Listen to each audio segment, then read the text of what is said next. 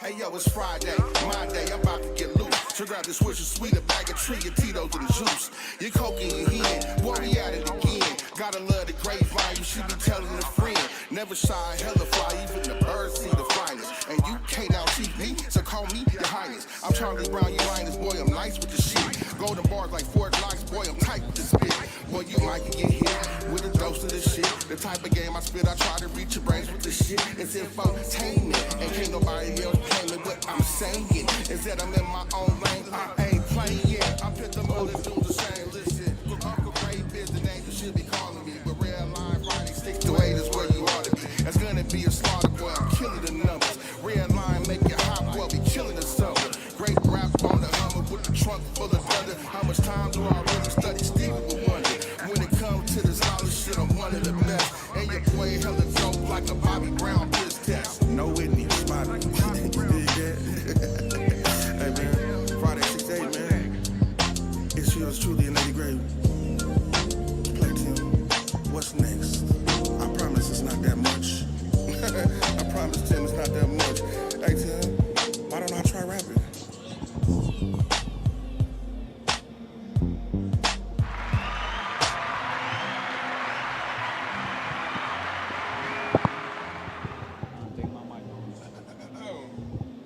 Hello, is this thing on? Is this thing on? Can y'all hear me out there? Welcome, welcome, welcome. Everybody know what days of the week it is. It is Friday, and we are here at the Piston Power Show at an all-new time. I got to tell you, it's looking pretty good up here. I see a whole bunch of clean cars. I can't wait to go drive somebody's car when I finish here. Somebody gonna let me drive the SS. I heard it. But anyway, man, it's Friday. It's my day, man, and we already know what it is. The Grapevine. We'd like to thank y'all for joining us. We got a very special presentation for y'all up here at the IX Center, the Piston Power Show. Y'all should get up here if y'all ain't made it. Come in through door number 35, make a left, stop by the red line table, and tell them Grape sent you. Hello. On your mark. Good set. Yes, you got a good voice for that. You sound like you should be here. Anyway, we're gonna do our whole format a little bit differently tonight. So we all live anyway. So I got a special guest joining me today. And from what I know, he's kind of going to be joining us a little bit more frequently here on the Grapevine, right? Yep. Ladies and gentlemen, my special guest for this show came on such short notice. Funny man, a.k.a. the king of the onesies, Mr. Marco Torres. Thank you for coming, brother. Thank you for coming. Yep. How are you, sir? I'm here. Thank you for being here. We got a good one for y'all tonight. We up here at the race car, the IX Center, the Piston Power Show. And if y'all don't know the history of NASCAR and why they had to suit them cars up, you're going to learn today. Also yeah. joining me finally, because he be calling off every week. I'll be sick. Supposed to be one of our new hosts. Tay Too Funny. How you doing, brother? Thank you for coming, sir.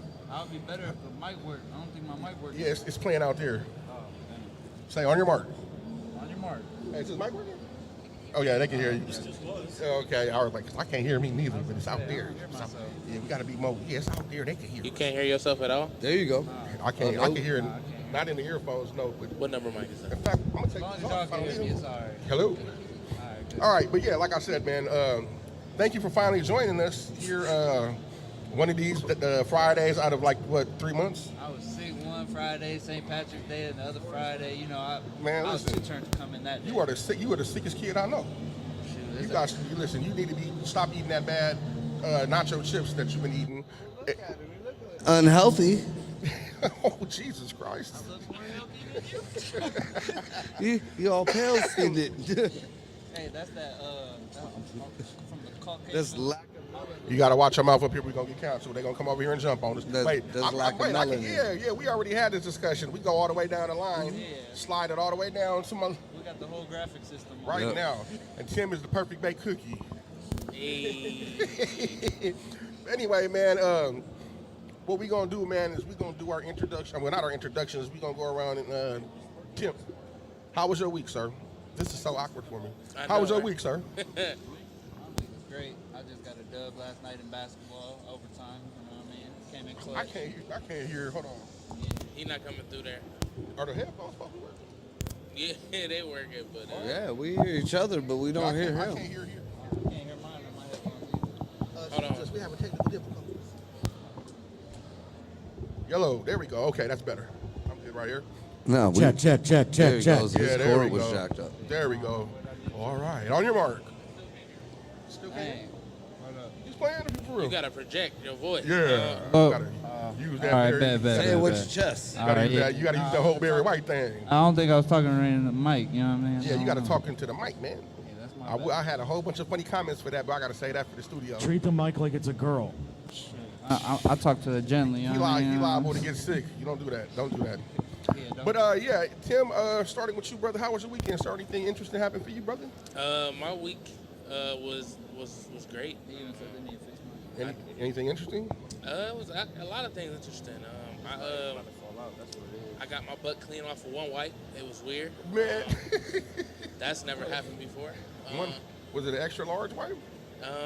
You know, I think it was regular size wipe, but I went for the second wipe because you still got to double check. Yeah, you gotta double wipe that wipe. And I was like, oh shit, I got it cleaned off the first try. You know, it was. Do you do a dry wipe after the wet wipes?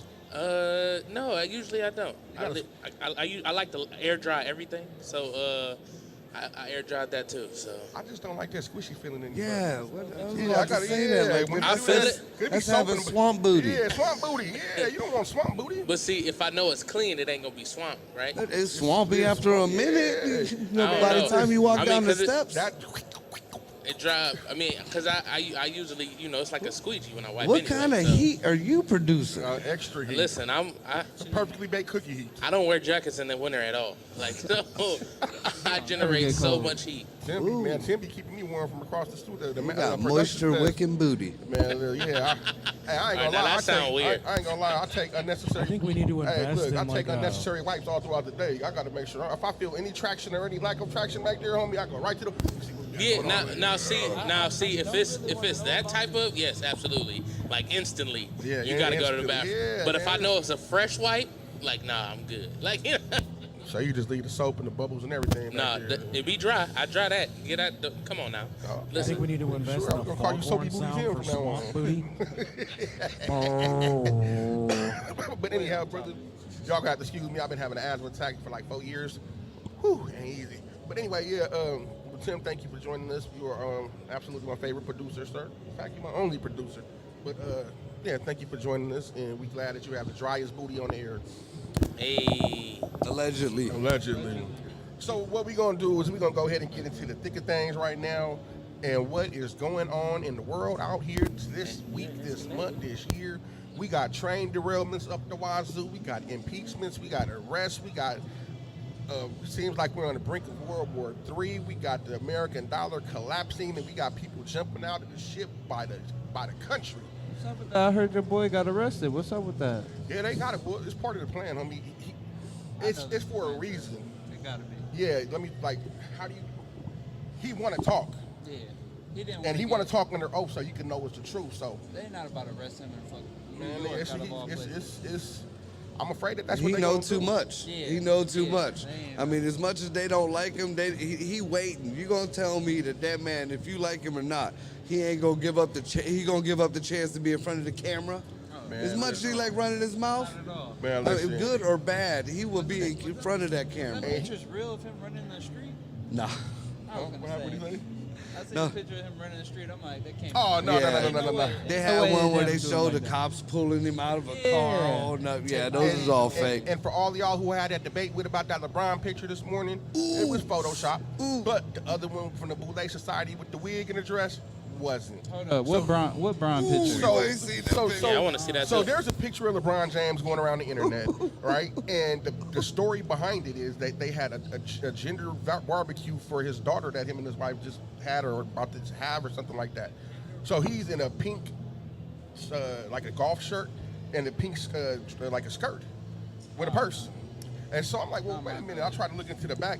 And it appears that it was Photoshop. But my whole reason for me looking at it and saying, hey, you know what, this is his MO. One of my first shows that I did was about the Boulay Society. And, you know, it's the Boulay Society, if you don't know what that is, it is like the equivalent of the Black Illuminati. They are like they're like the black version of the elites.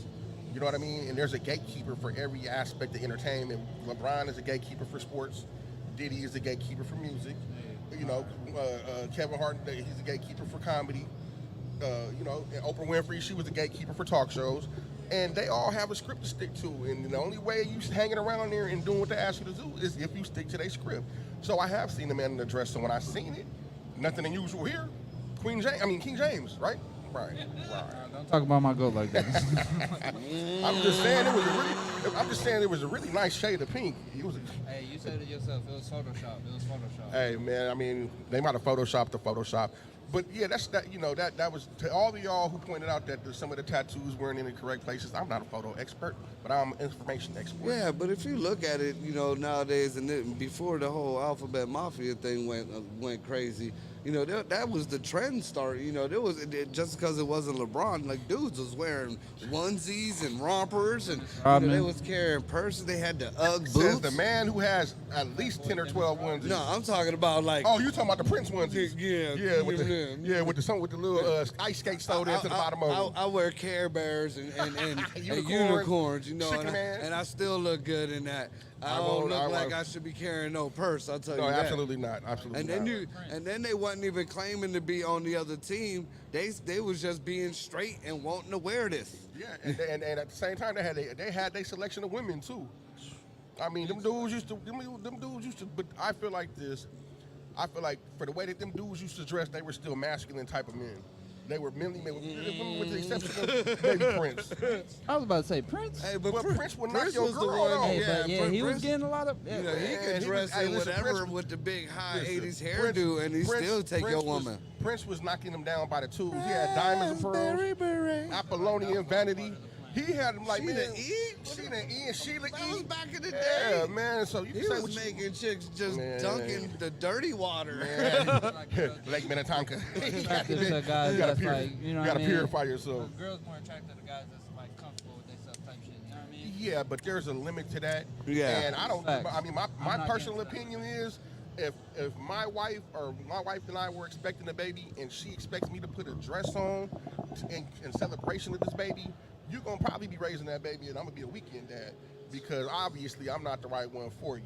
Oh, but see, there is some exceptions, because you know. There's no exceptions Like, to putting nah, a dress because on for I myself. not for yourself. Yes, not for me. Like I didn't No see like exceptions. there's a lot of memes and there's a lot of videos out there with little girls. You know, they got them big biker daddies or whatever, but that little girl want to Dylan, play what up, Dylan? princess or whatever. So you Oh know, yeah, you of course. throw You can't never tell the baby Right. no tea time. right. You know, Right, but but man, now, listen. but when you start going outside and going to pick up the milk, and now you got listen. problems. I seen a dude earlier, right? He had on eyelashes, eyeshadow, lipstick, and he was throwing up gang signs. He was appearing to be dangerous. I said, man, I will snatch one of your lashes off and beat you with this.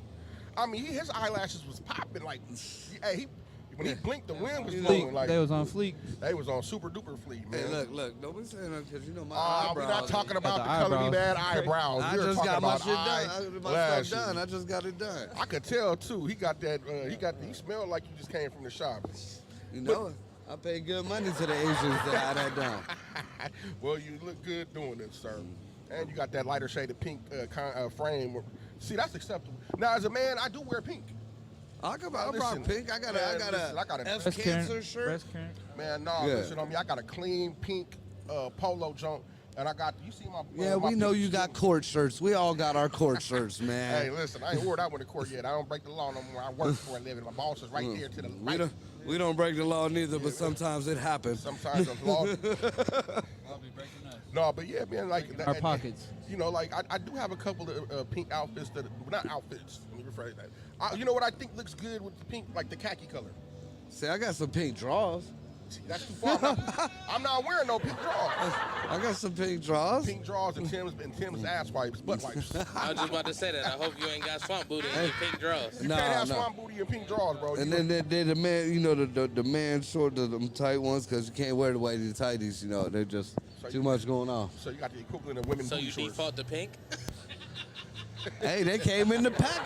They came in the pack. I'm going to rock them. I mean, it ain't like I ain't going to rock them. Now, I personally cannot see myself putting on pink drawers, but a nice pair of khaki shorts with that. I got some. Man, clean, I got draws with the little elephant right there in the front. I'm sure you do. He only wear them when he get his eyebrows done. He going home tonight and he gonna put them elephant drawers on. Understood why you'll wear the pink ones. Oh, and my man Marco was just recently celebrated a birthday, man. So happy late birthday to you, brother. Thank you.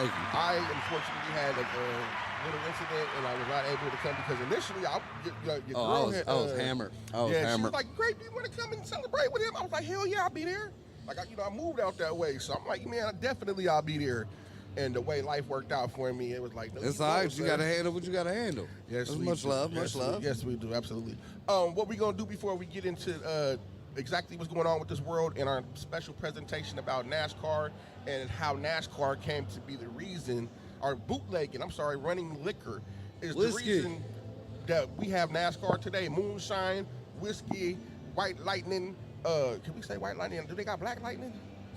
It was racist. Make it. Well, I know the name of moonshine came Molasses. because they could only make it at Nighttime nighttime. by the moonlight, yeah. And it's strong enough to start a car. But yeah, tonight what we have is we're gonna have my man Tay do his segment of this week's Tay Talk since he's finally here. Thank you, Tay, for being here finally. Thank you, Tay, for being here finally. So why don't you go ahead and introduce your segment, brother? I sent about 3 different ones. Okay, well, Talk about either or. well, Tim, you got that footage for him, brother? So while we're waiting for that, Marco, what do you think is going on out there? Do you think that we are under attack? Do you think that all these train derailments are organic?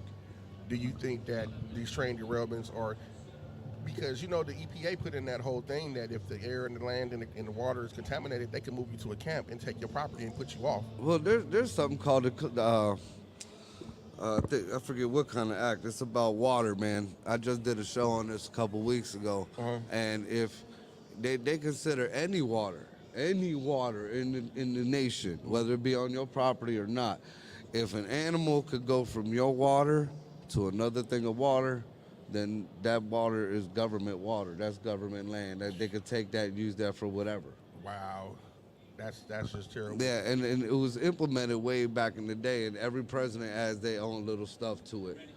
But yeah, it's pretty much like an eminent domain on the water. I mean, it's eminent. I mean, from what I've been told, that some of the next wars we're gonna face is gonna be behind water. But as far as the whole, man, there ain't no do I think, man, we under attack. Absolutely. If you look at the outside forces and then you look at all these coincidences, man, I mean, Russia and China and Saudi Arabia and Iran and Mexico and now Africa, because Africa is going to be signed with Russia because they done paid off their bills. I mean, they're surrounding us. Even You ready? Hold on. are we ready for take? Yeah, we'll get right back to Yep, this. yep. Oh, I would have let you finish. I was just letting him out. Oh, okay. That was. No. It's way too much to finish in that breath right there. Yeah, let him But do his thing. We would get back to that because, I feel like we are absolutely under attack, and there's a whole bunch of interesting things going on that we're going to talk about here for the next few minutes before we get into our presentation. But without further ado, on your mark, get set. I thought he was introducing it. I mean, Go ahead, Tay. Fucking TED Talk is Tay Talk. We talking about this week. Go ahead, Tim. Tay Talk. What we talking about this week, Tim? turn your mic off. Bottle wraps, right?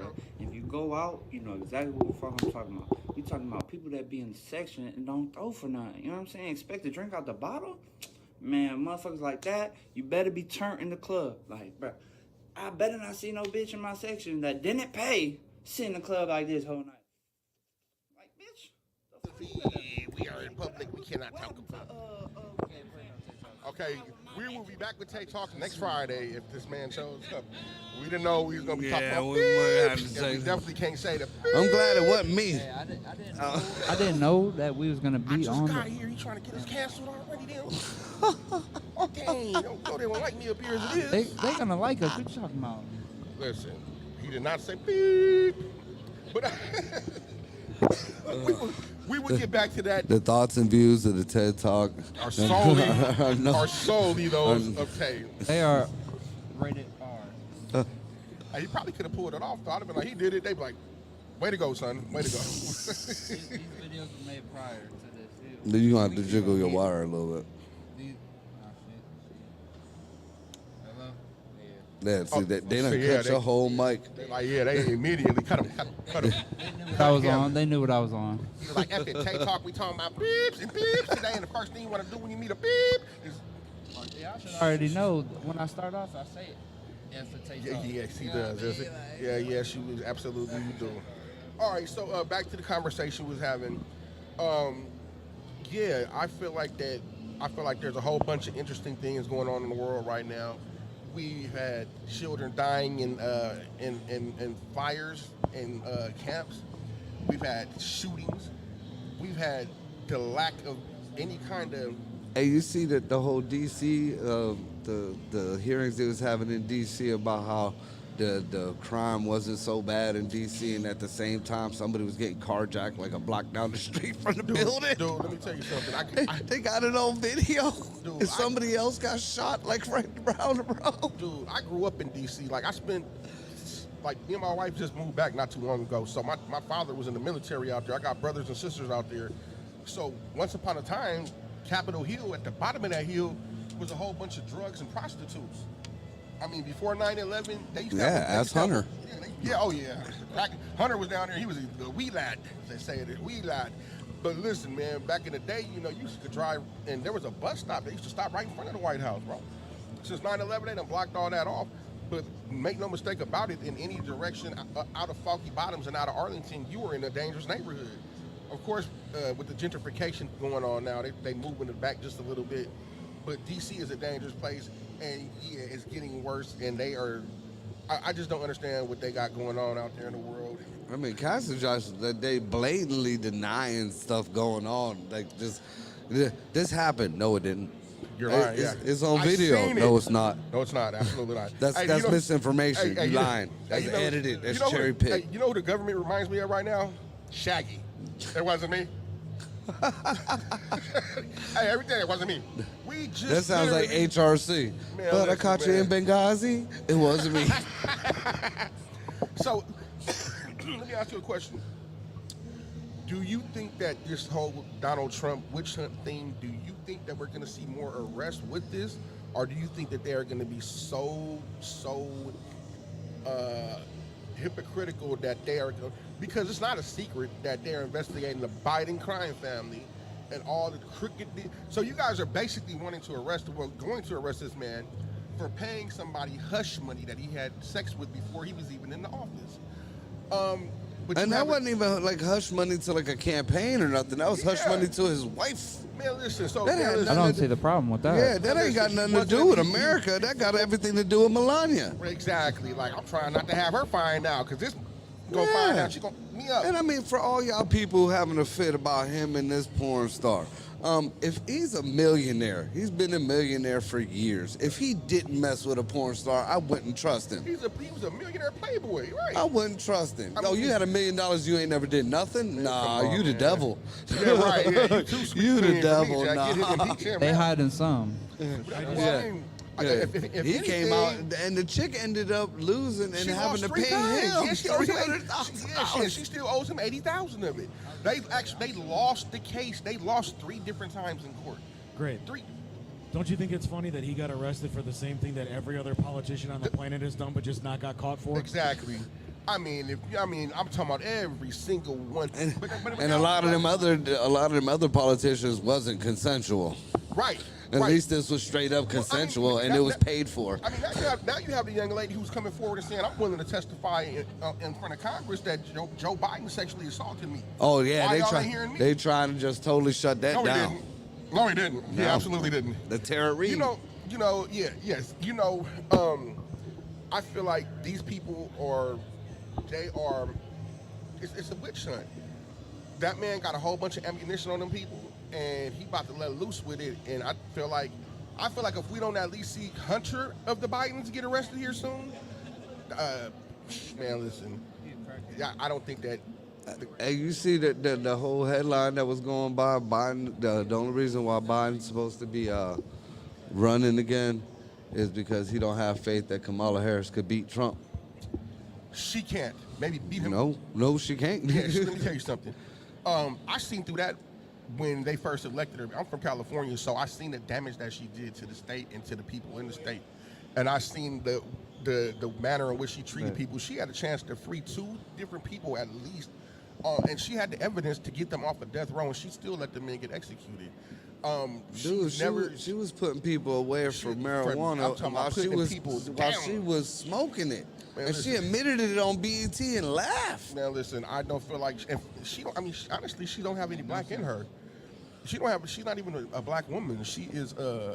Yeah, I don't know What did they say she was? She was something else. Yeah. But like they gave the history of her whole. Yeah, she's not black at all. Yeah, she Like, ain't I think African. her grandma's she like a some person kind of a- color, but just Yeah. because you person of color don't mean. And I think they might put a little spray tan on her. The house, and you know what I mean? And don't forget, she used to be Montel Jordan's little. Man, you know they No, call her Heels Up Harris around Capitol Or Hill. was it Montel? Not Montel Montel, Jordan. Montel it was Jordan. Montel Williams. Yeah, talk show dude. Remember, I'd have he gave had him more props if it was Montel Jordan. George, hey, he had 2 chicks on his arms, and he was like, "Who is this? Kamala? Who? Kamala." And And, she was- and I'm talking about 10 years later, she's our vice president, the most powerful woman in the country. Yeah, and then they had the nerve to talk about Melania because she was a model. She ain't never took her clothes off or did nothing with her mouth. At least not that she wasn't supposed to. If you ever get a chance to listen to Judge Joe Brown, he exposes a bunch about her. He knows a whole bunch about her. Judge Joe. Judge Joe Brown, yeah, Judge Joe Brown, tell it like it is, man. So the whole shooting thing. Do you think that this is an attempt to? I mean, okay. Did you see yesterday there was an active shooter on Andrews Air Force Base? No, I didn't see that one. I seen you was talking about it. I didn't get Yeah. up on that one. I was So covering the other yesterday, stuff. there was an active shooter on Andrews Air. Let me tell you something about Andrews Air Force That's Base. almost like a prison. Like there's guard towers and stuff. Listen, okay, so I used to work for a construction company called Total Civil Construction. We were building the hangar for the new Air Force One airplane. I used to look from where my truck was and look just like I'm looking right over here, and where that black pillar is at, Yeah. that's where the airplane was at. And we're building the brand new one. They will tell you when you go on that base, do not get your butt out that truck. If you do, you got to put on a certain vest. When you're sitting there parked at your first park right there like that, we had to take a pink flag and tie it around where the rearview mirror is at, because wherever you look, you will see a gun tower, and they tell you that they guards can shoot you from anywhere on that base with that gun. Supposed to be. So I think that, I mean, they have an agenda trying to take these weapons, and I think that, for one, I think that they want to disarm us because they know something's coming. Yep. I really feel like that because, I mean, look what happened when they disarmed Australia. Look what happened when they disarmed a whole bunch of other, like, hey, we need your guns. I think that they are being bogus about it. I think that they got some other things going on. Even if they don't, just look at or we'll look at Australia and a lot of them European countries that took away the guns. That didn't stop the violence. Not at all. I mean, people don't realize that a gun, no matter what caliber, what kind of gun, is a more humane way of taking somebody out than maybe getting Cutting them in pieces. bludgeoned to death with a baseball bat or getting hit with a katana sword. And I'm going to say something else. A 22 is probably one of the most dangerous guns in the world. Oh It's yeah, small. that's what the mob used to use. Yeah, They pop you right in the back of the head and jiggle around like a jiggle around marble. in your body like a pinball machine. And I don't see nobody trying to get rid of them. I feel like, as always, they're up to something tricky. They up to some no-goodism. And I just think that it's another attempt at a distraction at disarming America. Shoot, I feel like teachers should have guns with all this shit. I feel like this. The first thing they do when they make something illegal, you're not getting all the guns off the street. So what's going to happen is the law-abiding citizens who did the right thing and decided to turn in their guns, now they unarmed. And you got other guys who are on the other side of the law who said, man, I'm keeping my weapons. Exactly. And now they preying on these people because we out of food, we out of fresh water, we out of this, we out of that, because it's all, man, Well, listen. that kind of goes into what I guess our presentation is for today. Absolutely. With the how the bootlegging and everything started. That actually started back in after the Civil War. There was a lot of immigrants coming in, the Scottish and the Irish, and they was making their own whiskey and stuff. So in order for the government, which is ironic enough because we just got done fighting a war over taxes, the government came in and started taxing people. We don't need our money on their whiskey that they was making. Yeah. So in order to revolt again, and it was Alexander Hamilton, that one that everybody liked to praise. He was the one who passed the taxes on the bootleggers or the immigrants at the time. They weren't bootleggers. So they went underground and they kept it going. Well, when the full-blown prohibition happened years down the road in the 40s, that took a lot of the money away from the people who was making the money, because they ended up repealing that law, the tax law. Yeah. So them people still made their whiskey, but now they could sell it. Yeah. Well, that was people's livelihood. Yeah. That was Yeah, that's people, all they had. So once they cut that out, what was they supposed to do? And that's when they started making, the whiskey, and then they started running it back and forth. So he is absolutely right. So basically what I'm going to do is I'm going to read here from Prohibition and Interactive History. So NASCAR rooted in Prohibition bootlegging. On your mark. It's going to be a good presentation. We canceled Crank It Up over a year ago. Why are we talking about NASCAR? Well, we're talking about souping up cars and the whole notion of souped up cars and all that kind of stuff right there. So we're talking about moonshiners, which is how NASCAR got its start. exactly. Right. Yeah, exactly. So,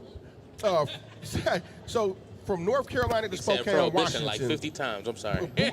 bootleggers during Prohibition used souped-up automobiles to stay ahead of the federal agents and local police while transporting illegal whiskey on back roads in the dark of the night. The idea was fairly simple. Take a car that looked ordinary on the outside, modify the engine for greater speed, remove the floorboards, passenger and back seats, and store as many cases as you possibly can. Install extra suspension springs and handle weight, a dirt protecting plate in the front, a radiator, and run prohibited booze to customers by outsmarting and outrunning the popos. Can you dig it? And high-end torsion bars. I'm talking about that's Dukes of Hazzard's type. Hey, just a little fun fact for that. Tell us about The it. cars that was mostly used and that loved to be used by the moonshiners was the 40 Ford. And the irony of that is Ford himself was all for Prohibition. He was anti-alcohol. Right, but look at that. And then they was putting the Cadillac motors in the Fords. Hey, that's what we do to nowadays. get the more horsepower out. Hey, of that's it. what we do nowadays. We'll put an LS motor in a Cutlass. You know what I mean? Put a Corvette motor in a Chevelle. Man, listen, we gonna make it run. Okay, so carrying on. Even before Prohibition came to an end in 1933, racing these high-performance cars became a popular pastime among the runners in North Carolina, Virginia, Tennessee, Georgia, and elsewhere in the South. Kentucky was big on that too. Absolutely. They raced each other's cars, many of them Ford models, on weekend afternoons out in the country on makeshift dirt tracks. Such were the bootlegger roots of stock car and what would evolve into the National Association for Stock Car Auto Racing, or as we know today, NASCAR, in 1947. What else? Yep. What else do you have? Because I know you have some more pretty This is good the facts. But 75th we'll just go back. anniversary of NASCAR too, so it's amazing that you're talking about this right Oh, now. you know, I try to fit the occasion. And they actually talked about all of this at the beginning of the Daytona 500. Is that right? Yep. Go grape. What, Oh, yeah. what they said, they didn't say too much in that article. Bill France Sr. actually started NASCAR. He was the one who gathered up the bootleggers, because a lot of times back then, the racing that was going on before NASCAR was put together, they were kind of bougie. Yeah. They didn't want the bootleggers in there. They looked at them like they was scum. Yeah. And this Bill France, he gathered up the bootleggers, and he decided to get with the racetracks, and they formed their rules and stuff. Yes. And at the same time, down south in Florida, you know, like the heads of the different Olds Company, Ford Company, and Chevy Company, they were doing their own little form of racing on the beaches out there, testing out their new rides. And that's where we get Ricky Bobby Talladega Nights from, right? That's where Shake Darlington started. If you ain't first, you last. Shake and bake, baby. I wake up, I piss excellent, you know. I can say piss, right? I come at you like a spider monkey, old man. I'm all jacked up on Mountain Dew. Yeah. You my best friend. I like to party, and I like my Jesus to party. I was in middle school. People used to I call me love Will that Ferrell. movie. All right, so back to the presentation. By the nature of their illegal liquor business, Help veering me, Tom fast Cruise. along curvy mountainous roads. Help me, Jewish God. JG, what's going on, brother? Thanks for tuning in. I got a good one for you. You might like this when we're talking about Jumanji. Okay, so veering by the nature of their illegal liquor business, veering fast along curvy mountainous road, runners taught themselves to be the best stock car drivers in the era and beyond. Although national prohibition ended in 1933, production of illegal whiskey continued for years afterward to avoid taxes and regulation. Many future NASCAR drivers cut their teeth bootlegging and illegal moonshining in the 1940s, such as NASCAR Hall of Famer Junior Johnson, who won his learner's permit by running corn mass hooch before his NASCAR debut in 1955. Fun fact. Another interesting notable cat is this guy, Carl D. Lightning Lloyd C. He was born in Georgia on December 14th, 1919, just more than a month before Prohibition started. As a teenager in the post-Prohibition 1930s, he used fast cars to run untaxed illegal moonshine from the stills on backcountry roads in Georgia. She started racing stock cars at the age of 19. In 1941, he won 3 races over just 15 days in North Carolina, Florida, and Georgia. Bill France, a stock car race contemporary of C, who would set up NASCAR in the 1948s, described C as the finest stock car driver he ever witnessed. Rapid Roy Hall, shown, they have a picture of this guy, Rapid Roy Hall. I like that name. I think I'm going to change my name to Rapid Grape. I'm on Bonneville today. My shit fast. I mean, my car fast. Rapid Roy Hall, shown at the stock car racing venue at Daytona Beach, Florida, in 1940. Hall, born January 30th, 1920, just days after Prohibition started, ran moonshine by car in Georgia as a teen in the 1930s, leading to his interest in stock car racing in the late 1930s.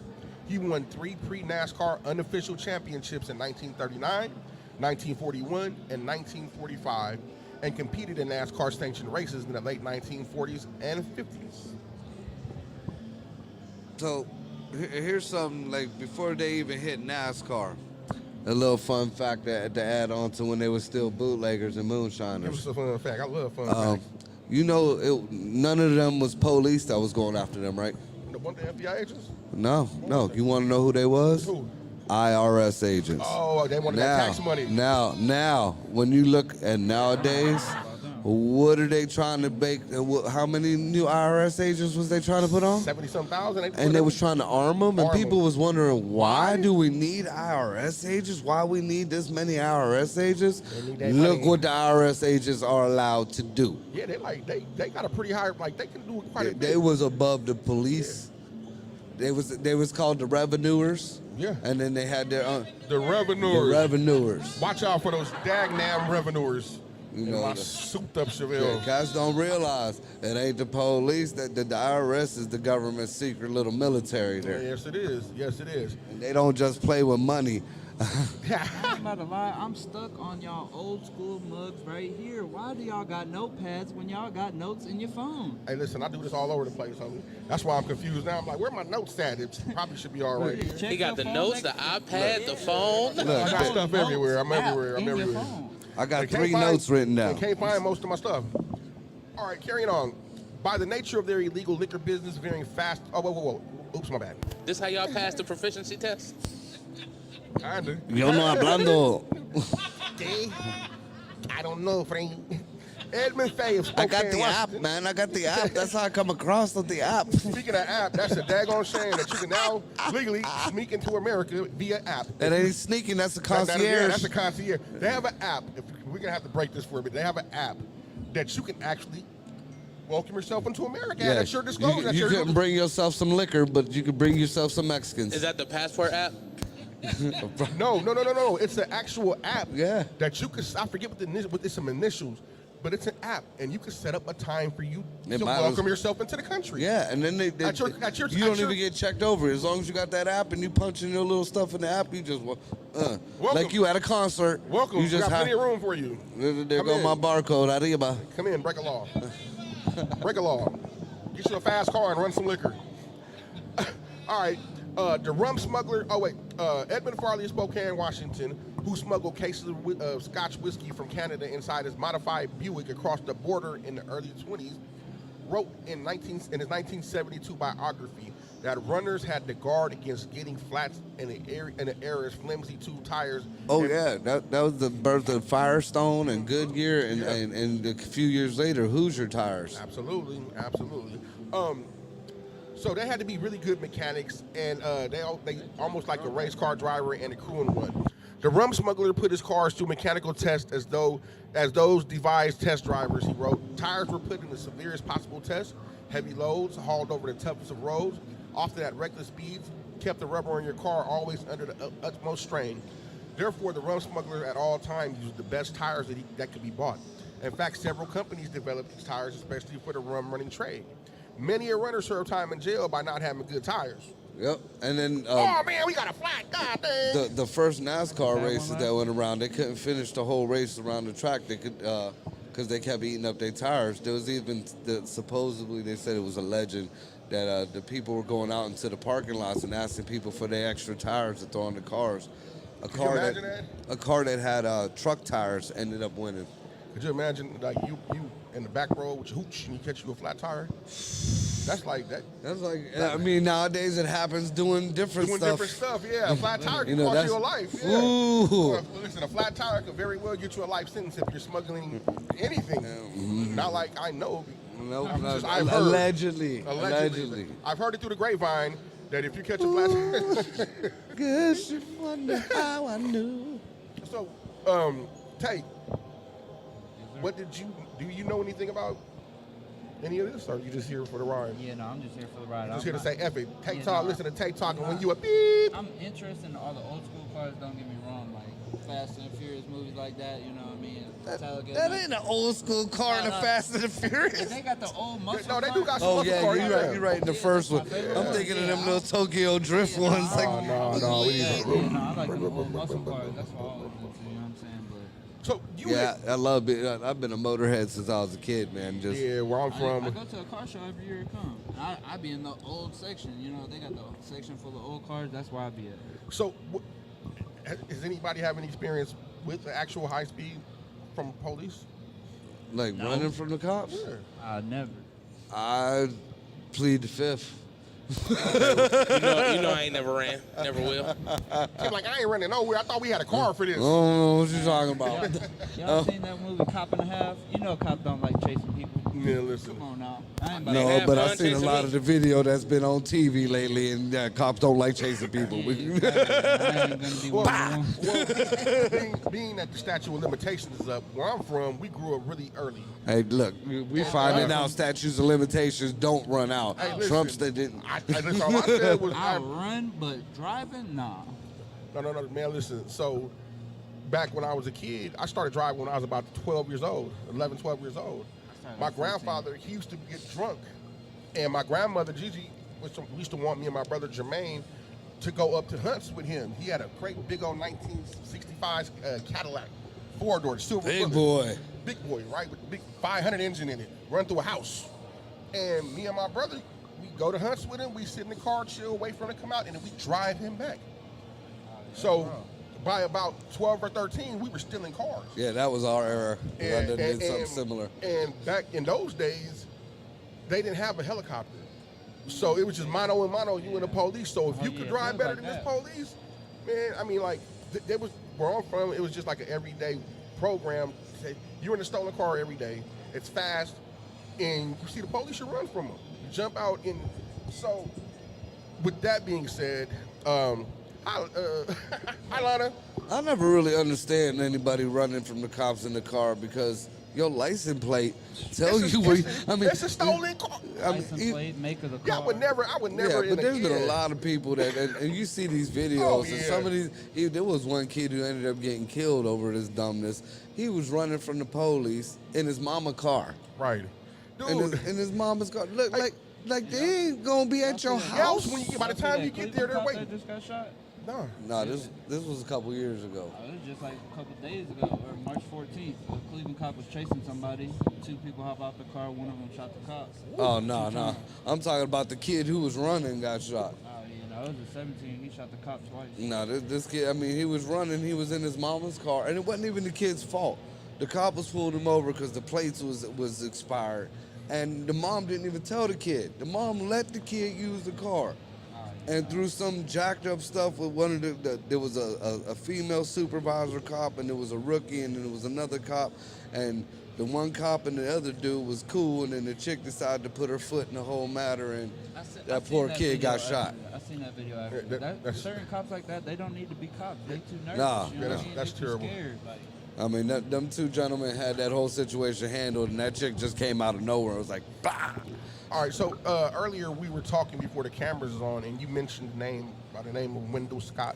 Wendell Scott. Wendell Scott. Ladies and gentlemen, Wendell Scott on First your black radar. man in NASCAR. First black man in NASCAR. Do you want to go ahead and talk about what you know about Mr. Scott besides that? And he was the first black man in NASCAR, and Richard Pryor played him in the movie. Yeah, absolutely. So What movie? it's called Grease Grease Lightning. Lightning. So basically right now, there was a film back in 1977 starring Richard Pryor, and it was based on this guy, Wendell Scott. And the plot to the movie was in 1930s in Danville, Virginia, an African-American boy named Wendell Scott impressed a group of white guys with his bike riding powers. 15 years later, Wendell returns to Danville after serving time in the Army in World War II. His family welcomed him home with a party, and he takes an immediate liking to a guest, Mary. Later, Wendell would tell his mom he don't want to work in the cotton mills, and he plans to use his mustard pay to buy a taxi cab. He would go on to get him a garage to be his own boss. Now, this is loosely based on the true story of this Wendell Scott guy. That's what they made it into a movie for. If you haven't seen Grease Lightning, you should watch it. It's a really good movie. But anyhow, they go on, and Wendell and Mary begin dating. Wendell tells Mary's family that he wants to be a champion racer. They don't take him serious because, he's kind of a goofy character. And sometime later, Wendell takes Mary to an old racetrack in his new taxi cab to propose. And, they whatever, and he sees a bootlegger guy there named Slack, and they ask him for a job on his first night. So he got a guy named Pee Wee who was already working with Slack, and they narrowly get away from the old Sheriff Cotton and the rest of those IRS agents. So anyway, man, like I said, this is a movie, so we don't know all of the facts. No, that's pretty close. It's pretty close. We don't know them all, but I'm sure there's stuff that they didn't include. I'm sure that they added some things. But for the most part, it's a pretty accurate depiction. You know, one thing, like I did notice, and then this is showing a big part of it. The one thing that the prohibition and the bootlegging did bring together that we still can't see now. Like back when prohibition was happening and the bootleggers, it didn't matter what color you was. Oh no, they was the together. black folks, the white folks, everybody was partying, drinking together. Everybody was, fixing on each other cars. I mean, the black folks was making race cars and stuff like that. That was, that was like true. So something did come good out of that short time of the prohibition. That's because paper was involved. So basically, what happened was green is the only color that matters. That's what's up. I mean, if it's sad, but if it got to be that way and everybody gonna be peaceful, look, we all making liquor. We all making paper. Then we all making paper. Unfortunately, the way I think the world is set up, money don't matter to some people. They just would choose ignorance over unity. Exactly. But anyhow, so Sheriff Cotton starts getting on Wendell, and he can't never catch up with him. So, but he had got a job doing the cab. I lost my spot. My bad. So anyhow, on Easter Sunday, Wendell takes over one of Slack's runs, but he realized it's a setup. He got set up by his mans in him because he got arrested. Billy Joe Burns, the local automobile racetrack owner, makes Cotton and Wendell a proposition. If Wendell agrees to race at Burns' track, 12 of the 15 charges against him will be dropped, and he will receive probation. All Wendell needs to do is cross the finish line. That's it. Burns promotes Wendell as the first black stock car driver on the race day. There was a large multiracial crowd during the contest. The white drivers run Wendell All off that the track. NASCAR. Yeah, all that NASCAR. He manages to complete the race and secure his freedom, having discovered his call. Wendell fixes up his car at the junkyard. He meets a man named Woodrow, volunteers to be a mechanic. His girl don't know that he about to start running liquor. And barred from racing at most tracks, Wendell finally gets a chance to finish his fourth and is awarded 2 steak dinners at a white-only restaurant. A white driver named Hutch accompanies him, and they become friends at the next race. Hutch's car will no longer run, and he's forced to give up, so he joins Wendell's team as a mechanic. As we just said, they just brought people together of all races. Yeah. You know what I mean? They just said blatantly, white only bar. Here's your steak. Here's your go steak. eat. And Go where you at it, man? My And car is down. Yeah. Ain't nobody said nothing to that man. Man, listen. So anyhow, at the next, a few years later, in 1955, Wendell faces off with his rival Bo Wills, who was a mean son of a gun, at Middle Virginia Speedway. Wendell runs a close race. Wells declared the winner. They cheated him. After the card is gone, the race officials admit there's an error, but Wendell is enraged when he's denied the trophy and his recognition. He encourages Hutch to join a bigger team so he can provide for his family. As years pass, Wendell joins the Grand National Circuit, the highest level of the National Association for Stock Car Auto Racing, or NASCAR, competing at tracks in Atlanta, Georgia, Darlington, South Carolina, Riverside, California, Phoenix, Arizona, Talladega, Alabama, and Daytona, Florida. By 1965, Wendell is a local celebrity, and Sheriff Cotton visits the Scott home. Cotton is running for mayor of Danville, and he wants a picture with Wendell, the guy you could never catch, and the family as a de facto endorsement sometime later. Wendell has a serious crash at the Talladega race. He's hospitalized. Mary begs her now 42-year-old husband to retire, but he is still adamant about racing. I'd have told that sheriff to go suck a lemon. Right, immediately. Yeah, matter of fact, beep, you can kiss my beep. And mother beep, you. I thought he was going to say Sheriff. it, but he saved it with lemons.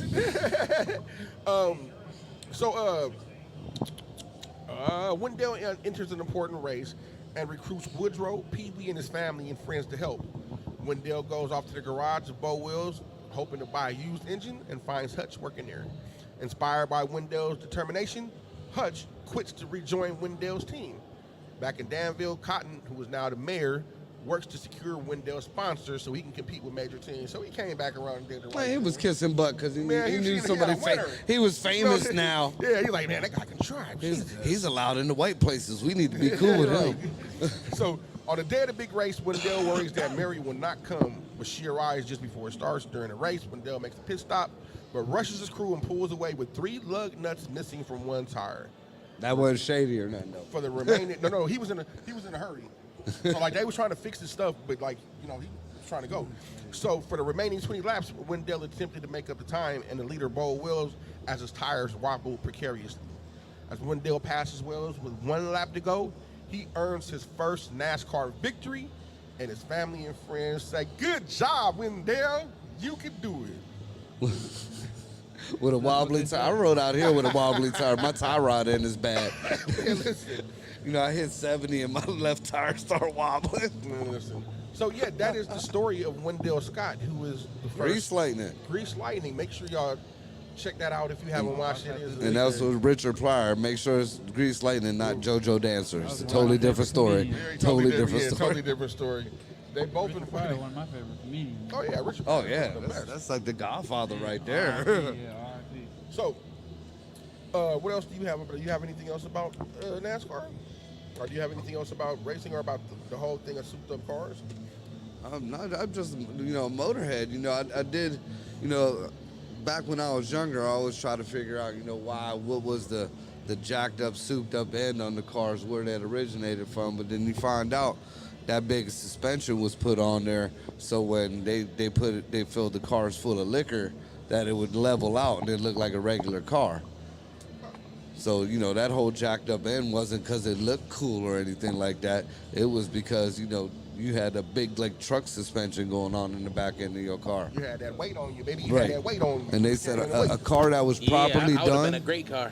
a car that was properly done could hold 142 gallons of whiskey, moonshine. I held 144 back in my day. So, when growing up as a kid, I was into the Night Riders. I was into Kit all day. the Dukes of Hazzards. Dukes of General Hazzards. Lee. General Lee. And that's what the whole Dukes of Hazzards was about. They was running moonshine. They was running hooch. And Uncle Jesse was on their tails about running a hooch. Yeah. Yeah. Did you? And when I was a kid, I didn't realize they was running liquor. I just thought they was in a cool ass car that could jump across stuff. Yeah, it With a wasn't. nice horn. It wasn't until the early 2000s then that car became racist and it became a whole. Never, man. Listen. No, the I'll General tell you- Lee I'll was tell the you- General Lee. I'll tell you what. If I had one wish, like Ray J, I would get me a General Lee. What is that? A '67 Charger? I think so. I would get me a '67 Charger.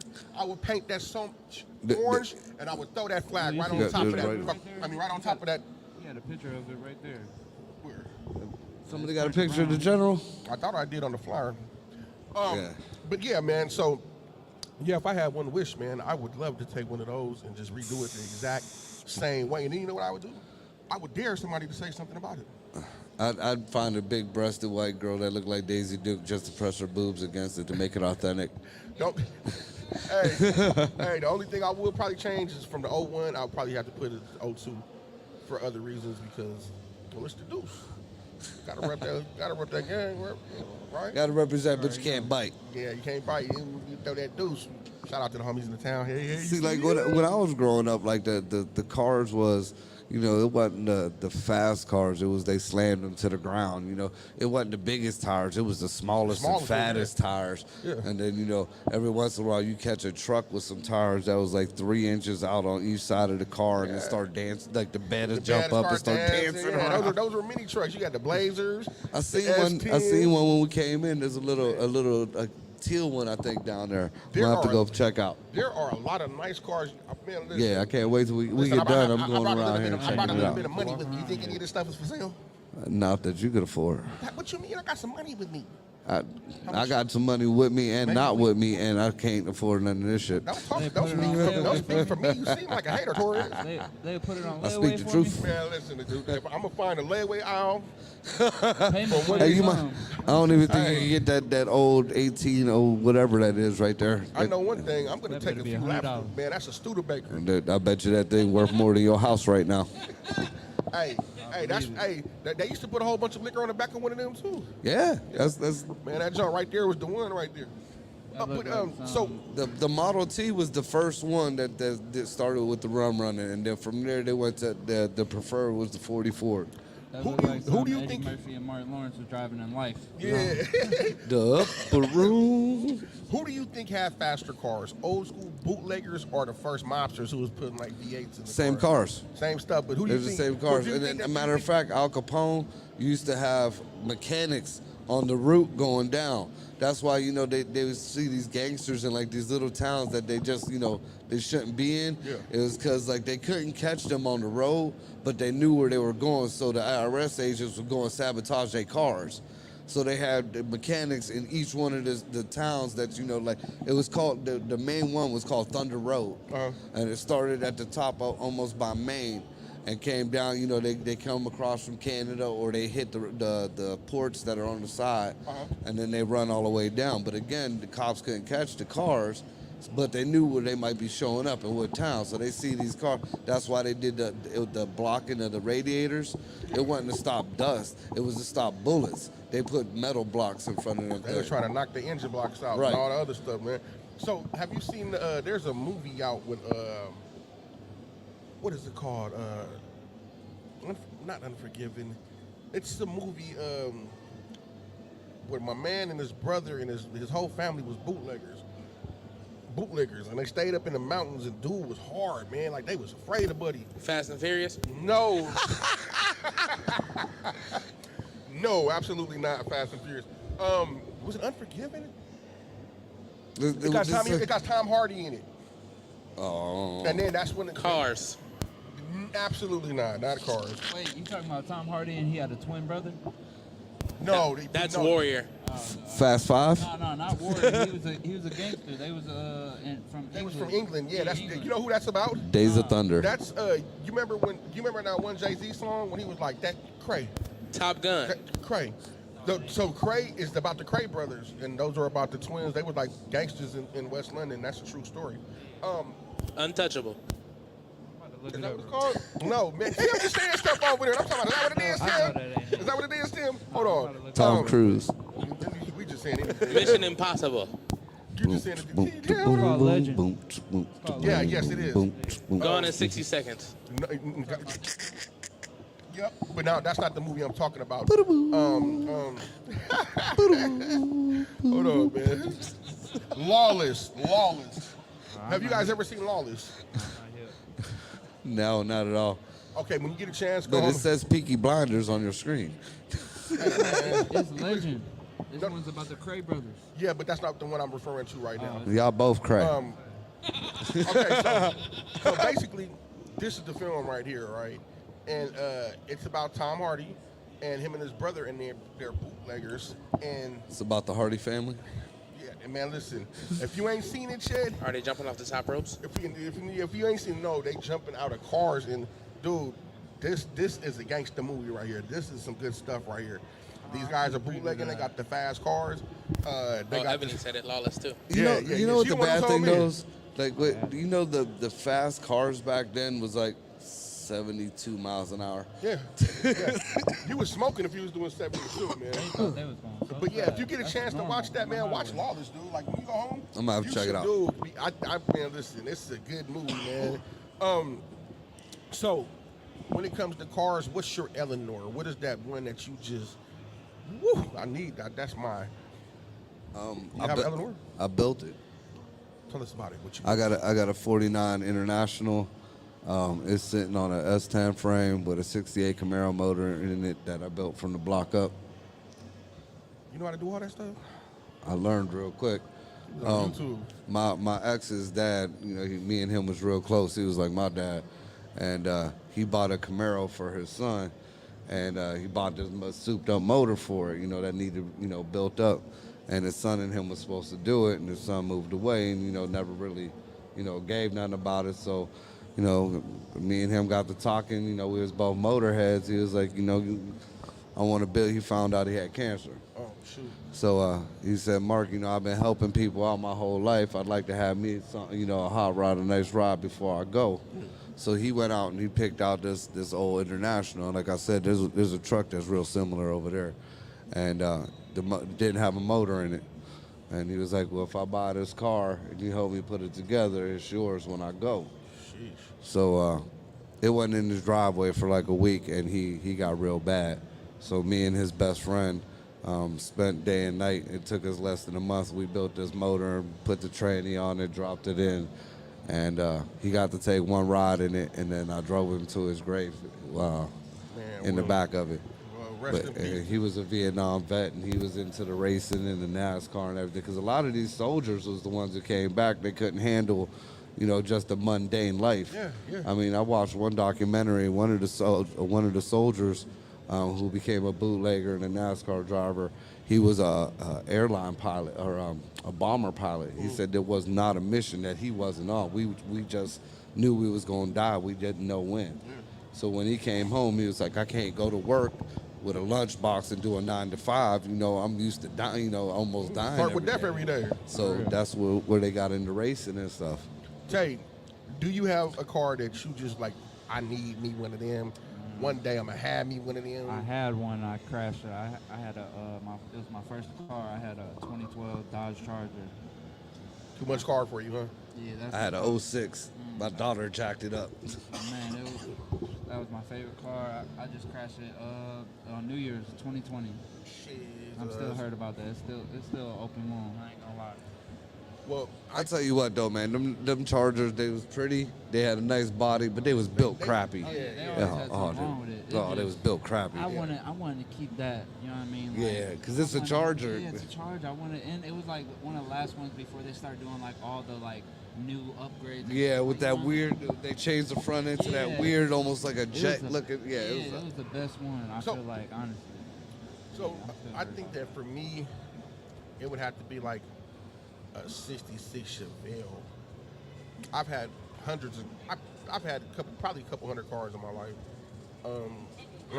Yeah. A couple hundred? yeah. Quit buying lemons. No. Man, listen.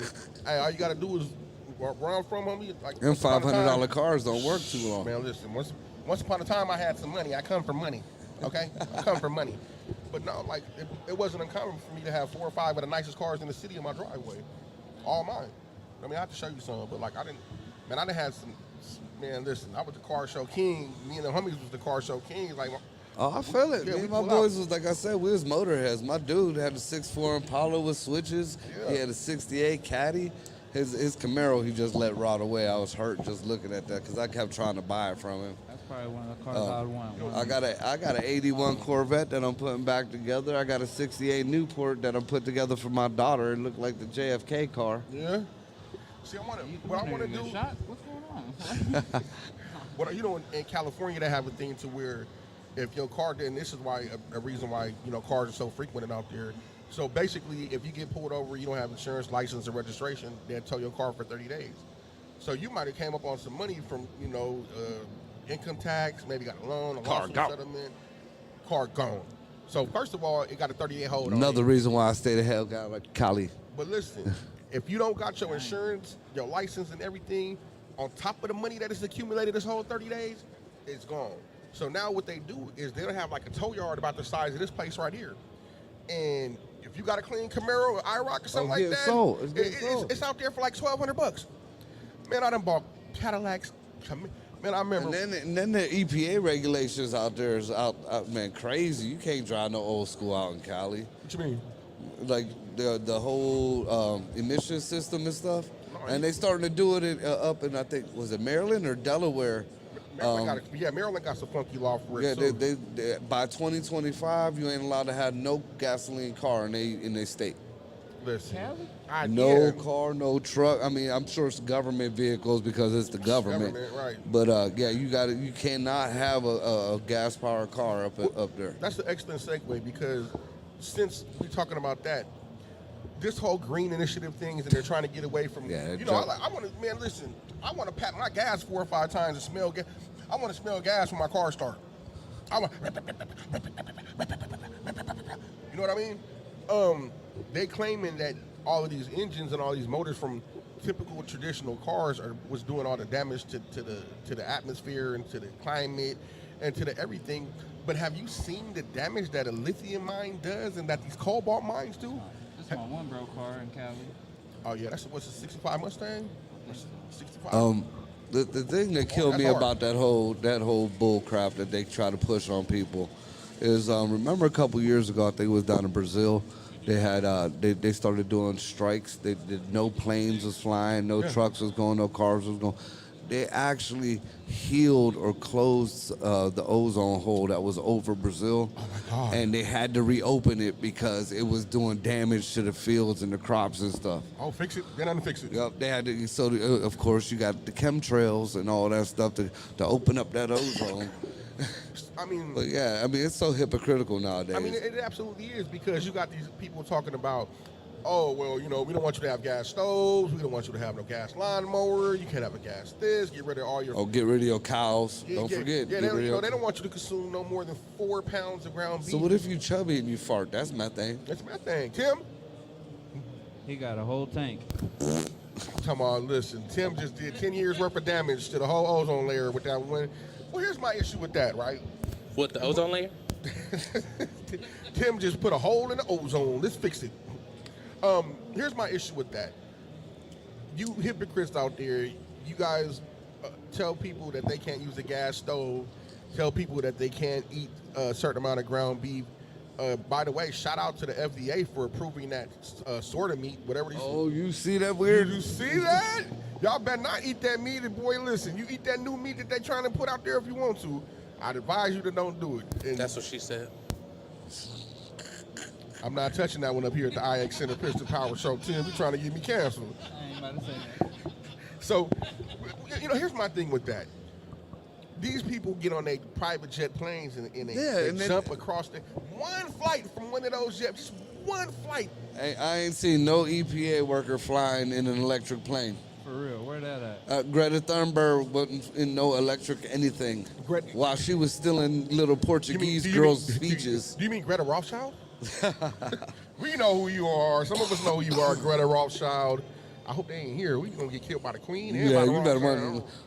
The thoughts and views of Grape are not necessarily those of. I'm saying I'm no longer the man formerly known as Grape. We all love our life. We are not trying to kill ourselves. I'm pretty sure the Queen is still after me and JG. Well, her people. Who, the lizard lady? Oh, oops. Lizzie's in the box. Oops. Wasn't that great when those guys were chanting that? Lizzie's in the box. Did you see that? Yeah. Oh yeah, they were. Dude, I had some people from overseas like going nuts on me because I was saying something about the crown and the queen. Oh man, that's a especially no-no. when she passed. Oh my goodness. Man, that is a no-no. You cannot listen. That woman ain't been no good to nobody at all. Look, I know she might not even be dead. I mean, she might just be on her, because they finding now new layers of the earth, the new underground stuff that people been talking about for years, for decades, and that was crazy, right? We're nut jobs, and then all of a sudden now, oh look, there's underground rivers, and the water is dumping into the earth, and there's a whole new biology, and Y'all see that one cave that's like. In China, it's like city under it? Oh yeah. Oh, dude, there's all China. kinds. Yeah, there's a whole bunch of interior caverns and craters throughout the whole planet like that. Like if you underneath Mount Shasta, in the Grand Canyon alone. Yeah. The Grand Canyon alone just proves the fact that white folks brought black folks here. Yeah. Because in the Grand Canyon they got Egyptian hieroglyphics and all that stuff, and that there's like a city that predate anything that went on in Egypt. Even the Vikings, that predates the Vikings, and the Vikings was supposedly the first ones there. But even before Leif Erikson was there, I mean, the government shut down them caves. It's called Lovelock Cave. Yeah. No. Lovelock Cave is up where the Giants are at in Lovelock, Nevada. Yeah. I've actually been by there. I used to do fire camp up in Lovelock. What was the name of the dang cave up in the Grand Canyon? No. They have everything there is named after Egyptian stuff like this. Osiris. Well, no, that's the landmarks. I'm talking about. There's a specific cave that an archaeologist actually got the government to help him pay for it. And when they found more and more of this city, it was like a citadel under the Grand Canyon. Are you talking about the old guy? Are you talking about the old guy that Smithsonian sent out there on the expedition? It was the Smithsonian ones who shut it down. Yeah, they the ones. I mean, even right now, for it to be a national park, you can't tour all of the Grand Canyon. If you go too far in it, or if you go in the wrong place, they'll do you like Antarctica. You'll see metal gates on the different parts of the mountain, just a metal gate, and they say it's to help the bat population. Nah, that's to keep you out of seeing what's actually inside there. Bats. Yeah, bats. So that's all the best y'all can do. Like bats. Flying rat. Ain't nobody care about bats. Well, supposedly we got coon dogs and bat bears and whatever that gave you the woo flu. That's where the coon dog. Coon dog. Have you ever had a coon? What the hell is a coon dog? Back in the day, coon dogs with their hunted coon. They was hound dogs. But what they doing with those in Wuhan? Do they have raccoons in Wuhan, China? Apparently they mating raccoons with dogs. Well, where did the bat come into play at? Ask Fauci. Because you know what? Now I found out in one of these Senate hearings that remember when Ebola came from the little monkey? Yeah. Now it came from a bat too. Yeah. I mean, and if you really want to get to the bottom of it, look up the patent. That's all you got to do. Huh? Let me tell you something. Nothing man-made has a patent to it. So when they have all these viruses and all these diseases that plague the earth, and you look Dude, at it already came out Oh, that man. Fauci had gain of function, and he tried to lie, and finally, Cash threw paperwork out there Like like, what they did with- look, it's right here. Like what they did with the Mayans and the Incas. What was that? Smallpox, I think. You got brought the blankets over here and Oh made them no, all that was the Native Americans up in America that they was giving the smallpox to. I'm thinking Here, take of- this blanket. It's gonna keep you warm. The Spanish took out the Mayans and the Incans, like the Yeah. real deal Spanish took out the Yeah. Mexicans. Spaniards. What The was- Spaniards. I forget what was that called. They took the Black Plague, I think. No, that was the white folks in yeah, Europe. That was in Europe, yeah. I can't think. You of know the every name. disease but the one. I right. just can't think of it right now. You had them all. You've been sick every week since we've been. Got the black plague. What you got this week? You got the coon dog. As far as I remember, the Aztecs and the Mayans got taken out in war. Like the Spaniards came in and was just wiping out villages to take their gold. That was because they got them sick first. And they got them real weak because yeah. they couldn't penetrate them like pyramids and stuff. They had pyramids. I mean, their civilization was vast. They were like it's highly advanced. Yeah. There's this guy named Beyond Top Secret Texting, right? Dude, run by. Yeah. Blowgun. So there's this guy. If you guys are in the podcast, I highly advise you watching Beyond Top Secret Texting. He will give you the history of all these wars, what they was really fought over, and he provides some pretty compelling evidence. And definitely, like he's very factual with his information, and the things that he says about those wars, underground and above ground, are pretty interesting. There was something else I wanted to talk about, and it slips my mind right now. So, Marco Torres, why don't you come up with something out of that deranged head of yours, and we will address that for a second, because there was we were sitting in the parking lot, and man, we need to talk about this. We need to talk about this. What about this? Smallpox. It was Smallpox. smallpox. Yeah, it was smallpox. No, you said Black Death. I said smallpox first. Did you? You said herpes. Multicultural death now. We ain't allowed to say that. It's multicultural death now. Right, you're going to get us canceled. You can't, I'm not so sure you can say, Who said that? but you can't say black. Can you? I said smallpox. I'm sorry. Oh, my Hey. God. All right, man. What is big pox? I ain't never heard of no big pox. Why did get you, big pox? you Chicken pox, smallpox, ain't no big I mean, Yeah, that was- there ain't no big pox. Did you have chicken pox when you was a kid, or measles? Nah. Did you? I had chicken pox. Hell yeah. If you don't have, if you didn't have chicken pox, you could get shingles. And that's Man. like big people. That's herpes all over your body, literally. Man, I mean, what happened to those kind of diseases? People don't get chicken pox and measles and stuff like that no more. Oh no, they get the Rona now. They ain't playing no game. Cancer done faded away. AIDS done. They got the cure for AIDS now. Now that they got the cure, they but they ain't had giving that.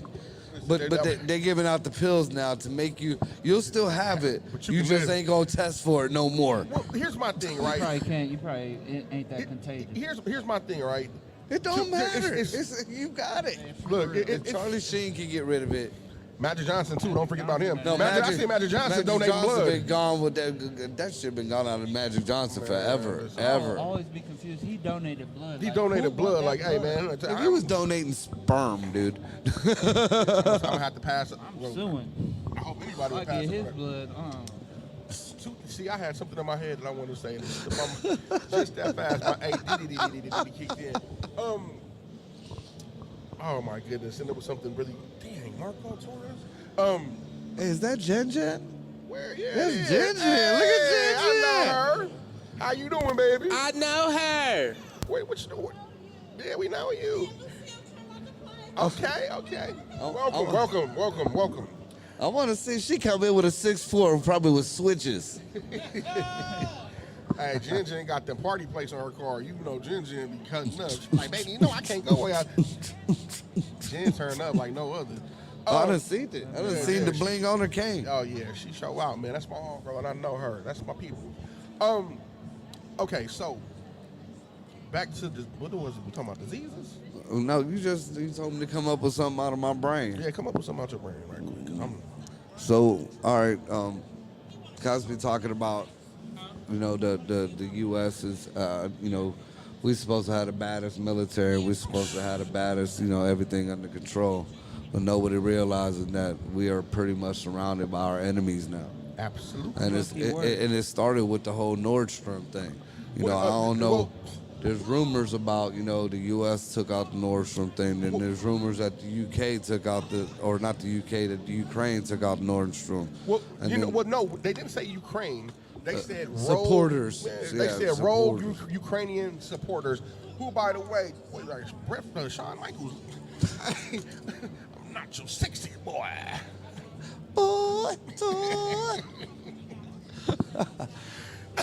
Anyway, when it comes to the Nordstrom pipeline, there is plenty of evidence, including leaked emails from the one broad. What's her name? You know what I'm talking about? I know there's a lot of evidence coming, especially in from the Germans that, saying that it's... Okay, so the thing with that is, they know that what happened was there was war games going on out there, right?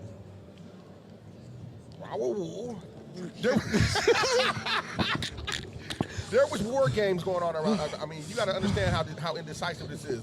So from my understanding of the story, is that they conducted war games in the area of this Nordstrom pipeline, right?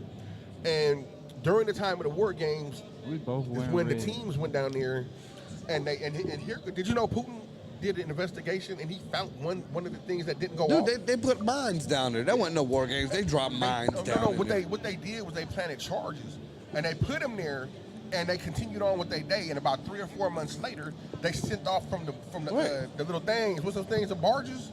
They sent off a frequency, and the frequency picked up and it blew the thing to smithereens. Now, But the whole point, the reason why I brought that up is, so now Russia controls the natural gas going, because there was two of them. There's Nordstrom 1 and Nordstrom. Don't let them fool you. They make it sound like they ain't got no gas flowing. So now Russia's selling their natural gas and making bank because Europe got to get it from them. The U.S. ain't supplying no more gas, either natural or they're in barrels no more. So, So now they with China. China getting gas, and so is North Korea. So now you got 2 of our enemies, 3 of our enemies together. So then all of a sudden now, Russia, what they do, they go and bail out Africa. Now, what does Africa?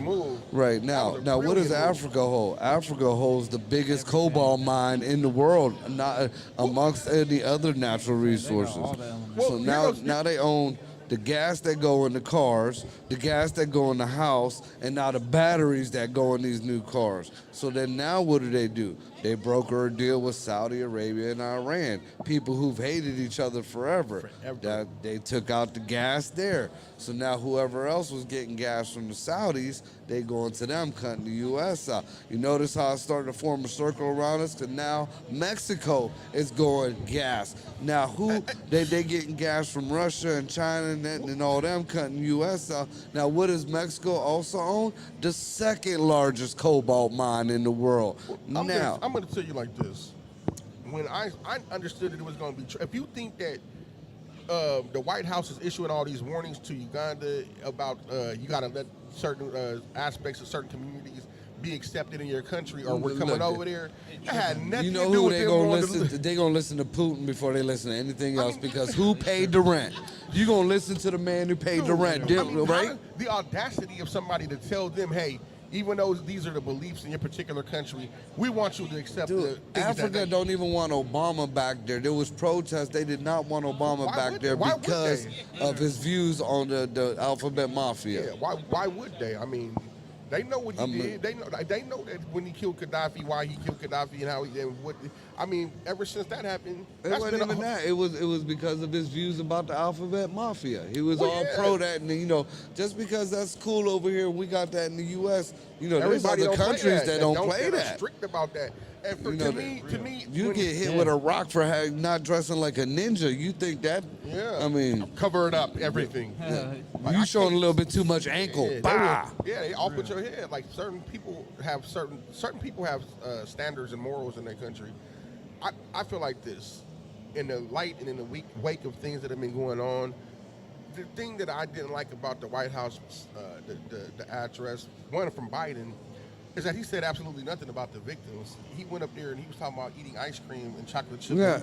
And for people who are in the know, or y'all want to call us tinfoil hat folks, You look up them little words, them little ice cream words. They wasn't just little speakings Yeah. of the let's Chocolate go get chip. some. Yeah, those things mean something. So what he's referring to is if you go check out the FBI pedophile decoding, there's certain symbols and there's certain phrases that these guys have been using for years. Hot dogs, pasta with red sauce, walnut sauce. All of these things have a different meaning.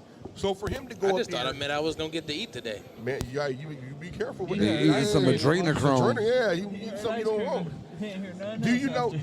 Are you familiar? Are you familiar with Jesse Marie? He said a hot dog. I heard a hot dog too. Then No, I just heard. Are you Do familiar with a hot So dog? do you know Barack Obama had a party and he ordered $35,000 worth of hot dogs? Do you know what a hot dog is? a glizzy. It's a glizzy, all right. Something I don't A hot dog is actual code term for a homosexual male. So, and this is all Well. this was all in the Anthony Weiner emails, and Hillary Clinton actually emailed him and said, "Hey, we have certain channels that we take to do things like this. The White House ain't where we need to do this at. We've been doing this. We've been getting away with it. You the That president." little pizza shop with the what was it? The Planet Pizza? or whatever? Common Pizza. Yeah, Cosmic Pizza with it. With James Alefantis. They was doing some crazy stuff in the basement. But the basement they didn't have. Yeah. So let me tell you something about James Alefantis. There's at least 50 politicians in Washington, D.C., 50 states, so there has to be at least 50 people who are of some sort of power. He is in the top 50 powerful people in Washington, D.C. He owns a pizza parlor. The name James Alefantis means boy lover. Wow, wow, wow. For those of y'all who didn't know that. Yeah. But yeah, you know, for him, and then not only that, for the John, what's her name? I can't stand her. The little black lady who be doing the stuff. John Pierre. The one that sound like Star Trek lady with Man, listen. the little type fro. She got on there and said She that was the kinda alphabet. cute, though. No, she's not. I can't stand. I think that's Barack Obama in a wig. And a Oh mask. no, we done seen Barry in the wig. You ain't heard about Larry St. Clair? No. Oh. Are you talking about the guy from Chicago? The guy who you don't know, Testified against him? he was on CNN about the whole before Barack became president when he was senator, and they the was guy said they he was picked him up at an airport in Waukegan. No, they went to a party. He picked him up at a party. Barack picked dude up, and then asked him if he could go get him some, we'll say, party supplies. So he took him somewhere in Washington and got him some party supplies. And while they was in the back of the limousine, Barack was doing his party supplies while Larry St. Clair was doing Barack. He had a glizzy. So the story Dude testified on C-SPAN. So the story I got with that was that actually the airport. So he had flew into Chicago. This is when he was a senator in Chicago, and he was actually where I was just at in Waukegan, Illinois, which is up on the border. He was in Larry, I'll tell you that. So anyway, the guy testified in front of Congress that he testified that this guy that dude looked like Richard Simmons. Yeah. No lie. Yeah. He looked just like Richard Simmons. So I don't know if he so- looked better back in the day, but either way. So basically, what Like he a said pony, was, like a pony. Was that the limousine driver? He asked the limousine driver if he knew where he can get some whatever at, and he called that dude, and they pulled up. They say Barack Obama popped up over there, like he owned the place. After they had their entrapment the night before, they said he popped up unannounced and was like, "Let's do it again. Let's do it again." That flubber dapper. Shout out to y'all. Shout out to y'all mans in them, because I never. Listen, man, that dude is. Well, let me tell you about my plan. F your plan. We're gonna go and we're gonna get some party supplies. And then we're gonna go get in the back seat of the car. And we're gonna have some glizzies. And we're now hold on. Oh, hear me out. Hear me out. I'm gonna do these party supplies. And you're gonna talking to my mic. You're gonna lean down a little bit. That's exactly what happened. And for those of y'all who, it's very easy information to find. You can go find a hearing. Yeah, this is all public knowledge. It's all public knowledge. His name is Larry St. Clair. Yeah. And best believe that is a dong on Michelle. And yes, and speaking of which, did you you mean Michael? So listen. I done seen the dong on Michelle from way back. Even Joan Rivers knew about the dong on Michelle. Man, that's why she died 2 weeks later. Yep. We all know. As soon as she came out, it was like, Michelle's a trans. I want her she dead tonight. She dead. I want her dead tonight. That so was listen, did you see that? What is that? Markle, who was the guy in charge of France? What's his name? No, Trudeau is No, Justin Trudeau is Canada. So, Um, anyways, it's the Prime Minister. Macron. Yeah. Did you see that just this past week there was a reporter who was making reports of Macron's wife being a man? Macron's wife. Nah, I don't believe that because Macron's wife was doing, I think, one of the members from KISS. No. Let me tell you what happened. So Macron's wife, her husband, decides to sue this reporter. Well, guess who won? The reporter won? Oh! Imagine that. The reporter Again, but won. it came out a long time ago that's how Macron met his wife, because his wife was known for doing like one of these, I believe it was KISS. I mean, listen, we know all of those dudes, they have some sort of inverted, weird fetish with people. I mean, even if you look at a bunch of the old royal family members, even look at Barbara. She got her Mr. Winky. Man, listen. Listen. Look, she was all up on Trudeau, too. She sued for defamation of character. And they was like, well, I'm sorry, we can't find any defamation here because this seems to be true. There's no defamation of penis here. And I mean, and even if you look into Michelle Obama, she didn't change her voter registration to a female. Look, if you look at Michelle Obama and you look at Patrick Ewing side to side, they the same. Hey, listen. So I don't know about 5 months ago. I think she bigger than Patrick though in the lower regions. I'm gonna just say. Man, listen. About 5 or 6 months ago, I took She my daughter. like this. Breathe in the mic. Quizzy. So about 5 months ago, maybe, I took my daughter to the Sears Tower in downtown Chicago, right? So when you get up there, they have this life-size wall mural of Barack and Michelle. I had to call Lisa. I said, man, look at this. I'm standing next to this big old linebacker, and I've seen the hands on this. Oh, her hands is like Shaq. Dude, Angela Bassett ain't got nothing on Michelle's arms. Hey, man, listen. I seen her with her She Secret could have Service. played She-Hulk just all day. There was no CG, just straight some green on her. Listen, my wife hates to have this debate with me. I'll be like, listen, if you don't know whose kids those are, you should look into that. Because they have they best friends actually look kind of like them, and that's the parents of Malaya and what's the other one name? Malaya and the other one. Shit, we don't know. Malaya. Malaya. But speaking of liars, they lying all right, shoe, because that's a man, baby. What's her name? Hey, have you seen the TV show Swarm? No, I've been hearing about that though. Swarm? Swarm. No, On not at all. Yeah, on Amazon. Well, Malaya. I ain't bougie like that. I watch free shit like Tubi. Malaya is actually the executive producer of that show. Dude, the Obamas own Netflix. Oh yeah, absolutely. Why you think all that just been? Look it up, man. The Obamas, well, they don't own it. They have a own nice the big stake in it. Yeah, they have a nice say so about why you think they be having HRC on there and all this so-called woke horse butt stuff on there? Yeah, I'm just so over that right now. So yeah, I thought that was interesting that they couldn't sue the lady for defamation. I want to look. Yeah, I'm gonna have to look. I'm gonna send you the link. I said, ooh, there goes one. I mean, even if you look at Barbara Bush. Barbara Bush looked like a professional wrestler with a wig on. Man, listen. Hey, you know about Nancy Reagan, right? I don't. Ooh, Nancy Reagan was the first throat goat. Oh yes. Oh, she was known for her dome, and she was known for her dome in the White House. Nancy Reagan was tearing them down. down. She was known by everybody in Congress for her dome. Yeah, she absolutely was. I forgot about that. Nancy was putting in work. The throat goat. Yep.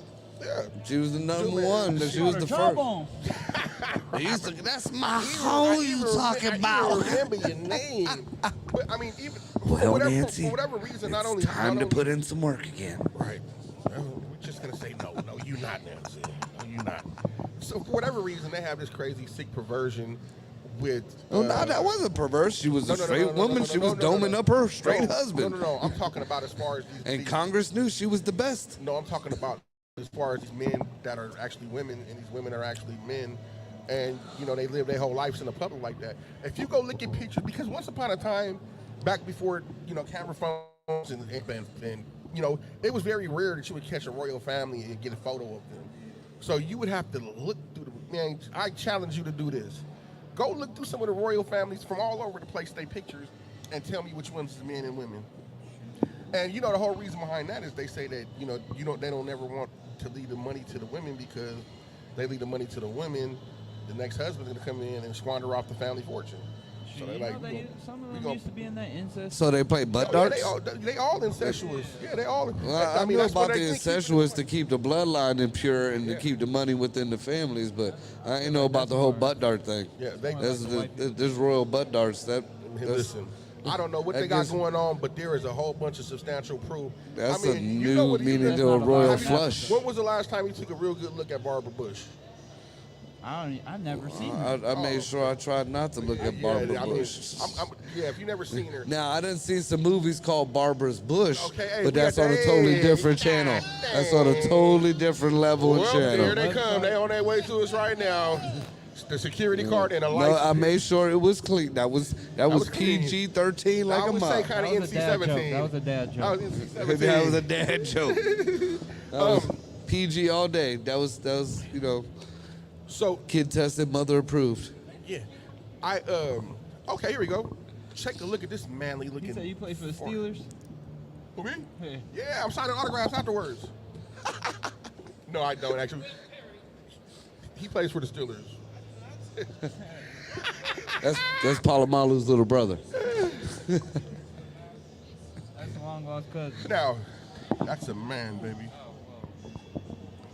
That looks like Stormin' Norman Schwarzkopf. I don't know. She looks more like a woman than Michelle Obama does. That looks like General Patton. No, that looks like somebody's rich grandma who's a little bit racist. She is somebody rich grandma that's just a little bit racist. She absolutely is. Yeah, she definitely says. Now, honey, you don't let them color people up in the house. Did you? Wait a minute. She sound like one of them. Do you remember when Hurricane Katrina happened and she was walking around the Superdome? And she was looking around, there's people dying and they're killing each other in there and they're shooting in there and then people falling from the top. And she walked around and she was like, well, isn't this usually an upgrade from where the conditions they're usually in? I mean, just completely out of touch with everything. And plus, she don't look like she's ever driven a race car in her life. She looked like she done had some hooch from the speakeasy. She definitely had some hooch from the speakeasy and a couple of glizzies. Nah, that's an Illuminati woman, man. You know them bushes. Well, I mean, that's skull and bones right there. And that's an excellent segue because maybe for the last 15 minutes, we'll talk about why I feel like we are in the situation we are in right now as a country. And I feel like a lot of the regime change came when Poppy Bush took over because Prescott Bush was actually involved with the Nazis and IBM. IBM was a Nazi. Oh, so was NASA. Yeah, absolutely. I mean, Operation Paperclip when we started bringing over Werner von Braun and all that. Even Aleister Crowley was part of the NASA project. Yeah. Everybody want to call him a demon and he was a Satanist, but they was using magic and they thought magic got you on the moon. Nothing that they used to do. They didn't stop any of that stuff, right? And the weird thing is back then they had less than an Atari running that space shuttle that got to the moon. You're giving them too much credit. It was like a T9 calculator, like a graphing calculator. Yeah, and now we got more technology in this phone than the first space shuttle, and we can't get back to the moon. And never mind the fact that they lost the directions. Yeah. Like we lost that technology. I don't know how to get back through there. Where did it go? Technology, y'all see that app at the bottom of the screen? It's a note app. I got several notes. You see that? I got notes everywhere. Pad for there. So yeah. Hey, look, you know who gave me my notepad? Jesus. Hey man, you gonna get his counsel, man. Jesus, Yahweh. Jesus. That's a great man, Jesus. So yeah, Prescott Bush was Poppy Bush's father, was a Nazi sympathizer. So when they brought all these war criminals over here under Operation Paperclip, they are all the people who started the Alphabet Boys. They started the NSA. They started NASA. They started the FBI. All of these people are infiltrated at that level of the government. And to be honest with you, I haven't seen anything that changed. Walt Disney was part of that too. Because even Judge Joe Brown, refer to him, because he'll give you the whole rundown about Barack Obama and why he was there right now. Now, do you know the history about him and his Lolo Soetoro? Lolo Soetoro. So Lolo Soetoro. Was that his brother? No, that was his stepdad. No. So I'm gonna give you the story about it, right? I know he did his brother wrong down in Africa. Well, Lolo Soetoro was in business with George Bush, with Poppy Bush, right? They had a whole bunch of businesses going on, and what it was he was in control of a Libyan death squad, and on his orders alone, he could have anybody executed. So Obama, Barry Soetoro, Lolo Soetoro's. Now, never mind, he was one of the 10 richest men on the planet. Right. Barack Obama's a trust fund baby, you know what I mean? Right. So, Lolo Soetoro, Barry Soetoro, they grew up around the Bushes. They grew up. They're family. They're family. They're all related. They're all blood The only related. one that's not a part of that bloodline, oddly enough, and they trace it all the way back to something. The only one that is not a part of that bloodline was Donald Trump. Yeah. He's the only one. Even Barack Obama, JFK, the Bushes, the Clintons, they all got that bloodline. There was one more before that, though. I want to say there's 2 more prior to that. But do you think that even though went all the way back to Washington? Yeah, I mean, like, and then that goes all the way to the crown. Yep. And that goes all the way to Vlad the Impaler, who we know as Dracula. Yeah. So their whole family origin comes from somebody who Hungary. Dracula. From Hungary. From Hungary, Vlad. Okay, Transylvania. Vlad the Impaler. Do you know that King Charles, King, who's the king right now that just took over? Who's farting? The hell is going on around here? Sound like they're playing crickets on Right. your ass. Let's talk. On your butt. I don't know what the hell just went on. I was like, Tim was over there having a grand old time, man. Use a wet wipe. My bad. Is them cheeks rubbing together? Is that the wet cheeks rubbing together? Off the swamp. Did you just beatbox out your booty? That's swamp booty right there. See, that's what we're talking about. That didn't dry up. No, I was making sure it dried. That's what that was. So you gotta look at it like this. All of these people, starting with all our presidents, their bloodline goes all the way back directly to the Queen of England. Lizzie's in the box. Their bloodline goes all the way back to Vlad the Impaler, Count Dracula, and that bloodline goes all the way back to ancient Mesopotamia and those guys who were there first. Like, even if you read Rothschild's his memoirs, they tell you can change they bloodline. You can trace their bloodline all the way back to ancient Babylonian. And I kind of think that might not be a lie because. I mean, I got a totally different belief system. My belief system is through the Sumerian text. The Sumerian text is the oldest writings in the world. This is stone. It ain't something that somebody else took a translation and then they wrote down and throughout the centuries got mixed up, you know. And in them Sumerian texts, you know, the every Bible, whether it be the Quran, whether it be the New King James Bible, everybody has ripped off the Sumerian text. Yeah, and in that Sumerian text, it talks about the floods. It also talks about nuclear wars. It talks about the aliens who created us, and the Sumerian kings list that went on for thousands and thousands and thousands of years. You know, our creators weren't gods. They were just geneticists. Their names were Enki and Enlil, and their sister was Inanna, who eventually throughout all the millennia of changing of the religions is where we get Easter. Yeah. It's because Inanna became Ishtar, which became Easter. Yeah. That's all pagan, homie. All of that stuff is pagan. That wasn't an Easter egg. That was a pine cone. Yeah. That was a symbol of fertility. Yeah. And also knowledge, because the pineal gland. And then the rabbits was just another symbol of Ishtar as a symbol of fertility. So Easter ain't about the raising of the zombie. It's about freakinesses. Yeah, all of that stuff basically is like pagan ritual, fertility type What of you call a things. man who come back to life after 3 days of being dead? A zombie. I ain't touching that one. Zombie. And then if you look into any of the rituals that follow that, you drinking wine that's supposed to be blood, well then you ain't a zombie no more, you a vampire. And then if not, you eating the body, take this. Which goes back to the whole bloodline of Vlad the Impaler. So if you think for any 1 minute that this rich tradition of drinking blood and eating body parts has ended just because these cats ain't around, no. I think What do you hear? What do you hear in the Catholic Church? This is my body, which was given up to you. Snap the piece of bread in half and eat it. That's what I This want to is my talk blood. about. Drink this. Wait a minute, ain't that cannibalism? Yeah, that absolutely is. It's symbolic cannibalism. So, okay, here was my next question to you. Do you know who Timothy Olmsted and Justice DeBoer is? Timothy Olmsted sounds familiar. Timothy Homestead. So, Jessie Saborda she was in line to be the Queen Mother of Darkness. She come from along one of those bloodlines, right? And for whatever reason, she had a change of heart, but she has been there through a whole. If you heard about Elon Musk having to testify about some satanic stuff, I heard like here's and there's, not too much about it. Well, what happened is behind Jessie Saborda, right? She has written affidavits and everything that she testifies about. She releases her paperwork, right? Is that the one that said that Elon was the devil? No. What she said was that Elon was a part of one of the groups. It was Elon and a few other people.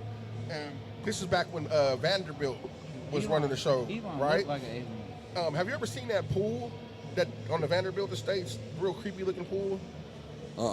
So they have this pool that you probably see a lot of. You know what I mean? If you know what you're looking at, you've seen it a bunch of times. You've seen the Podesta art. Yeah. That's from the pool. Okay. So that's from the Vanderbilt pool. So Jessie Saborda testifies under oath, affidavit and everything, that she's seen Elon Musk, herself, and a whole bunch of other kids from the program. She said that they would be in the pool.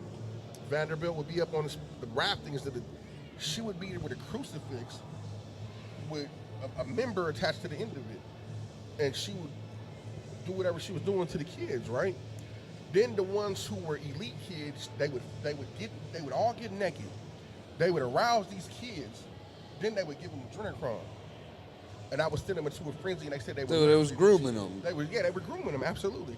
So basically, what she's testifying about her seeing Hillary HRC killing and consuming several children.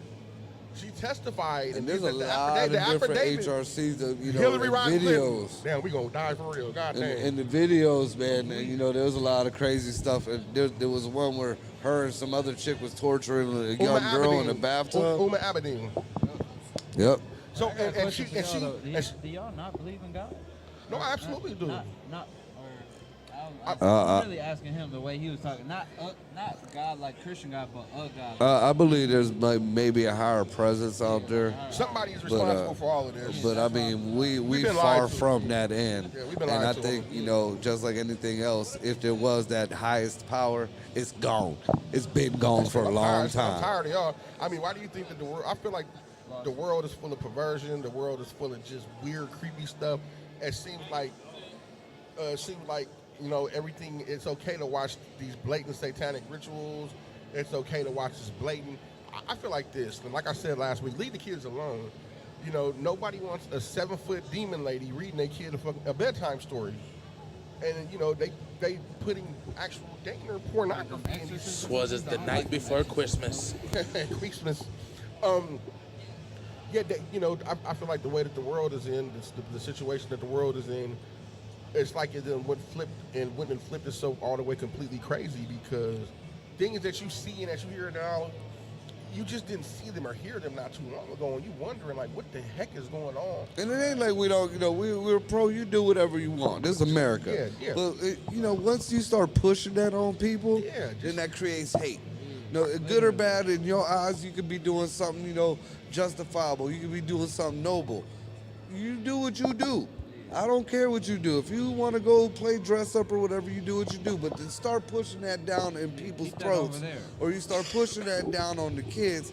Now, ain't no 10-year-old, no 5-year. You can't buy a beer, but just you can choose whether you want to lop body parts off or whatever. Okay, come on. Before we go, have you heard of the bill that California just actually pushed through a little bit more about the kidnapping bill? Kidnapping, but I know they've been doing a lot with the maps, and that's a lot of bull. Well, I'm going to tell you what they have on the table right now, and it actually got a little bit more steam today. I think it's going on to the next part of the whatever, right? So basically, if you are a resident of California, the state that gruesome Newsom has ran into the ground, my home state that I would never live at again for no money in the world. If you are a kid there, remember back in the day, when you was a kid and you go up there and tell the people in the office, my mama with me, and CPS will come? Yeah. If you go into the office right now, or pretty soon, and you tell them, hey, I want to have a gender reassignment, Oh, My yeah, mama, they can daddy- take you and not even tell your parents. They will take your kid out the house, put them in CPS, and give them the change that they want. And then they'll fine you or put Put you you in through jail. the law because you didn't go get this whatever affirming whatever for your child. Listen, let me tell you something. That's Let- bull. Let me tell you something. That's some bull What right that there. is mutilation. What that Yes. is child abuse. You don't take a kid, man, and you know, I think that a lot of these people are doing this because they feel like they want to be a part of something, and now they, you know, they want to push it on their kids because they think it's cute, or maybe they're not popular in their Because personal life. I did a show a couple years back about these Muslim folks, and because it's in their religion over in the litter box that they allowed to you know, they got that mutilation, the gender mutilation of the women. Oh, yeah, the so woman, yeah. they over here now though. They don't realize they in America. We don't play that mess. Mm-hmm. But they had this doctor over in Michigan do the whole genital mutilation thing to this poor young girl. This girl was like 12 years old. Now CPS got involved. The parents, you know, the doctor was getting sued. The parents was getting in trouble. But the judge found, because it was of a religious freedom, and that's under their religious thing, it was okay. Parents got off, doctor got off. That poor girl will never get off again. Low blow.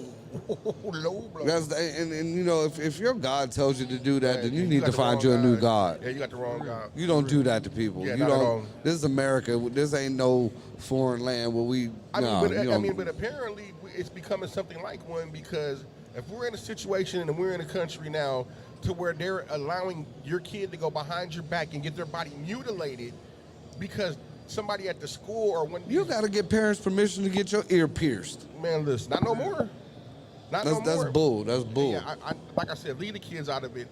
For you know, When they get old enough that they want to choose, you know, which path they go down, and let them choose what path they go down. But until then, you know, put some cartoons on and let them do their schoolwork. I feel like this.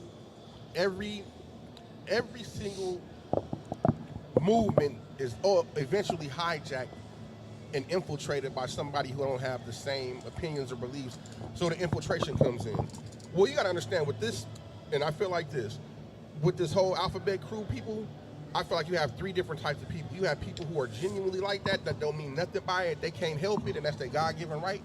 You have people who are just trying to ride the wave, ride the fade, and fit in with something because they ain't never fit in. And you have people who are undercover perverts who snuck in and infiltrated the whole movement. And now, 2 minutes, bro. And now the whole movement is, you know, the Jane lady said that the whole alphabet mafia, the alphabet people were under attack. I don't agree with that. Our kids are under attack. The kids are under attack. And the attack is being charged and led by that particular group. There should be no 10-year-old kid dressed in drag dancing for 45, 55-year-old men Not throwing at all. dollars. Not at all. And There's especially something not wrong on the with that. cover of no magazine like they did in Cali.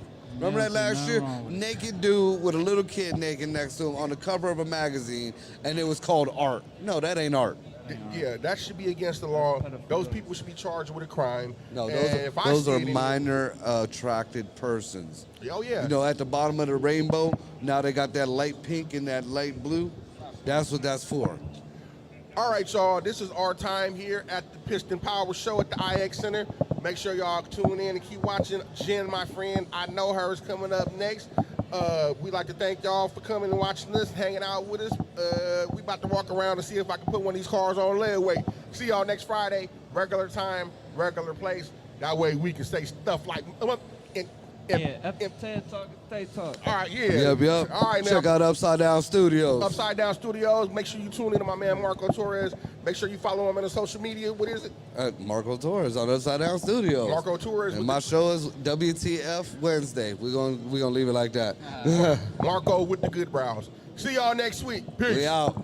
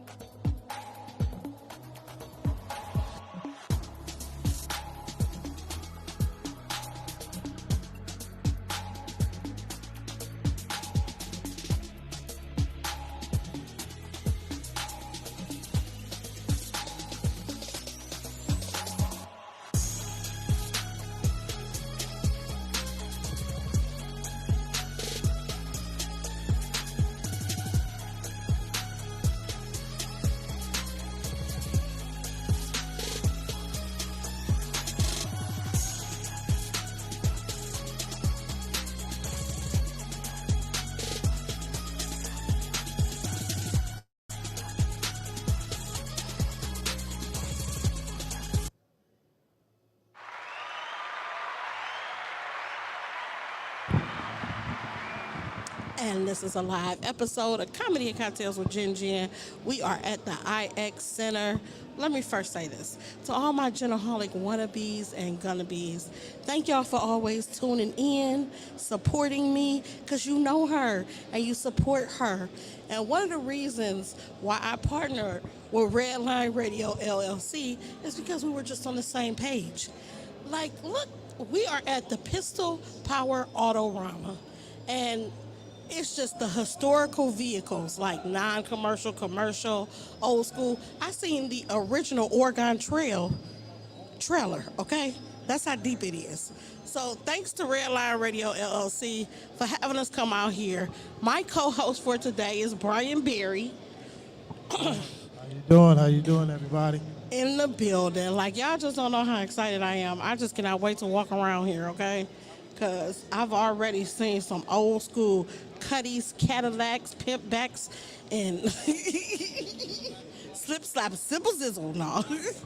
But I'm just amazed, like, that I get to be blessed to do this.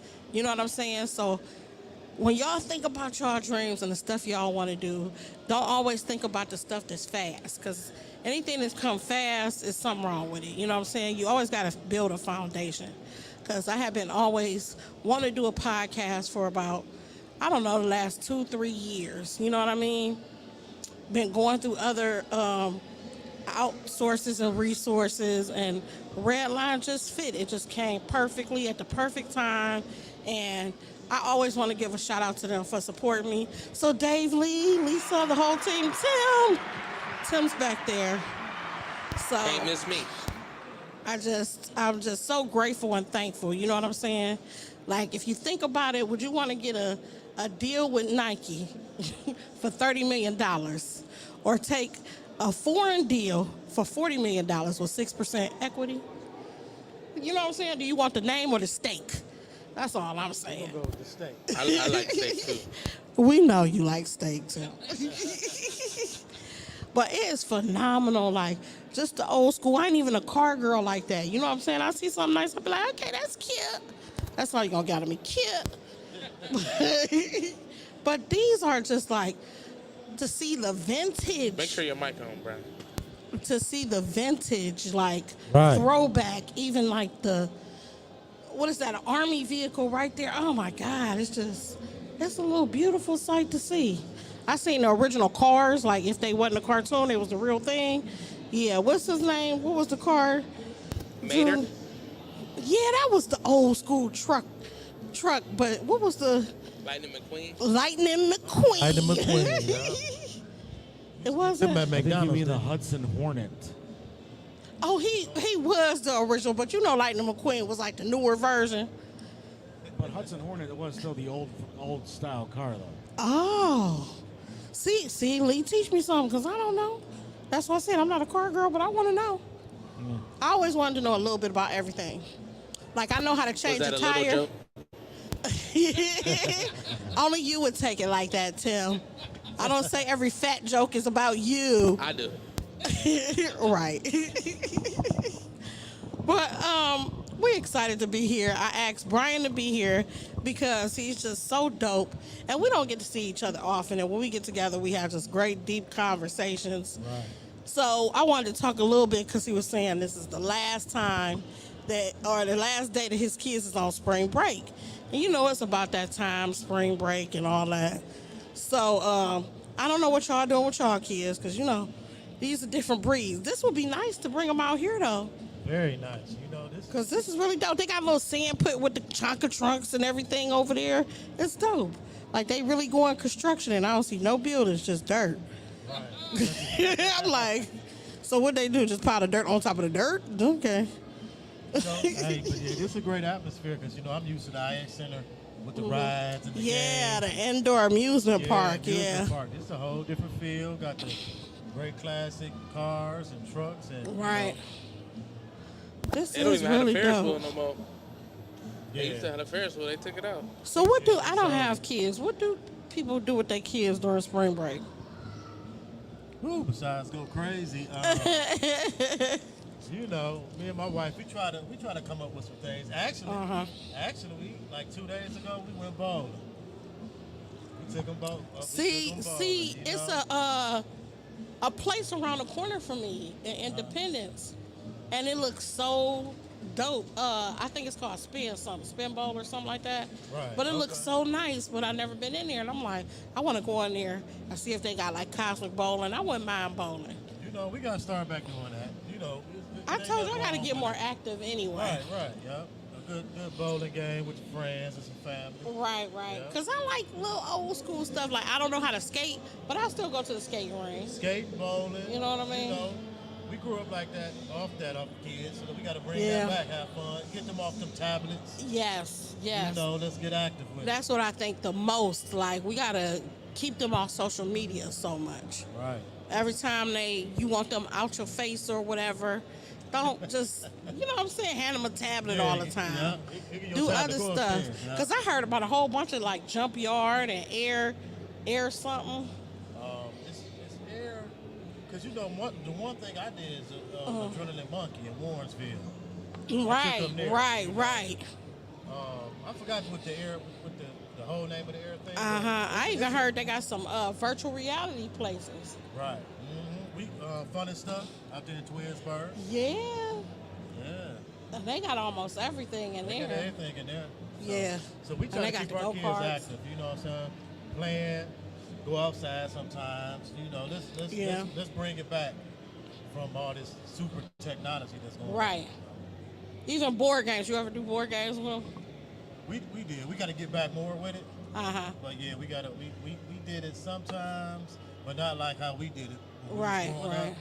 You know, it was straight Scrabble and Uno. Yeah. You know, all that type of stuff. So I gotta tell you this. So we have went. So you know how you just sitting around. My guy has a son, so you know we always be together and stuff. So we went to go get Uno cards because the kids wanted to play. We was playing spades. We like, no, y'all don't know how to play this game. You know how you be. Y'all little kids don't know about nothing about this right here. Hey, cuz. Uno? Yeah, no, the spades. So we went and got them Uno cards, but at the Dollar Tree, why they cut the cards in half? These cards was littler than my little baby hands. No, but I was like, what is these miniature cards? And they didn't have no draw fours. That's what I'm talking about. So we started playing off the new cards, right? I'm like, I said, what's this symbol? They're supposed to be the draw two? What a wild card and draw fours. Yeah, they didn't change the whole thing with it. Really? Yeah, they changed. They don't say draw four, draw two, reverse.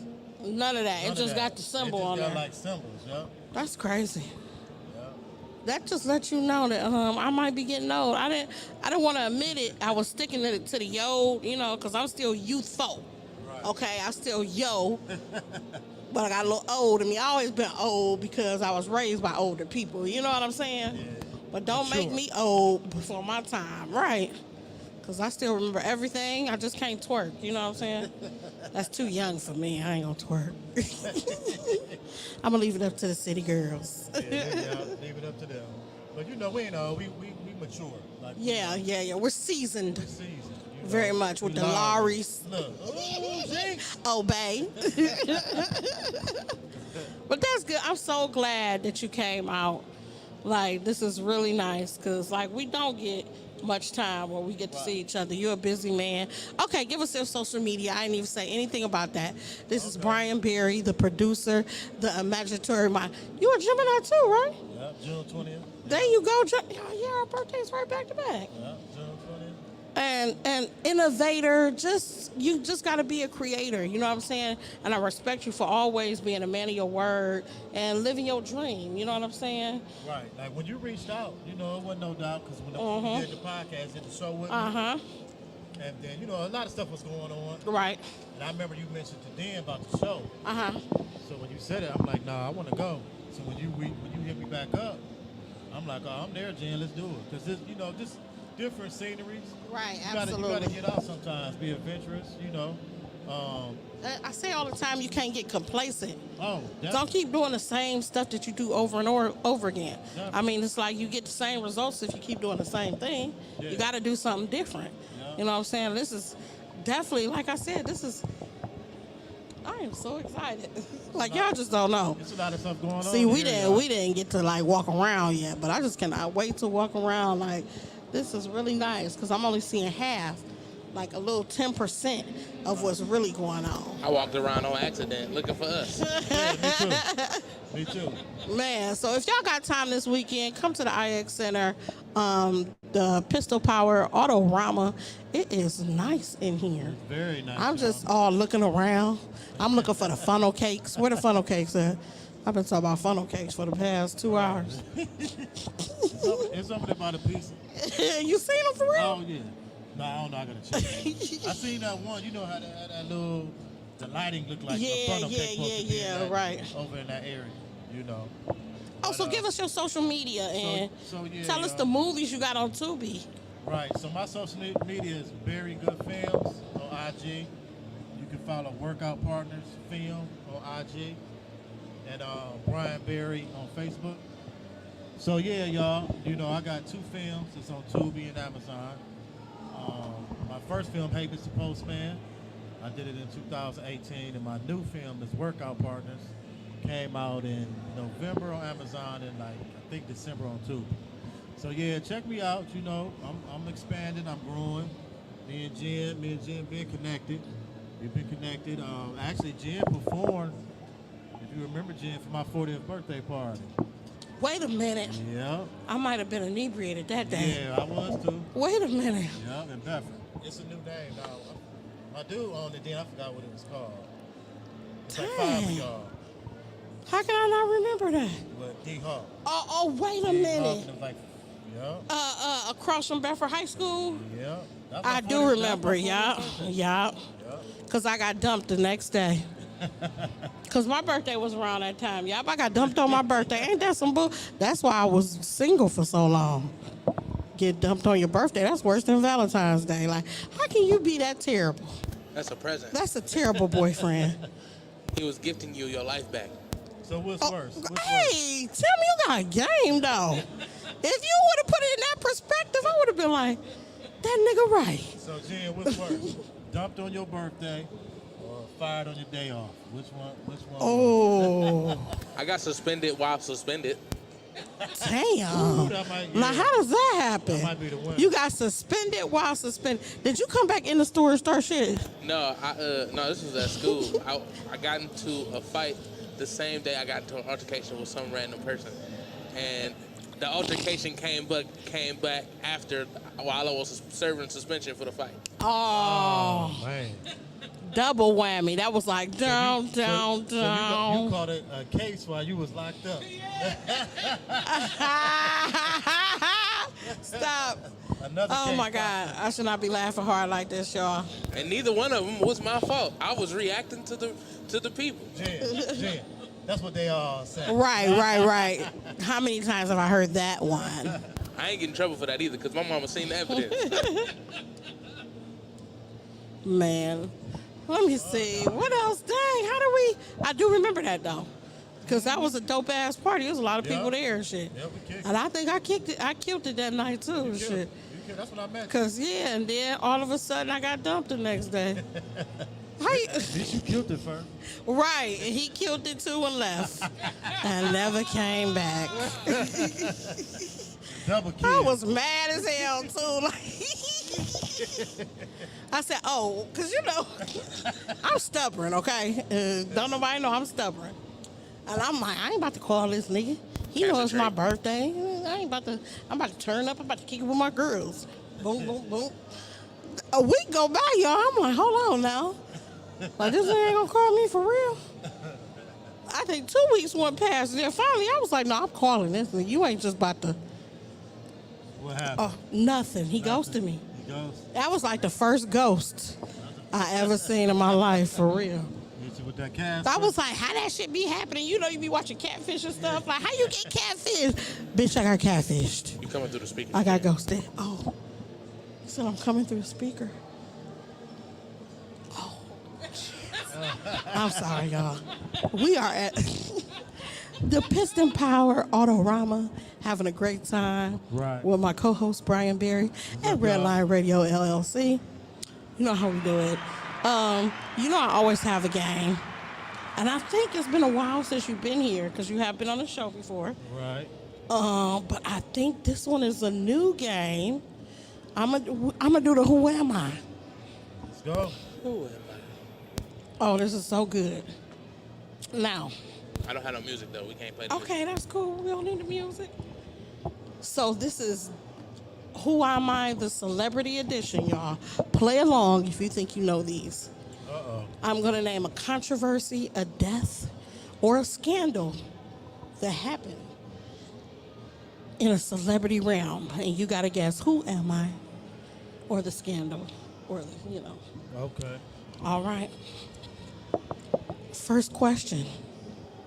This famous actor is known for his bubbly personality and rap career, which people might call corny, but won him Grammys. He shocked the world last year when he stormed the Oscar stage and smacked. Willie D. Will Smith. Absolutely. Willie D. Willie D. Oh, okay, this is a good one. Who am I? This famous football player from the 1970s and 80s was the face of Hertz, and even more famous when being accused of killing his ex-wife and friend's murder. Let me think. Known as the trial of the century, young Kim Kardashian and her family watched as he got acquitted. Kevin Mack. But later, O.J. Simpson in the house. yes. Aaron Hernandez. Oh, Oh, that was a different. Yeah. oh, I gotta write that one down. That's a good one. Go, I'm 2 Who for 2. am I? 2 for 2. This sweetheart of R&B captivated everyone with her rendition of the national anthem at Super Bowl 25. And then her controversial relationship with the bad boy of R&B. The relationship spanned rumors of drug use, where she then went on Diane Sawyer, an interview, to say that I don't do crack. Crack is whack. That's the great Queen Whitney Houston. Rest in Yes. peace, Oh, we miss you, Whitney. She was the voice. Whitney. The voice. Whitney. Because crack is whack. I whispered that one. Who am I? This iconic comedian who was blackballed after coming out as gay on her own TV show landed back in the headlines in 2020 for the rumors of treating her employees unkindly and sexual harassment. After Oprah, she was the queen of talk. Her wife, Portia de la Rossi, stayed by her side even when the popular show was threatened to be canceled. Who am I? Can I get Ellen DeGeneres for 20, please? And she gave out, I always wanted to be on her Christmas episodes or her December episode because she gave away some good prizes.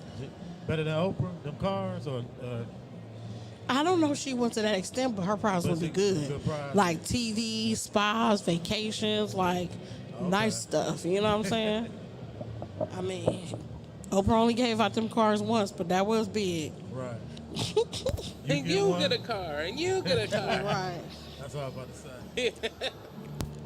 Who am I? Let's do it. This topping pop princess started off as a movie star. Oh, a Mouseketeer. And that ended up in a legal battle with her dad over her rights. Not to mention the shaving her hair bald and beating a paparazzi car with an umbrella incident. Let me see here. She's a slave for you. Who am I? Let's go with Britney Spears, please. Oh, you was killing it. You did your research. Yeah. Or he played this game last time. We was. No, it was different. Y'all had me. I didn't have who am I? Y'all had me I'm last talking mess. time. I'm talking mess. Hey, this is Pepsi. I'm not at this I think you did the lyrics one. Whose lyrics are they? Because you wasn't getting hardly none of them the last time. Man, it had something to do with Music. It was music. it was music and no, it was shows too. Oh, I did TV shows. Oh, the reboots. The reboots. Movie I reboot. got a lot of them though. Okay, who am I? This superstar from a famous family got caught up in a scandal when he was named as one of Heidi Fleiss's clients. He even testified about the head-raising ordeal, but he was never prosecuted.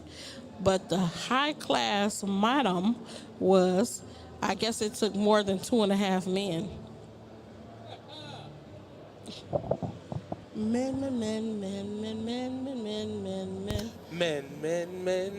Men. Hold on, y'all. The mic, Heidi. That was the show he was in. That was a hint of who it is. Famous family. Did he grab you like Brother this? was Emilio Or Estevez. did he grab you like this? He was in that movie. I'm tripping, y'all. Wait. Oh, Give me you one more right. He was in that hint. He one. was in what movie?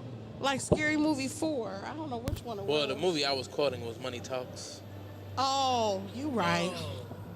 He was in there too. Dang. Oh, If you just tuning in, we're going live Wow, at IX Center. See, he finally got it, see? At the Piston Power Autorama. We're having a good time out here, me and Brian Berry. Great time. We're playing Who Am I? Celebrity Edition. Death scandals and controversies. Okay, yeah, you getting them. Hold on. Oh, you gonna get this one. It's a good one. Who am I? Who am I? This female comedian was blackballed after being called difficult to work with. She then went on to ask fans to boycott Netflix, which didn't happen. But after almost 20 years and 50,000 Instagram dance workout videos, later, she finally got her apology from Lee Daniels and a nice Netflix deal, which actually be airing April 4th, y'all. That's a real queen of comedy. You said a female comedian? Uh-huh. Jen. I mean, Monique. I know that's right. I want to be in the round. He just said you look like Monique. That's okay. I'll take it. She ain't ugly. That's true. That's true. Monique, yeah. Monique give me can get Monique for 10. Oh, Tim, you nasty. I didn't say anything. She might like it. Don't they have an open relationship? I don't know, but she got friendly, yeah. Okay. Who am I? I'm one of the most iconic women of all time, Yes, you known are, as Jen. being the first sex symbol. My life was plagued with mental illness, alcoholism, and my death caused all types of controversies.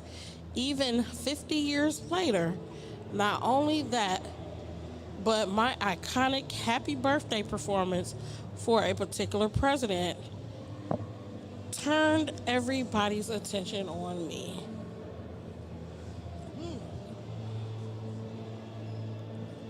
Is that, that ain't Marilyn Monroe, is it? Yes, it is. Ooh-wee. Oh, he is just killing it today.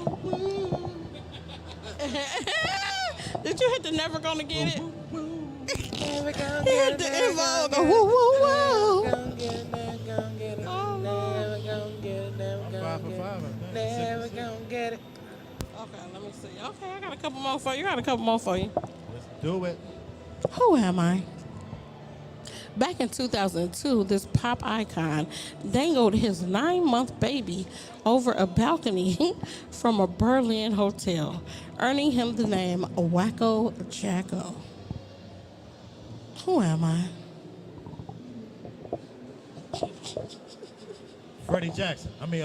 Michael Jackson. I always thought like they were cousins or they were related somehow. I really did. Freddie might be related somehow. More so than Rebbie. I was like, who was Rebbie? Yeah. Nah, I remember Centipede. That Did she do was Centipede? Centipede. Yeah. Mm-hmm. That was her one hit. Right. Centipede. That's it. Oh, no, I don't want to do that one. No, you gonna do that one. Because that one's kind of hard.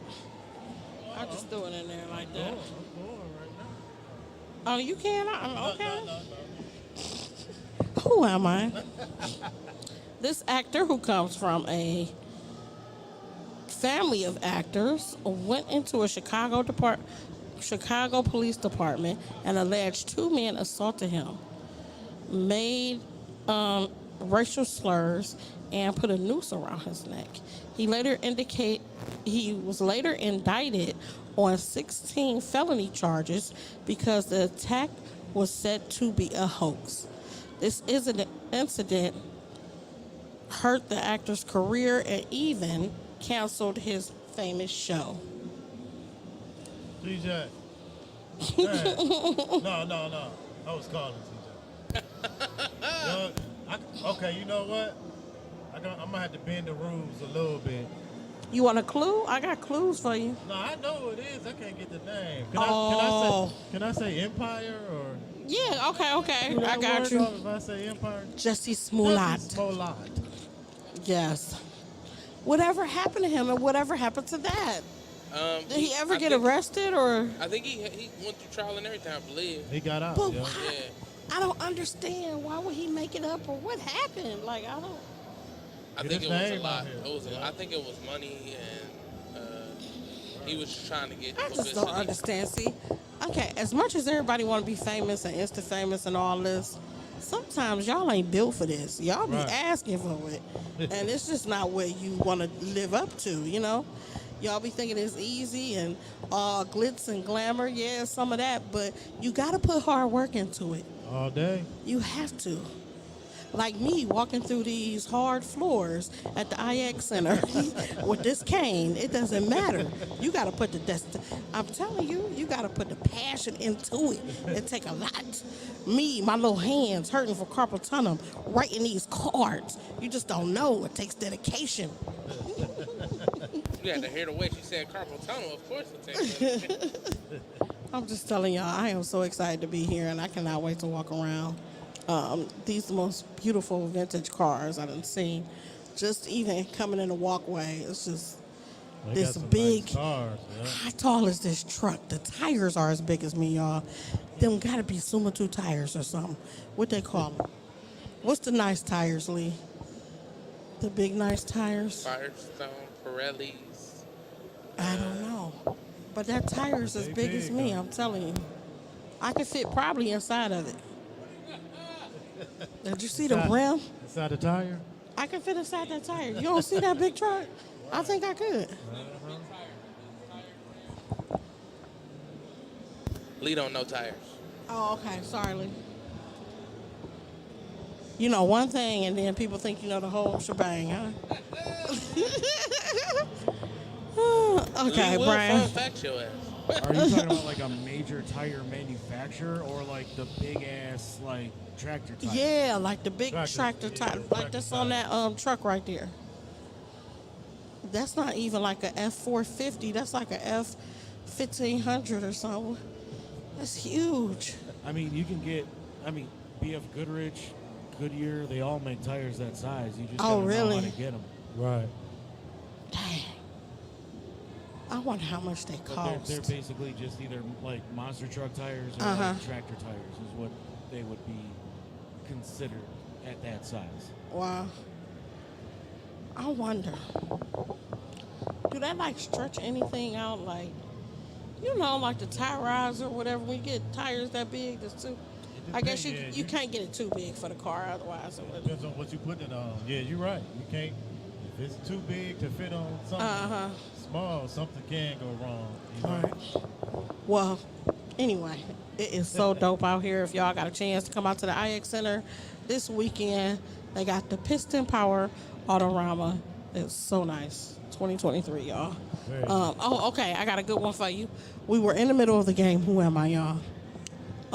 Who am I? No one would ever believe in a million years that this mogul reality star will become president right off a historic campaign before he should have been fired.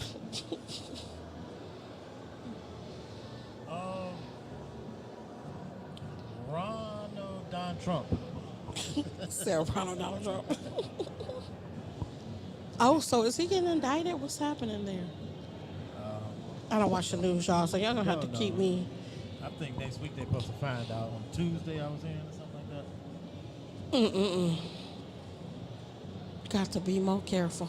Oh, this is a three-parter. It's 3 piece, This is a good one, y'all. 3-piece chicken. Who am I? This billion-dollar couple was caught on an elevator camera arguing when a family member stepped in to give this iconic rapper a two-piece. Well, you know, things go down in the elevator. Who am I? Who are we? Chica. What's my name? Chica. Who I'm rolling with, huh?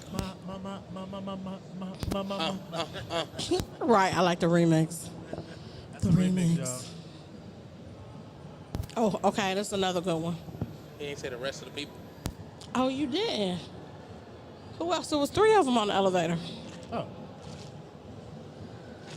Let me see. What's the one? Let's go with Solange. And let's go with Beyonce. Mr. and Mrs. Carter. Right. Oh, this one has 2 people. Okay. Who are we? This prolific rapper, known for his controversy, stunned the VMAs when he grabbed the mic from this pop princess to let her know that her video wasn't as good as Beyonce's Single Ladies. Who are we?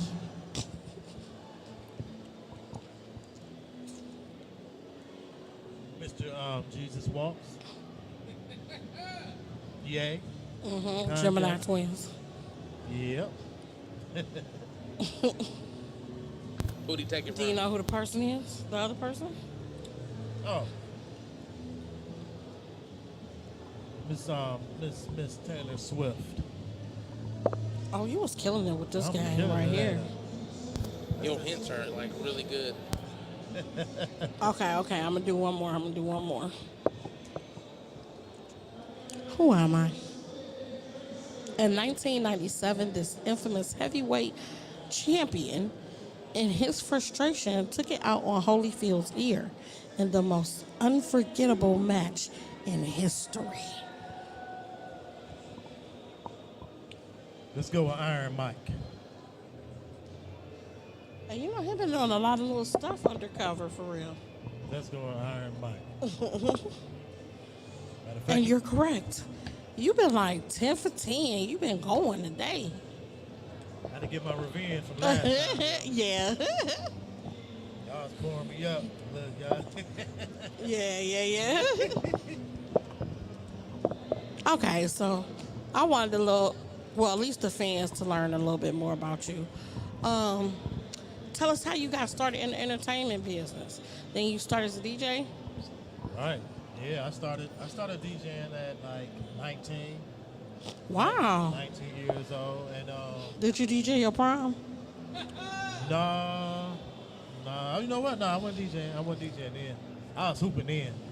Oh, DJ, no, okay. yeah, I was hooping first. You was trying to make it to the NBA. Yeah, and it was over after that. Like after 12, it was over. So now, yeah, then I changed got to the music, the DJ world, and then I started writing music.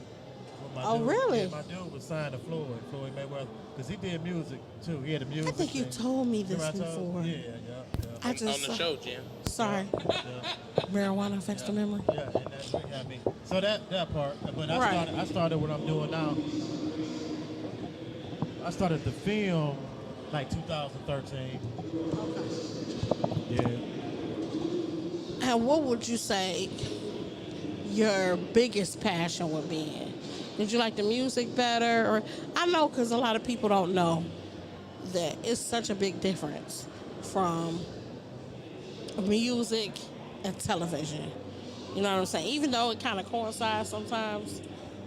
Right. So my passion always gonna be like music. 'Cause, you know, and I like my last film, I scored it. You know what I'm saying? So I put So the you music get two into of the the film. see, So the music yeah. ain't gonna never leave me, but Right. I didn't transform to the film as far as like And that producing. save a lot of costs too when you know how to do dual stuff. Yeah. Because by me doing, I did over like, probably like 30 mix. Started from tapes, cassettes to the mixed CDs, Right. and I did a DVD, mixed DVD. Right. But that helps you out like with scoring different movie scenes. You know what I'm saying? You get the different vibes. So music ain't gonna never leave. And my name was DJ Skills, y'all. Because he had those skills to pay the bills. Yeah, right. So it's Brian Berry on the film side. So but both of them. Right. Yeah. What is it? Do you play any instruments? I played the recorder in the 4th grade. I just knew you were about to say I play the bass drum. I played the recorder, I was the king of Mary Had a Little Lamb and Not the Barry Had a Little Lamb. Yeah, I used to, you had The to Wheels on the Bus, that was our favorite put, one. you had to put that thumb back here. If the thumb wasn't right back there, the sound wasn't gonna be right. Put the thumb. What's the difference between the recorder and the flute? I think that thumb in the back. I think that The hole thumb in the back. Oh my God. My music teacher would be very happy with me. Because you remember them 3/4 chords. Yeah. Do, re, mi, fa, sol, la, ti, do. Tito. You always gonna remember that. Tito Jackson.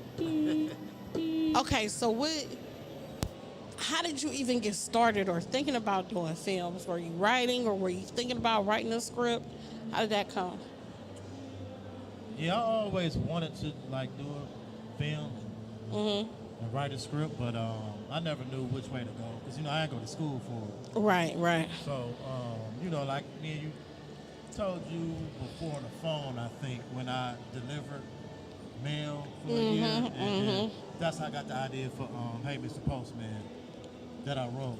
But then once I wanted to do it, so I went to like YouTube, different books, Right. and studied the game and taught myself how to screenwrite. Wow, so self-taught. See, you can be any age, you can do anything. Right. You just gotta apply yourself. Get yourself around the people that's doing the same things you're doing. Stay positive, keep going, because it's always gonna be ups and downs. And you have to be very, very, very patient. Patience is the gonna key. be, it is. Because it's never going to happen when you want it to happen. And then when you think it's going to happen, it don't. Right. It get pulled right from up under. You be like, dang, I just knew this was the time. I don't know how many reality shows I thought I was going to be on, y'all. Ain't none of them air. Not one, okay? But it's just perseverance and keep plugging at it. Right. You got to, as long as it's within you, for some reason, if it's like that and better than you ain't gonna stop anyway because you can't stop. Even if you get a job or do something, you're gonna stay at your craft. Yeah, absolutely. Now, how far you can make it depends. That's for the man upstairs, But as long as you keep on going and it make you happy, that's the key to life. Doing things that'll make you, happy. That's definitely. That's the key. Yeah, absolutely, 100%. I be having little quotes that I have. This another game that I came up with that I just thought was dope. It's called Don't Quote Me. So it's all different type of quotes, movies, innovators, sports stars, but I mean just different little things. Cause I like to motivate people. Okay, I'm that person that's gonna push you to be the best you can be. You know what I'm saying? If I worked out, I would be a great personal trainer, but no, I don't, okay? I like to eat. I can't wait to get to the funnel cakes right now, okay? I just don't understand this. If I can find a chili dog, oh my God. When last time you had a chili dog? I don't know. In a while? But I'm talking about like you know what I'm saying? Like, good chili dog. when you go to places like this, you gotta have like a funnel cake. Like stuff you don't normally get. Like cotton candy. Like cotton candy is always cool when you come out here. But I just want the funnel cake and the chili dog. Chili dog. Yeah, or like some chili cheese fries. Something like that. I know they got the chili cheese. Can I I know. have a bite of your chili dog? No, Tim. I'm just as fat as you. So what makes you think I want to share? You don't see this under chin right here? Oh my goodness. Stop asking for my food, Tim. I'm always asked. Oh my God. I'll bring you some if you want some. I do. Okay, we'll discuss it later. Again, we're out here at the Piston Power Autorama, man, at the IX Center. I just cannot wait to get these out, even though my baby legs don't hurt, but that's okay. I'm about to battle through it because I need to see. And then I heard they got a whole downstairs and stuff. I wonder what's downstairs. A lot of classic cars, y'all. Right. It's a good environment, a good feel. It really is. Okay, so I got quotes from different people. I'm going to name the quote, and I'm going to give you some examples, and you name the person who you think it is. Because some of them going to be too hard. Some of them I just want you to think. You know what I'm saying? Right, let's go. Because we need that positive message. People need to know they keep pushing on. Everybody has hard days. It doesn't matter.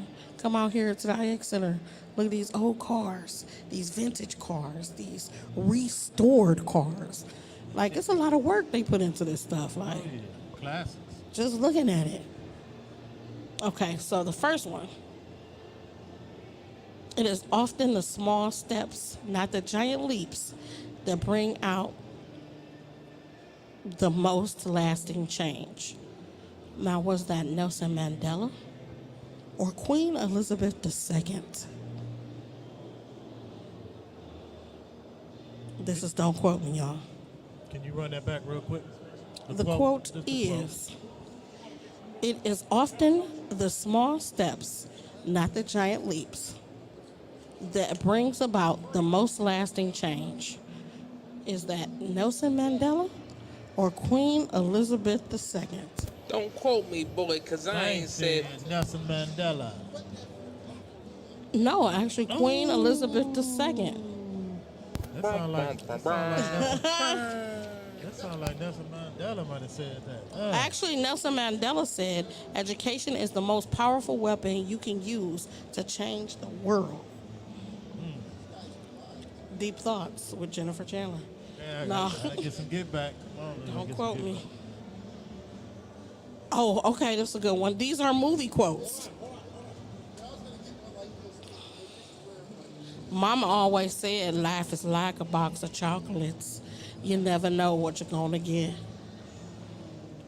Let's go with Forrest Gump. Okay, way to redeem yourself. My favorite movie of all time.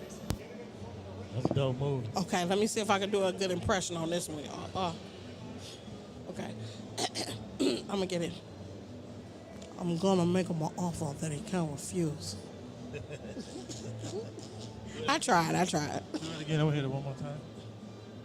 I'm going to make him an offer that he can't refuse. Oh. Classic.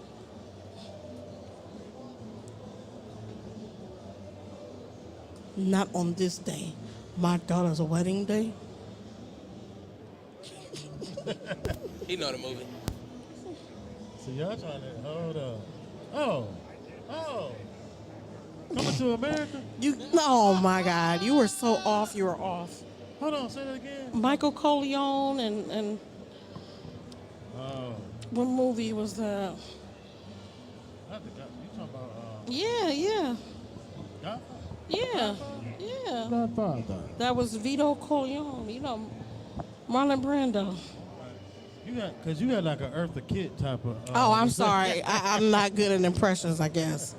Stay in my lane. That's what he's saying. Yeah. Don't do impressions no more, Jan. I'm going to keep doing them till I get them right. Wait till y'all see my English accent. Don't keep doing impressions until she can impress you. Wait till you hear my English accent. I'm going to get my Australian accent down, too. Wait till y'all. Good day, Mike. Good day, Mike. Oh, okay. I got a good one. I see dead people.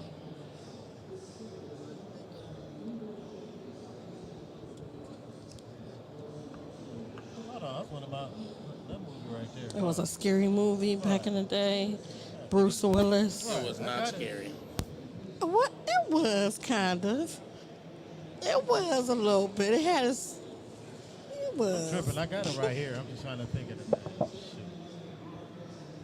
Give me the first initial. It's a number, actually. What? 6 cents. Yes. Look at that. Bing, bing, ba, bing. Bing, bing, boom. Oh, okay. These some good quotes, y'all. These some good quotes. I'm going to give you a quote. I'm going to give you 3 names, and you tell me who you think said the quote. Don't quote me, because I ain't saying nothing. Right. Okay. This one, I think I left out who the quote was for, because I don't see the name. If you really look closely, most overnight success took a long time. Is that Steve Jobs, Vince Lombardi, or Magic Johnson?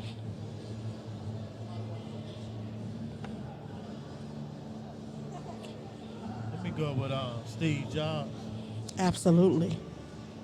I'll read that again. Because this is a testament to what we were saying earlier about the things that you want to do. It takes hard work and dedication to do. Like just looking at these cars and keeping them in line and keeping them in shape and keeping them up to par. That takes time. And it says, if you really look closely, most overnight successes took a long time. All right, we got another one. Winning isn't everything, but wanting to is. That was kind of deep. Winning isn't everything, but wanting to win is. Oh man, who said that? What a name? You got some name? Okay, we got Magic Johnson and Vince Lombardi. That's Vince Lombardi right there. Yes, it is. Yeah. Okay, I remember who said this quote now. Which This one? is one of my actual favorite quotes, though. I've learned that people will forget what you said, people will forget what you did, but people will never forget how you made them feel. That's Maya Angelou. Oh, okay. That sounds like Maya Angelou. That sounds like a phenomenal woman. Phenomenally said that. Yes. And she did. Her name was Jennifer, just through Dr. Maya Angelou. That was a good one. I love that one. Okay, these are movie quotes, okay? Let's go. Keep your friends close, but your enemies closer. It's actually the sequel to one of the movies we did earlier. Godfather 2? Mm-hmm. Thank you for that hint. You're good at the hints. They're here. Poltergeist. As far back as I can remember, I always wanted to be a gangster. I like that one.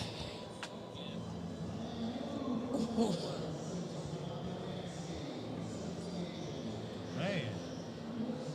Oh, I won't say that one. Say that again.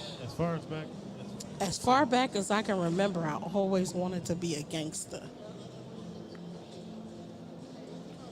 Man, let me see.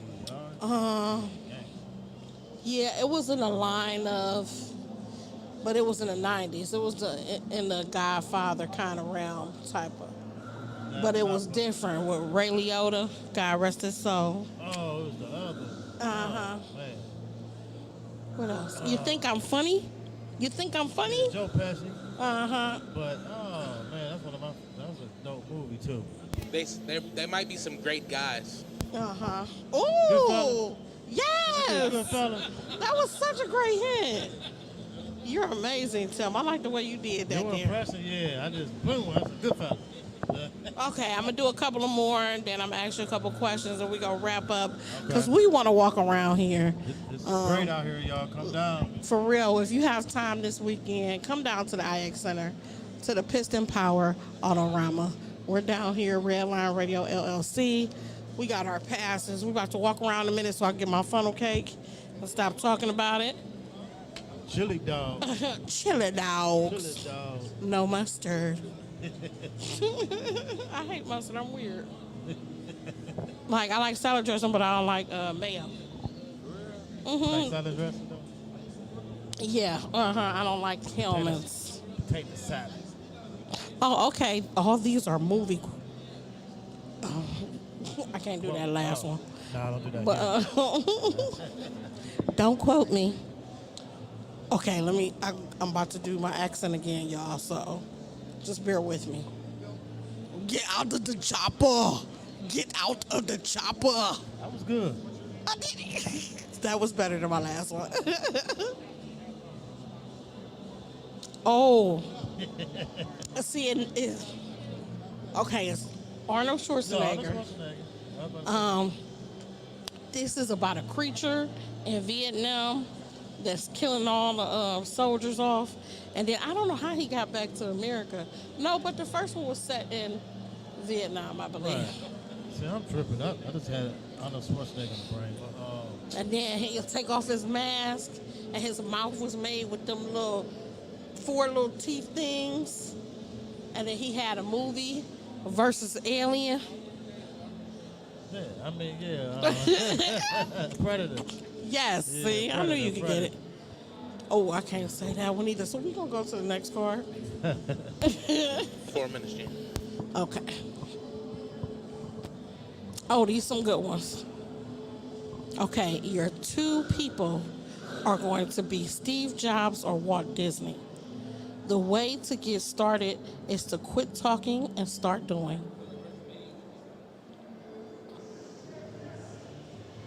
The name of the quote? I mean, who quoted it? Or It's either Steve Jobs or Walt Disney. Oh, say that again. Say that again. The quote.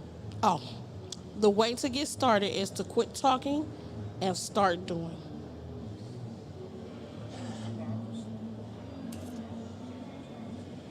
I'm gonna go with Walt Disney. Absolutely, you're absolutely right. I'm gonna go with Walt.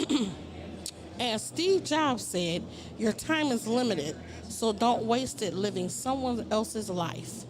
Don't be trapped in a dogma by which is living with the results of other people's thinking. Now that's deep right there. Hold on. Deep and real, too. I'm going to wrap it up with that one. Hold on. It says, your time is limited, so don't waste it living someone else's life. Don't be trapped in dogma by which is living with the result of other people's thinking. To break that down is live your life the way you're supposed to live it. Your life is nobody else's. They can't tell you what your path is if that's the path you want to go. You know what I'm saying? Deep. A lot of people living in a life where they didn't even want. Just say it, because I am living the best life out here at the Piston Power Autorama. Represent for red line. And we about to get out of here and walk around in a little bit. I want to thank my guest, Brian Berry, for coming out. Please give us your social media. Tell us your movies that you have. Yep. So first, thanks for having me. Thanks for inviting me. Of course. Thanks for inviting me. So, Very Good Films on IG. You can follow Workout Partners Film on IG. Hey, Mr. Postman Film on IG. And Brian Berry on Facebook. Okay, so we got, did you say Workout Partners already? And the movie. Yeah, I just said my thing. 2 movies. Hey, Okay. Mr. Postman and Workout Partners, y'all. On Amazon Prime and Tubi TV. Make sure you check that out. And you know I'm also on Tubi. Y'all Not Laughing Yet in Common Creed. This has been another episode of Comedy and Cocktails with Jen Jen. I appreciate y'all. I love y'all. To all my Genaholics, all my Genaholic wannabes and gonnabees, it doesn't hurt to laugh. Laughter is medicine. And treat the next man like your best man. All right. Y'all have a good one. Happy Good one, y'all. Friday.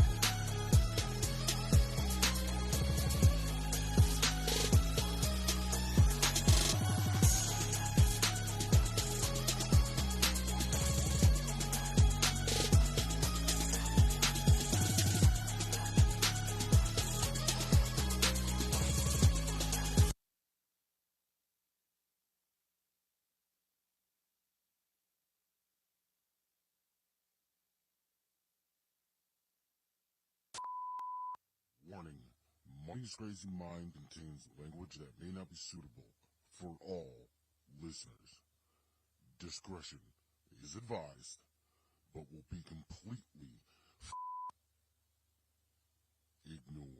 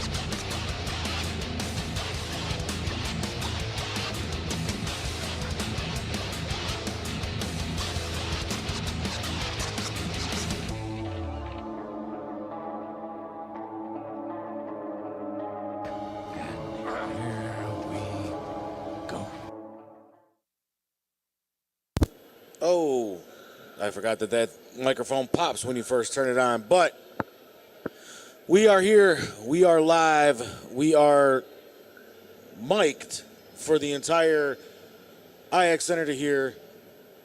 The asylum is officially open. We are live here at the Piston-powered Autorama here in the IX Center. Year 2 for Money's Crazy Mind to be here. And just like last year, it's WrestleMania weekend, and we're going to be going through the entire 2-night WrestleMania card, looking to see what matches I'm looking forward to, what matches I could give two hootenannies about, and maybe, just maybe, if you guys are lucky, we might have someone walk by with the Redline Pro Wrestling Tag Team Championships. All right. But, like I said, we are here. We are live. We are killing it this weekend here.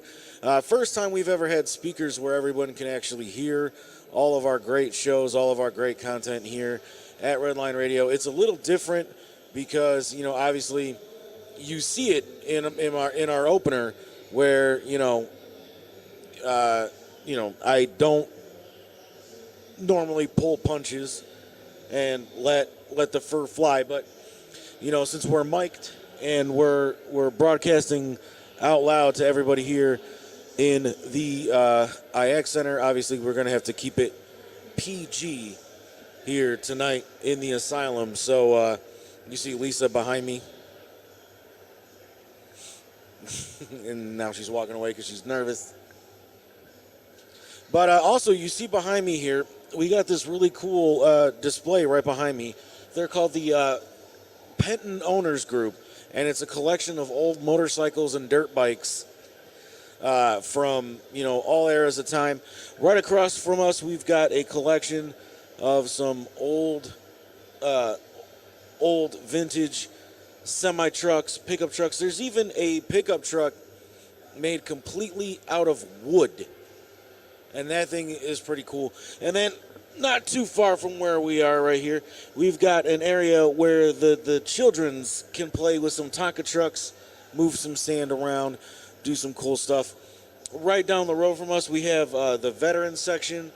And as I said earlier, when we were broadcasting live music over our 24-hour radio station, they are actually collecting a lot of money for the USO, other veteran affair programs, and things like that. So lots to do, lots to see, lots of fun to be had here at the IX Center this weekend for the Piston-powered Autorama. You heard Grape, talking about the history of NASCAR, its roots with Prohibition and the Moonshiners. You heard Jen talking about, celebrities that like getting in trouble and all that stuff. So a little mixed bag for everybody that we've been kind of broadcasting here live tonight. Now, I do kind of want to mention one thing here. So last week, right here on the show, I'm all tangled.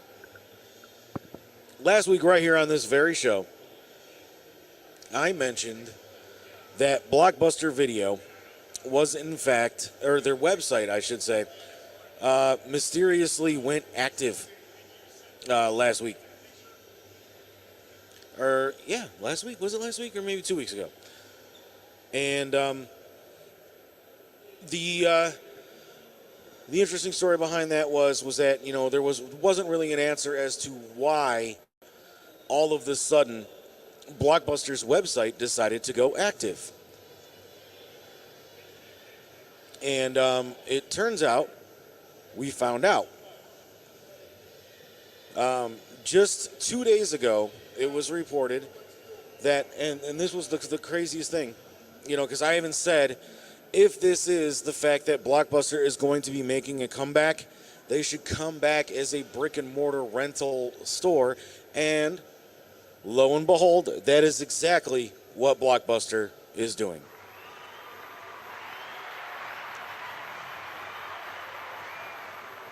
So at first, obviously this is just a test model to see if, brick and mortar renting is going to work in 2023. And it's crazy because actually the reasoning that they were giving on this article that I read as to why Blockbuster is bringing back brick and mortar stores were the exact reasons that I mentioned last week on the show. So how about that? Grape talks about being Grape Adonis. Well, I'm a silent Adonis. How about that? But yeah, so they're bringing back 4 stores, 2 in LA, 2 in San Diego. And the reasons that were listed in the article for Blockbuster making their return were in fact the fact that a lot of people are unhappy with the 4K quality that people are getting on streaming sites. Is that not what I said last week? I think it was. But yeah, because you're not getting a true HDR10. You're not getting true surround sound. Like if you look at a 4K disc, obviously you're going to get top tier HDR10, the truest colors, the truest sound, everything like that.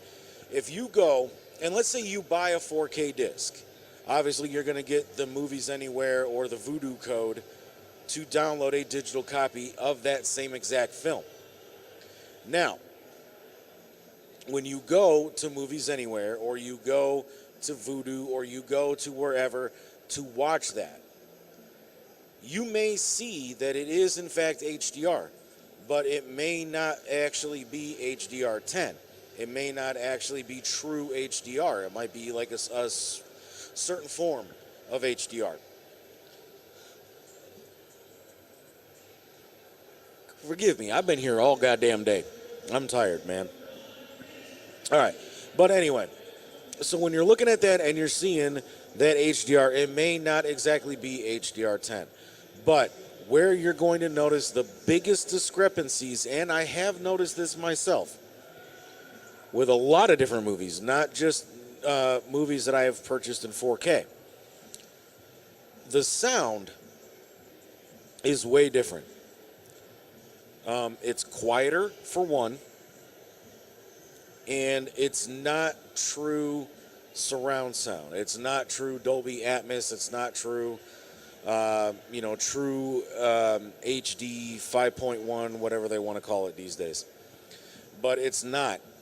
And I have noticed that with quite a few discs. When I watch them on a physical disc, the sound is much clearer. It's much cleaner. You can actually pick up what's coming from the different channels around you and things like that. When you're watching it over a streaming service, it's very muted, and sometimes you don't get that surround feeling when you're listening to it. So and also 4K discs are becoming harder and harder to find, even though they're making quite a few of them, especially the classic ones. So there's all those reasons, and in the article that I read, it was all of those reasons that Blockbuster wants, is making this comeback and is opening these 4 stores. Like I said, 2 in LA and 2 in San Diego. Obviously, if these are successful, like the store in Bend, Oregon, they'll be able to come back and start branching out across the country again. And like I was saying last week, if they do come back to Cleveland, I want my job back. That's all I want. I just want my job back.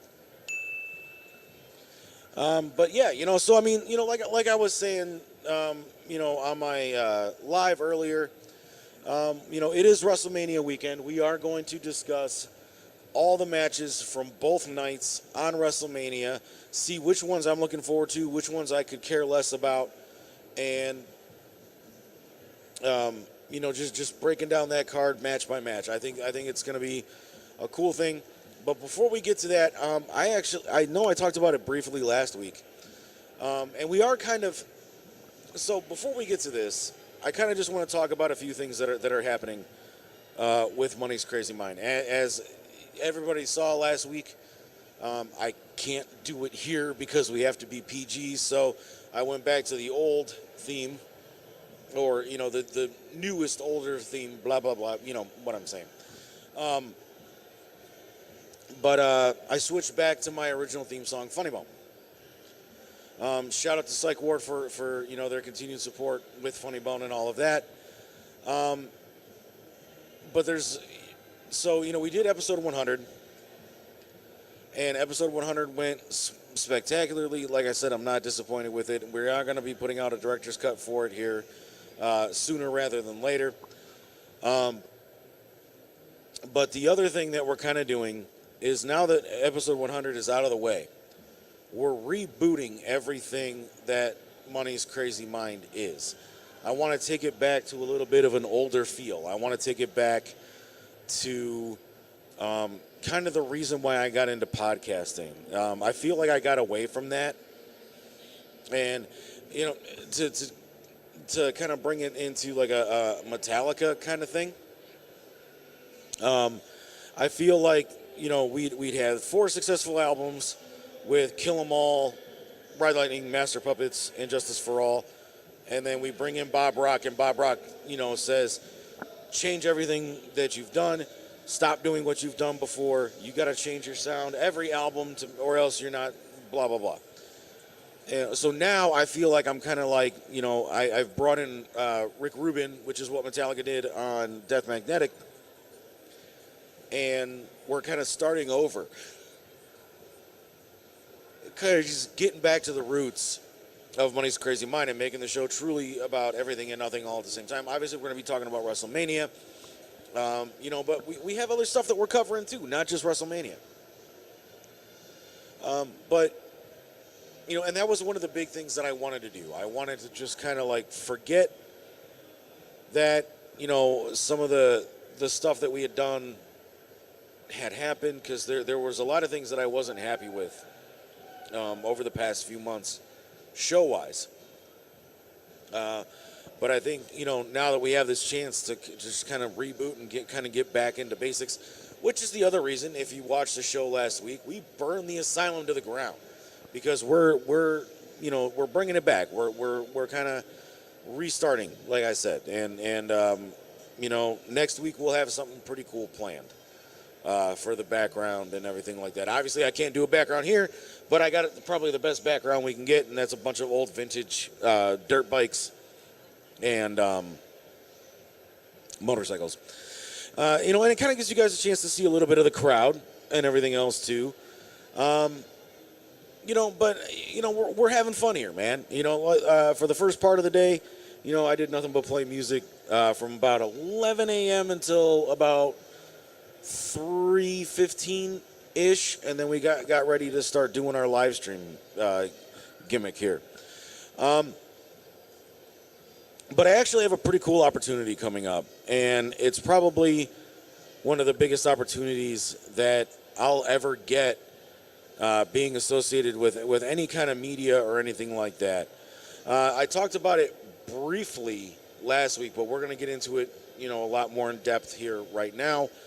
I have the opportunity in 2 weeks to cover the release of Metallica's brand new album, 72 Seasons.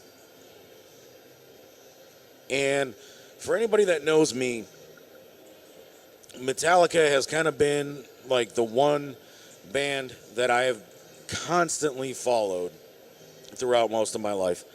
And to have this opportunity to be able to cover Metallica's new album release in 2 weeks on April 13th, and go to the album release party, which they're turning into a global event, putting it out in theaters and movie theaters and things like that, and to be able to cover it with an actual musician.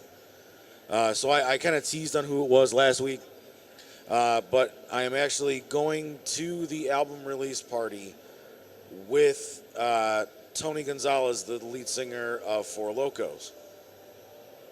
So it'll be interesting to hear a musician's perspective on this new Metallica album. Now, Tony is a Metallica fan, and so that's kind of part of the gimmick here. But that's kind of why I want to do him. So, like, probably on our way home from the event, or maybe like if we decide to go hang out for a little bit afterwards or whatever, I want to interview Tony and kind of have him be kind of an impromptu guest next week. So that'll be one of the segments on the show. So I'm going to interview Tony, and him and I are going to give our opinion on the album in its entirety. And I did pre-order the album, so I do get to go home and listen to it the day that it's released and all of that stuff as well.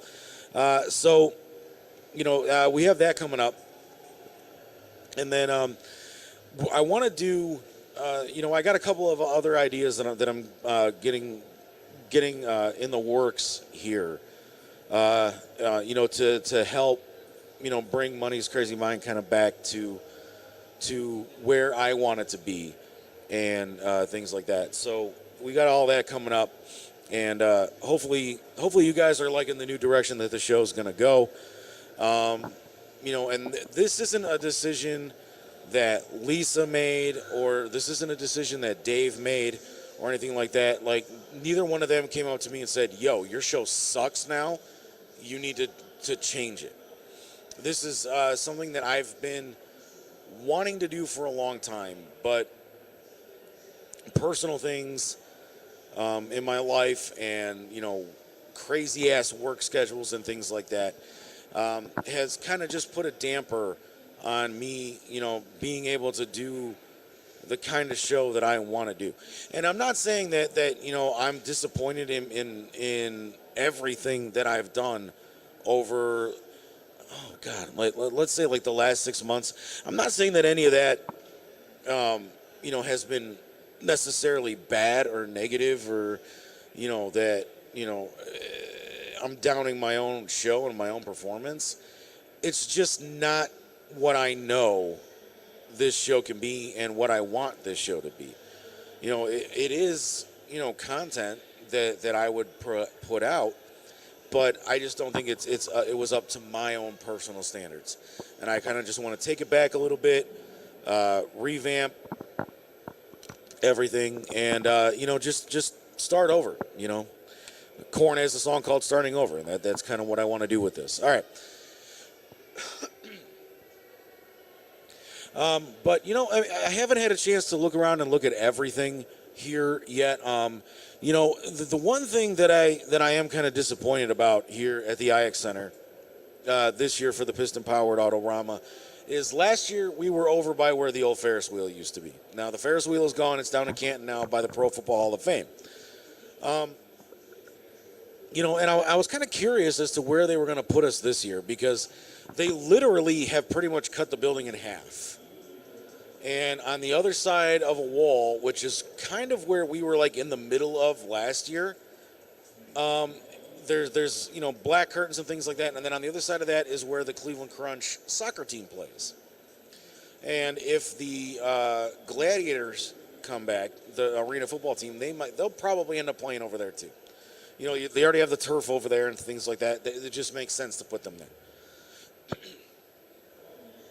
But And Lisa had kind of been talking about this all day, and I kind of turned it into a little bit of a joke. But where we are, so when you enter in through the exhibitor entrance, if you're coming in through the main entrance is going to be on this side. And it's not too far from where we are. I mean, so in a perfect world, if this were last year, the way that they had this place set up last year, this would be like prime real estate. But the main entrance is this way, not too far from here. But, one of the things that they did this year that I'm not sure if they did last year or not. If anybody out there is watching and remembers last year's show, maybe you can refresh my memory a little bit. But they put people in the basement this year. And like I said, the show has been literally cut in half just because they only have half of the real estate that they had last year. But the main entrance is right around over here. And then back this way behind me, I don't know if I'll be able to get it into the shot or not. I mean, even though this is a 2K camera, but if you go right over here, where you see that canopy with the blue, with the white writing on it, right behind that is where all the exhibitors, so, we entered today and, all these other great people that are here, that's where we all entered.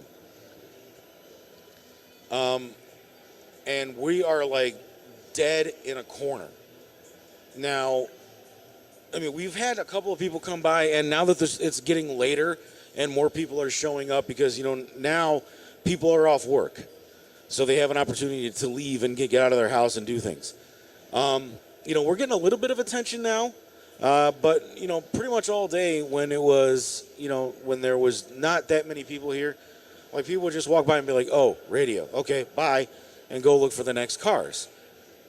So Lisa had made the comment that it's I hate the fact that we're in this corner and blah, blah, blah, blah, blah. And I'm just like, well, you know what, Lisa? Nobody puts Redline in a corner. And I think, now that we've had Grapevine done live here, we've had Cocktails and Comedy with Jen right before me, and now that I'm doing this, and people can kind of get a chance to see some of the stuff that's around us. I think tomorrow, when we have our full slate of shows here, we'll definitely get a little bit more attention. Now, before we get into the WrestleMania card, let's talk about what we have happening here tomorrow. The first hour of the day, actually I think the first 2 hours, because I think doors open at 9 a.m. tomorrow. But from 9 to about 10:45-ish will be more live music and things like that. So if you guys missed the live music that we played earlier today, don't miss tomorrow, and here's why. All weekend long, we are going to give you guys your opportunity to hear Metallica's brand new single on RedlineRadioLLC.com called 72 Seasons. It's the title track from their brand new album that comes out April 14th. And it is all about the first 18 years of life. That's what Metallica is calling 72 Seasons. So do the math on that, and let me know if Metallica was right on the math on that. You get 4 seasons a year, and they're talking about 18 years. So 4 times 18, if that equals 72, Metallica knows how to do math. I suck at math, so I'm not even about to try to attempt that stuff. I almost slipped. I'm trying not to get us kicked out of the IX Center this year for having potty. But all right, so yeah, so for the first hour and a half or hour and 45 minutes that we're here in the building tomorrow, we'll be playing live music on our website, RedlineRadioLLC.com, and also our app, the Redline Radio LLC app. It's available for Android devices. And then at 11 a.m., that guy Dub will be bringing us a special live performance right here at the IX Center, 11 a.m. to noon. And then immediately after that, we have the Lex Vegas show from noon to 1.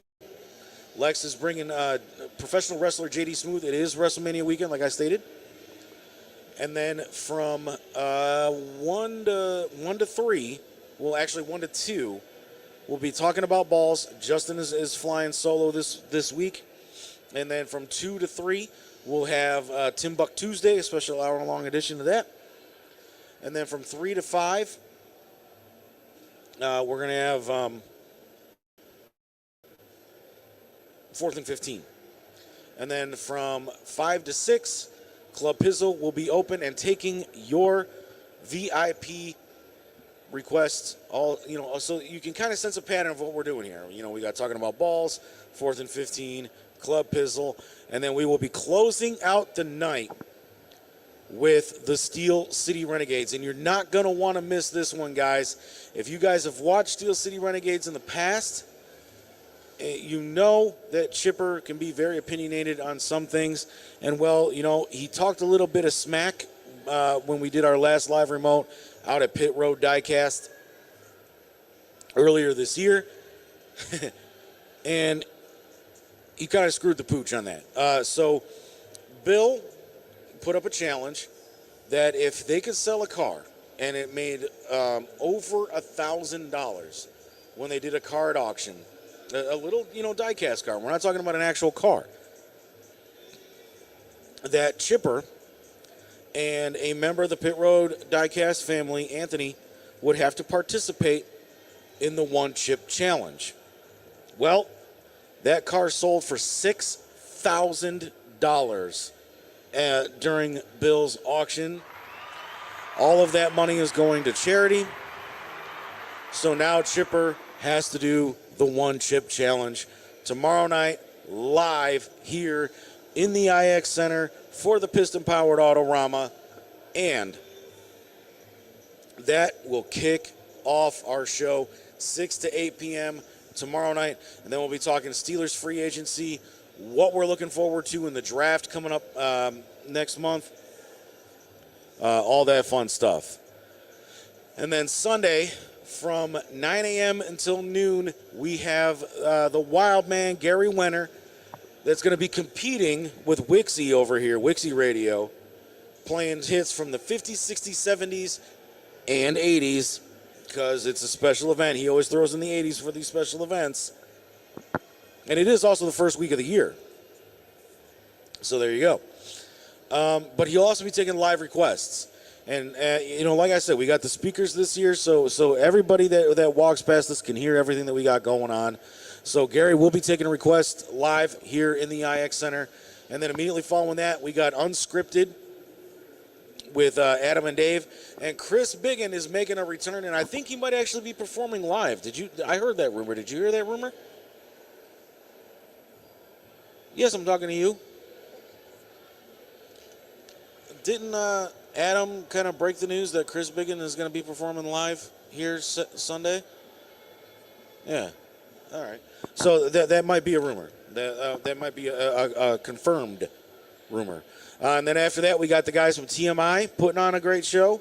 And then we are closing out the night with Loud and Local, Jeff bringing you all the music and news from all over the music scene. And I believe he has a very special guest as well. So that's what we got going on this weekend here at the Piston Powered Autorama here. And so now let's get into it.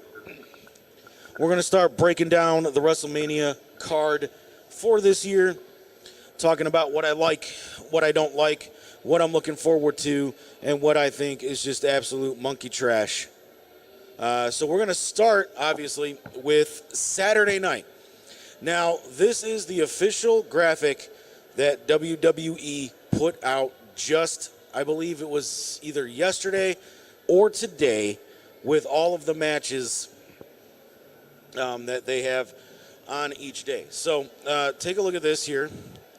You got John Cena and Austin Theory on there. I know it's kind of blurry, but so I believe that Theory and Cena are the main event. So we're going to go from the bottom of the graphic up, since that is, I believe, the order that the matches are going to happen on the show. Because I don't think this first match is what they're going to close the night out with. Well, we got Braun Strowman and Ricochet taking on the Street Profits, Alpha Academy, and the Viking Raiders. I mean, Alpha Academy is kind of falling apart because you got Otis running around trying to pretend he's a male model now. with the Eminem rejects. The Viking Raiders, I mean, who's heard from those guys recently? You know, and I feel kind of bad because Ray Rowe, one of the members of the Viking Raiders. If you didn't know that, I don't know exactly which one he is, but he is a member of the Viking Raiders, and he is a Cleveland, Ohio native. So our hometown guy. Nobody's seen too much of him in recent months. I haven't seen anything from the Viking Raiders in a long time. But we got them. Alpha Academy, like I said, they're kind of already falling apart because, you know, it's pretty much just the Chad Gable show over there in Alpha Academy. And then the Street Profits, I mean, you know, Dawkins looked pretty good in the Royal Rumble. But other than that, I mean, you know, they're the Street Profits. I mean, the two big names that you have in this match, the two names that I think might actually be able to take away from this match are obviously going to be Braun Strowman and Ricochet. And I say his name that way because I was a huge fan of the Taz show. I was one of the many people that was part of Taz's dojo when he was doing the Taz show. That's how he always used to say Braun Strowman's name, and I just never grew out of it. All right, so moving on. Again, this is night one, Saturday. The next match that they have listed here is Rey Mysterio versus Dominic Mysterio. Now, this is a match that everybody has wanted to see ever since the Judgment Day formed and Dominic turned on his father. And, you know, everybody was kind of just like, that boy needs a whipping and his daddy needs to be the one to do it. Well, here you go. We're going to do it. And, you know, recently on SmackDown, it was either SmackDown or Raw, Dominic had some pretty choice words for his mother. And that is what threw Ray into a rage. And Ray was kind of just like, little boy, it's about time you get your butt whipped. We're going to do it at WrestleMania. So who do I think is going to come on top of this? You know, as much as I would love to say I want to see Ray finally get his comeuppance against Dominic, you know, Judgment Day is hot right now, man. Judgment Day is one of the better acts that they got going in WWE right now. And, I mean, we also have... Hey, Wixie, keep it down, man. I'm trying to break down WrestleMania for people. God bless it, man. I can't cuss. This is hard. I like my F-bombs. Anyway. But, you know, I mean, because Dominic is not the only member of Judgment Day that has a match this year at WrestleMania. I think almost every member of Judgment Day has a match this year at WrestleMania. So I think only because of the amount of heat that the Judgment Day has going for them right now, Dominic Mysterio is going to get the W over Ray. I think that's kind of an unpopular opinion, but, you know, I mean, Ray is going into the Hall of Fame as well very soon. If not, I think he's going in this year. I think I remember hearing that. But if not this year, then next year or possibly even the year before. He's a first ballot, true grit Hall of Famer. There is no doubt about that. But I just think that, you know, Ray's kind of, you know, getting to the end of his career here. And he's got to pass that torch. And that, I mean, who better to pass the torch to than your own kid, right? So those are the reasons that I think is going to make Dominic Mysterio go over in that one. Next up, what do we have here? Oh my fucking, oh, I did it.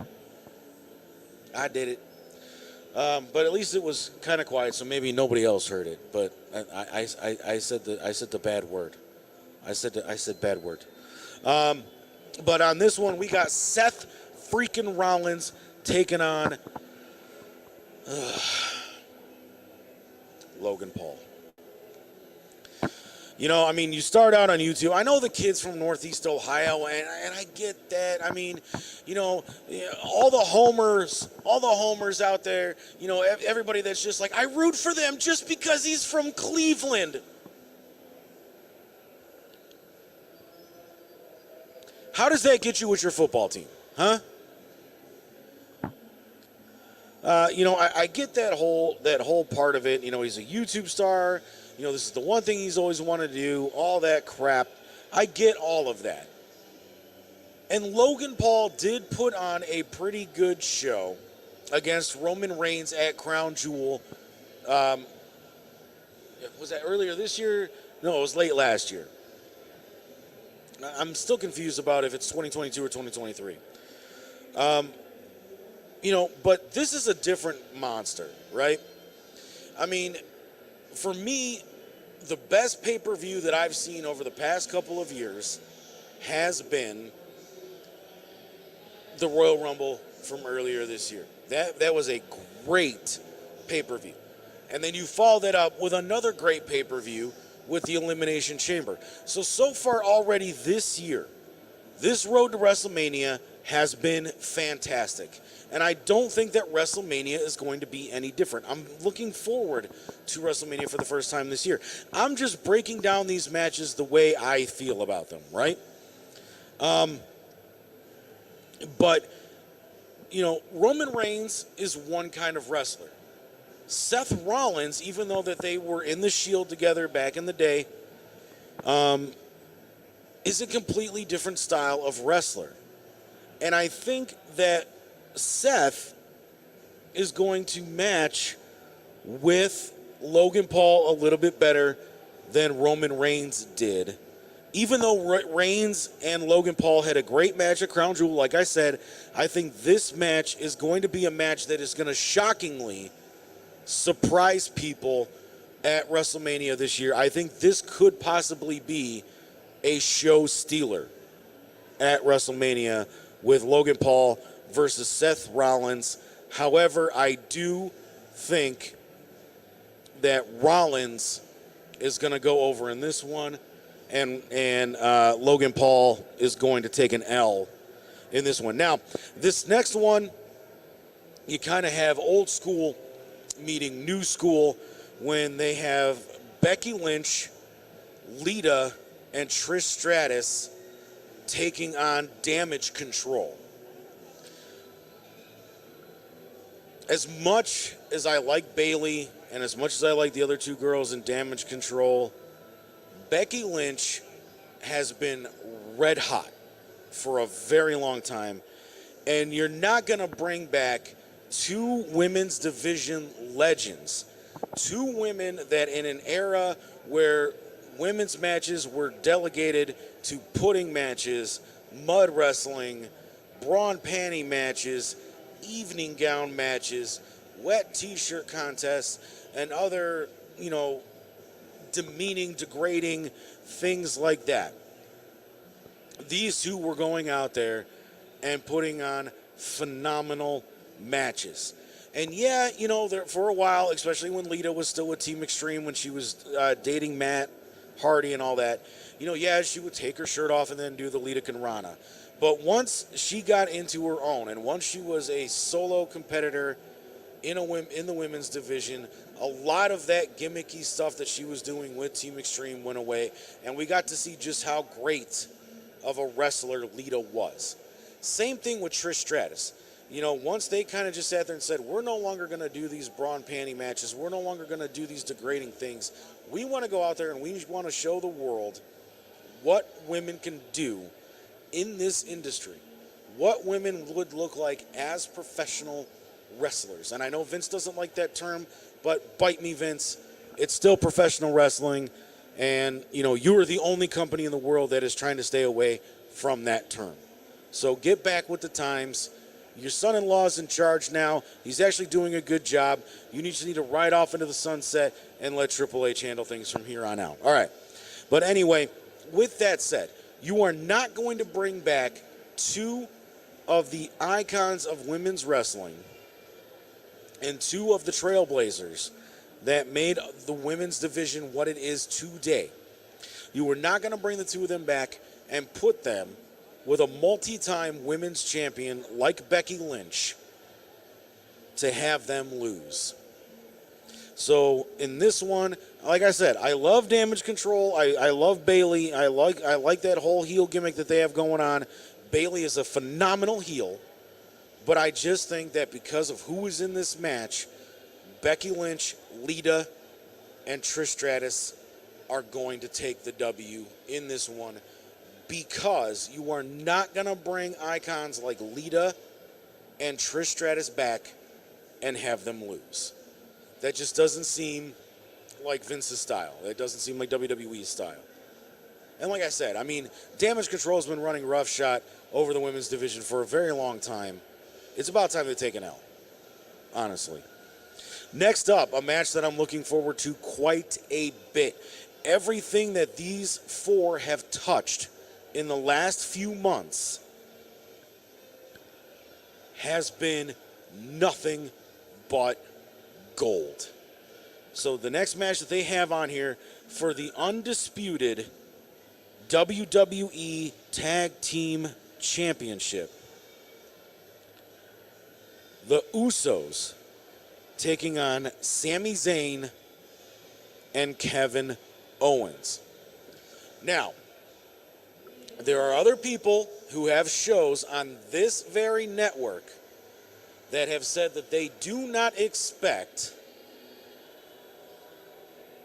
the Bloodline to leave WrestleMania without some kind of championship. Well, I hate to tell you this, but Mr. AKA, you're taking an L on that one. I think the Bloodline is leaving WrestleMania without a single championship. And we're going to start right here with the Tag Team Championships. The Usos are going to drop the belts to Sami Zayn and Kevin Owens. And here's why. Because you had Sami Zayn go out there at Elimination Chamber and have the match of the night against Roman Reigns. That match stole the show. It was the best match on the card. It was the best match that I've seen out of WWE in quite some time. And while Sami Zayn did not leave the Elimination Chamber with the Undisputed World Heavyweight Championship, which I didn't expect him to do, I do expect him to leave WrestleMania with gold. And if he's got to do it with Kevin Owens, then gosh darn it, you're going to do it with Kevin Owens, man. And I think that that's the best way to do it. You strip the Usos of the unified undisputed tag team championships, put them on Sami Zayn and Kevin Owens, because then you have a program that can go on all the way to SummerSlam. Pure gold. Pure gold. Pure gold, and I'm the guy that booked it. But I'm also the guy that's calling it. Usos not leaving WrestleMania with the Undisputed Tag Team Championships. They're going to KO and Sami Zayn. These four are red hot right now. The Bloodline and the Sami Zayn storyline has been the talk of the wrestling world for the better part of 2 years. This Bloodline storyline is nothing but gold every time they touch anything involving anything. It has been great, but I do think that the Bloodline is going to be coming to an end, and Sami Zayn and Kevin Owens are leaving WrestleMania with the Undisputed Tag Team Championships. And we've got 2 matches left for Saturday night. Night 1, tomorrow night, starting at 8 p.m. on Peacock in the U.S. and WWE Network everywhere else in the world. You know, they've been doing pre-shows that have been Peacock exclusive, so turn on your Peacock app around 7 p.m. and you'll probably get a pre-show. All right, but the next match up, here is the second member of the Judgment Day to have a match at WrestleMania. Like I said, I think we're going to see every member of the Judgment Day in a match. And this is for the SmackDown Women's Championship, Charlotte Flair taking on Rhea Ripley. I need to talk to my girl Rhea Ripley here real quick. Rhea, you made a mistake. When you won the Women's Royal Rumble, you should have left Charlotte Flair alone. You would have had the match of the year, and I guarantee you would have had match of the year if you took on Bianca Belair. Can you go over there and tell Wixie to shut up? I'm in the middle of a show here. Jesus. No one cares about their old ass music. I'm talking about WrestleMania.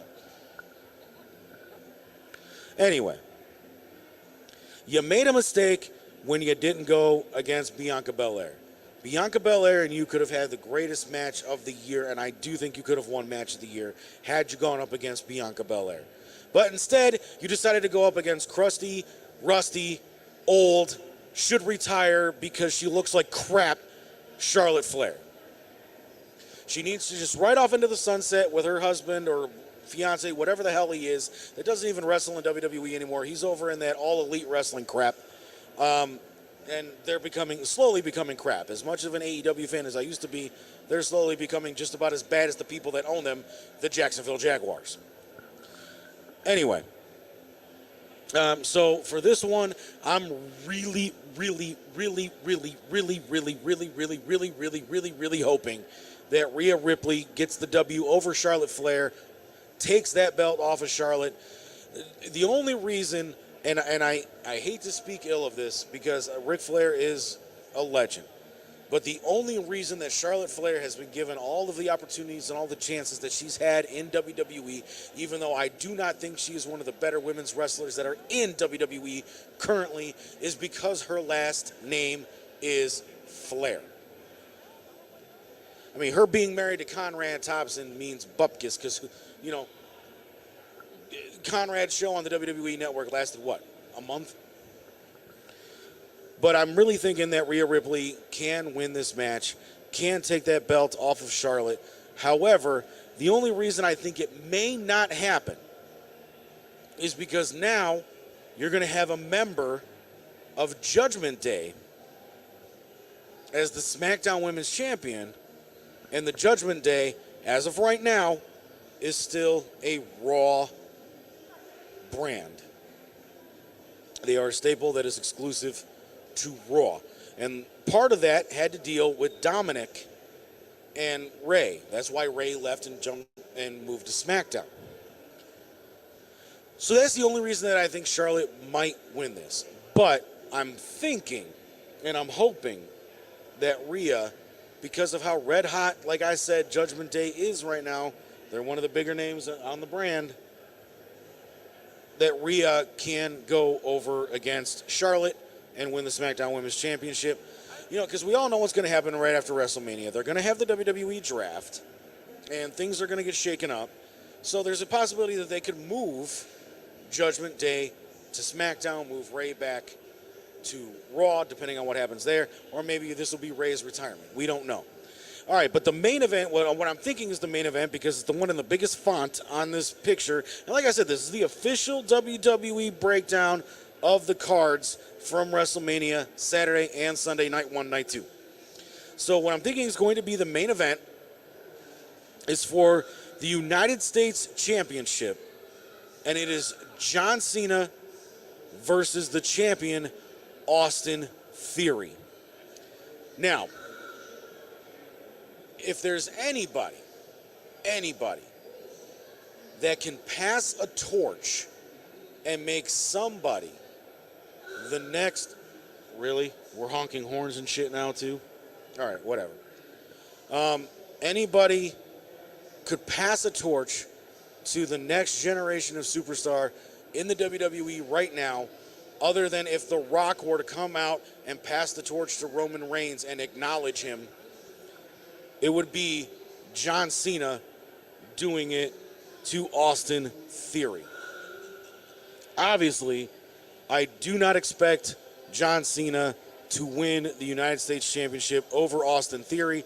I think that this is solely and truly just a passing of the torch match. Austin Theory is going to remain and retain the United States Championship against John Cena, and that's just going to be the way it is. They're going to let John Cena win? Huh? They're going to let John Cena win? They ain't going to put that belt back on John Cena. Just for the storyline. What storyline? Pass the torch to Austin Theory. They're not going to do that. Okay. I hope they do, but they're not going to do it. John Cena's There's done. money involved. What money? John Cena's name is bringing more money to that company. John Cena's making more money making Fast and Furious movies with Vin Diesel. But for that company, they're going to bring John Cena back, just like The Rock. The Rock ain't coming back. The Rock said, no, I'm out of shape. Leave me alone. I hope they do something, though. They're going to do something big, though. Well, we'll see. We'll see. The only reason John Cena is even there is to promote Fast and Furious 10. Fast and Furious, we should all die at the end of this movie because the franchise sucks. So, I agree with you on that. It ain't like it used to be. not since the third movie. All right. So, that, I think, just because of the way that WWE put this ad out, since John Cena and Austin Theory are in the biggest font, and it is for the biggest title next to the tag team titles on this match, I'm pretty sure that is going to be your main event for night one at WrestleMania. So, with that, it's about the hour break line here. We're going to go to break right here in the Asylum. This week, we are going to be playing... what song did I pick? I picked... okay, so this is a little bit of local flair. I've played them before here on Money's Crazy Mind, but we're going to do it yet again. Here is Flawed to Perfection by a band from Akron, Ohio, by the name of Bones of Giants. We'll be back not too long here, live at the Piston-powered Autorama here at the IX Center, and we'll be right back.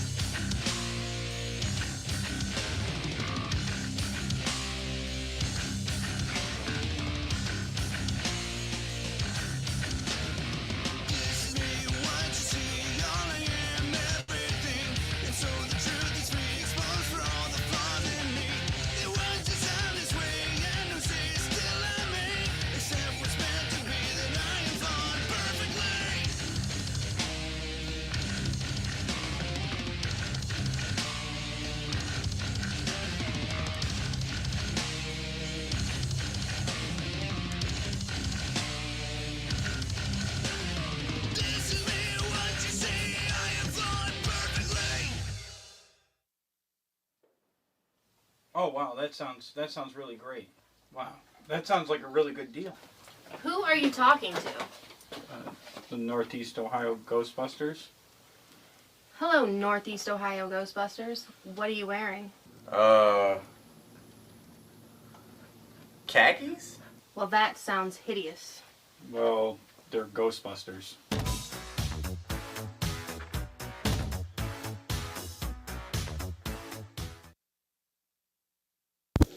All right, here we go. Hour number 2. The asylum is still open. The building may not physically be standing anymore because we burned it to the ground last week. But we are still accepting new positions for beds. So here we go, ladies and gentlemen. Here we go. Hour number 2.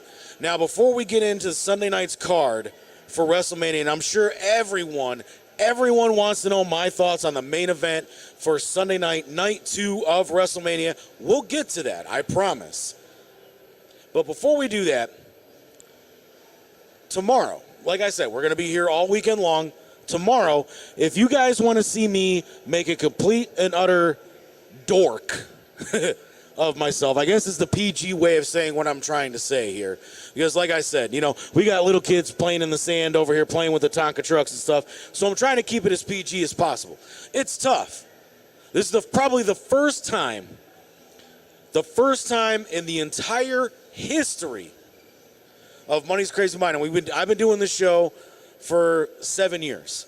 This is, I think, my second year second year with Redline Radio. But this is the first time in the entire history of Money's Crazy Mind that I have been trying not to swear. I know I've had a couple of mix-ups, but it's par for the course when we do this. All right. But tomorrow, here's what we're going to do, okay? We're going to be here all day, broadcasting live all day tomorrow. Here's what we're going to do. In honor of my guys in the Northeast Ohio Ghostbusters, since we couldn't be here this year, I am going to come tomorrow and be in my Ghostbusters uniform all day tomorrow for the event. I'll probably take the flight suit off right before we go live for the Steel City Renegades. So anybody that's out there watching that wants to come and have their picture taken with a Ghostbuster, and I will be debuting. All right, here we go. Here's the big one. I will be debuting the brand new Hasbro HasLab Spengler's Proton Pack inspired by the movie Ghostbusters Afterlife tomorrow. I will have it all decked out, looking pretty, and I'll bring it out tomorrow for the show. All right, so now that that's out of the way, so be prepared. I'm going to be wearing a flight suit tomorrow. It's going to be fun. It's going to be awesome. Trust me. All right, let's get into this. Let's end the show here this week. Here we go. Night 2 of WrestleMania, Sunday night. Again, this is the official WWE breakdown that they posted on their Twitter account. So I guess that match from night 1, let me just go back to night 1 for just a second. The match with Braun Strowman and Ricochet versus the Street Profits versus Alpha Academy versus the Viking Raiders is called a WrestleMania Showcase match. So the WrestleMania Showcase match for night 2 is a women's tag team match. So we've got Liv Morgan and Raquel Rodriguez, and Liv Morgan's going through a little bit of a identity crisis versus Natalya and Shotzi versus Ronda Rousey and Shayna Baszler, who didn't see that tag team coming, versus Sonya Deville and Chelsea Green. See, here's a match that's kind of hard for me to predict, and here's why. I like so many people in this match. I really like Ronda Rousey for reasons that don't really have much to do with her wrestling skills. But I like Ronda Rousey, I like Shayna Baszler, I like Natalya, and I like Liv Morgan. So that's 3 out of the 4 teams in this match that I have wrestlers that in the match that I'm partial to. So I'm going to base this just on who's got the most to lose from this. Chelsea Green just returned. And Sonya Deville's kind of been straggling as of late. But same thing can be said about Natalya. Same thing can be said about Ronda Rousey. So where do I think WWE is going to go with this? Well, we see the change in character that is kind of coming out with Liv Morgan. So I see this match going one of two ways. Just because Chelsea Green, like I said, just returned and is making her WWE debut, I can see it going to either Sonya Deville or Chelsea Green, or because we're starting to see this character change in Liv Morgan, it could possibly go Liv Morgan and Raquel Rodriguez. So that's where I'm going to leave it. As much as I think Ronda Rousey needs something to kind of oomph her career in WWE, because it has been stagnant ever since she lost the Women's Championship. Her and Shayna Baszler as a tag team, I think, is kind of the best place for Ronda right now. So, I mean, I don't see them putting Ronda and Shayna over, especially with some of the other names in this match, like I said. Natalya, she's kind of been like the mainstay for pretty much 2 generations of women's division in WWE. So that's part of the other reason why I don't see this going to Natalya. Natalya's kind of happy being where she is and doing what she's been doing. So, and she's pretty much just helping Shotzi out at this point. So that's why I see it could either be Liv Morgan and Raquel Rodriguez and Sonya Deville and Chelsea Green. Those are the 2 tag teams that I think might win this match. Now we move on to the match that should probably not happen. And this is probably when I'm going to go and pull a chipper and take a poop. Brock Lesnar versus Omos. They've done so much with Brock in this latest return. They've done so many things to put Brock into a position that I feel he kind of needs to be in. And then they poop the bed and put him with Omos at WrestleMania, biggest stage of them all. Now, does Omos kind of need a big match to kind of put him over the top? Yes. But I don't think he needs to do it with somebody like Brock Lesnar. Now, there's a bunch of articles out there, and there's a bunch of scuttlebutt out there, to steal another term from Taz, that Brock kind of requested this match. But if you look at who's the people that's reporting on that, they're people that have been categorically wrong on their predictions for the better part of 10 years. Denied. So that's the only reason why I feel like this is more than Brock asking to face Omos. I think Brock wanted a match at WrestleMania. That I'll be 100% on. But I don't think he wanted against somebody like Omos. You did this great thing beefing up Brock Lesnar and Bobby Lashley. That storyline never really came to fruition. So what are we doing here with this? What are we expecting to happen with this Bobby Lashley, Brock Lesnar storyline? You had the perfect opportunity, even though, and I'll preface it with this, even though Bobby Lashley is no longer the United States champion, you could still have a beat down brawl with 2 of the bigger guys physically in WWE with Brock and Bobby, and have that actually possibly being a show-stealing match. And, I mean, you could throw MVP in there. You can bring back the Hurt Locker. You can do all these amazing things with the story. But instead, you kind of just went, we don't care. We're going to put Brock against Omos. Why? We don't know. But we're going to. So this match, like I said, is probably I'm going to go take a poop match. and I'll probably just listen to it from the living room while I'm taking a poop. If I have to guess, if Brock is going to hang around and do a little bit of a longer run than he's done in the past, Brock wins. If Brock is going to go home and play Farmer again, then Omos is going to win. Not that I have any problem with Brock staying home playing Farmer. I don't. I actually like this weird hillbilly mixed character that they're doing with Brock. Now, here's a match that has huge potential, and it is for the... Oh, wait. I skipped a match. Sorry. This match is very interesting. And like I said, so far... Well, okay. I don't see his name anywhere on the card, so it looks like the only member of the Judgment Day, and who really gives a flying hootenanny about this guy anyway? He's kind of just there. He's not really doing much in the Judgment Day and Damian Priest. But here we have the third member of the Judgment Day. Like I said, Judgment Day is all over WrestleMania this year. So here we have the third member of the Judgment Day, the supposed leader of the Judgment Day, taking on Edge.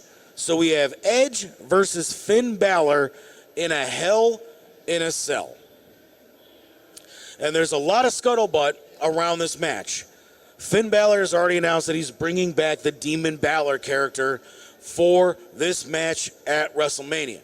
So already, potential match of the night, candidate right there, just having the Demon Balor back. Now, the other scuttlebutt surrounding this match is that Edge is going to be coming out with Gangrel. But there's also some other scuttlebutt that somehow they have pitched a deal with not only AEW, because I'm pretty sure this guy is contracted in both companies, but not just AEW, but Impact Wrestling, to have Christian Cage come back for WrestleMania as well. So what does that mean? Well, it means we get a Brood reunion at WrestleMania.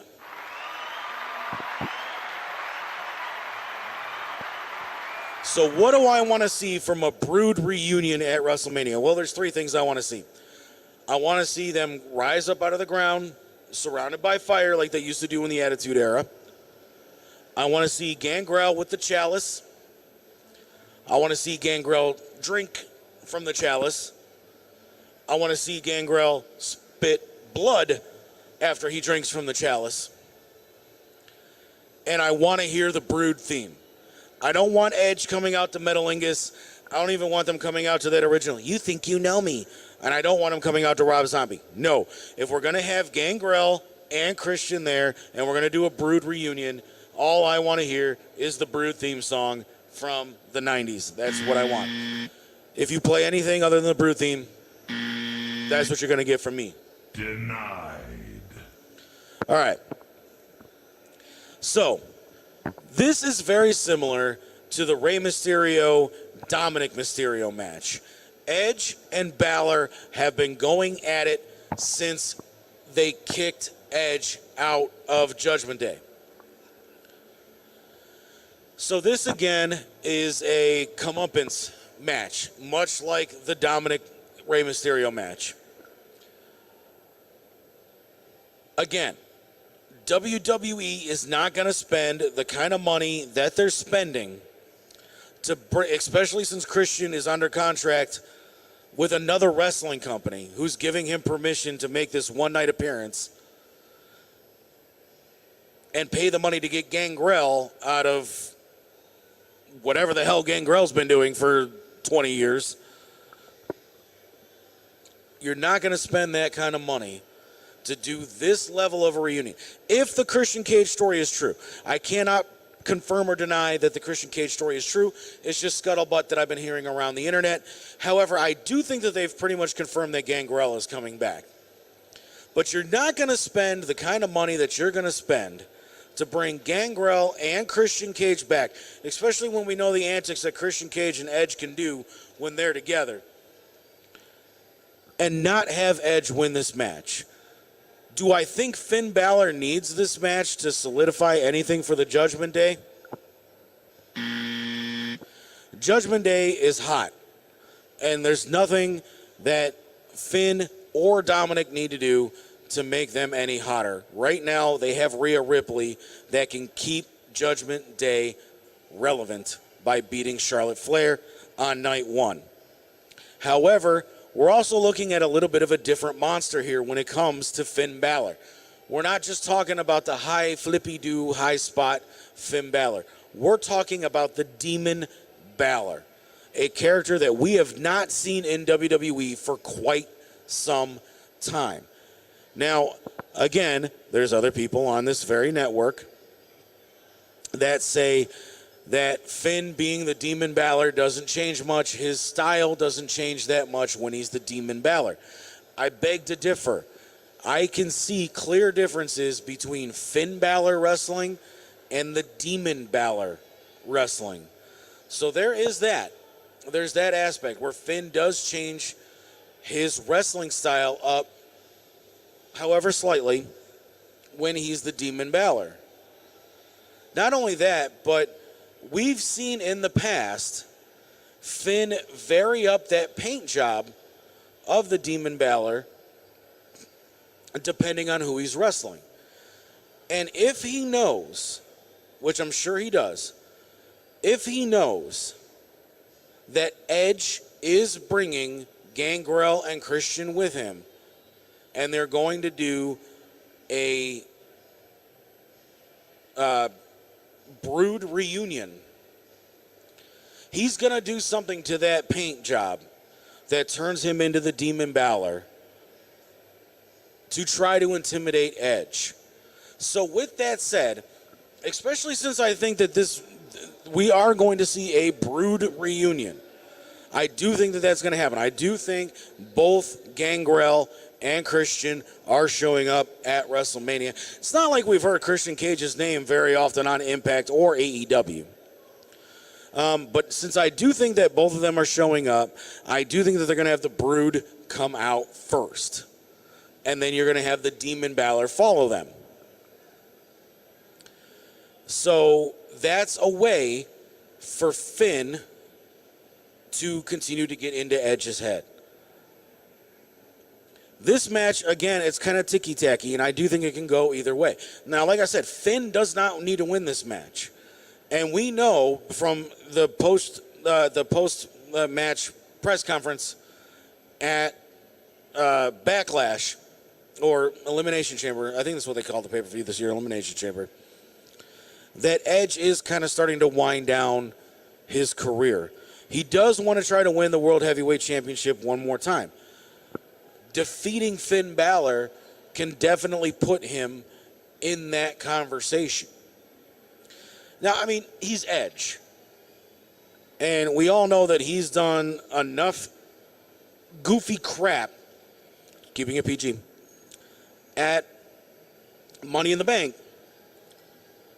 And he's known as Mr. Opportunist because of when he's cashed in those briefcases when he's won Money in the Bank in the past. So Edge does have other roads of getting to the World Heavyweight Championship. But defeating Finn Balor, the Demon Balor, which not very many people can say that they have done in NXT and WWE, defeating Finn Balor would definitely put him in the conversation to put him in Money in the Bank. But not only that, but put him in the race for the World Heavyweight Championship. So those are the reasons that I think Edge is going to be your winner in Hell in a Cell over the Demon Balor. And again, like I said, Finn Balor does not need to win this match. Judgment Day is hot no matter what happens. Dominic can lose to Ray, which I really don't think that's going to happen. Finn can lose to Edge. And Rhea can defeat Charlotte Flair. And the Judgment Day does not lose any heat. Plus, having them lose and having them come out and say, did you see how close I was to beating my daddy? Did you see how close I was to defeating the Hall of Famer Edge? Wouldn't that just make you want to slap the taste out of their mouths? even more than it would if they came out there and say, look what we did. We did exactly what we said we were going to do, and we beat those guys. I think neither one of them need to lose, or win, I should say. Neither one of them need to win, so Edge will go over Finn Balor in Hell in a Cell. Plus, we're talking about Edge here. How much Hell in a Cell experience does the man have? Honestly. Okay, moving on. Intercontinental Championship triple threat. We have Gunther versus Drew McIntyre versus Sheamus. Sit down, Lisa. I know I mentioned Drew McIntyre, but it's okay. This match is going to be the Where's the Beef match because all three of these dudes are huge monsters. And they all have reasons to be Intercontinental Champion. You got the jar of mayonnaise, Sheamus, who has won the belt before. You've got the original heir apparent to the WWE, the hand-picked guy by Vince McMahon in his original run in WWE, in Drew McIntyre, a former world champion in his own right, and you have the guy who's been kicking booty hole and taking name in the WWE as of recently, Gunther. So all three of these guys have a claim to that Intercontinental Championship.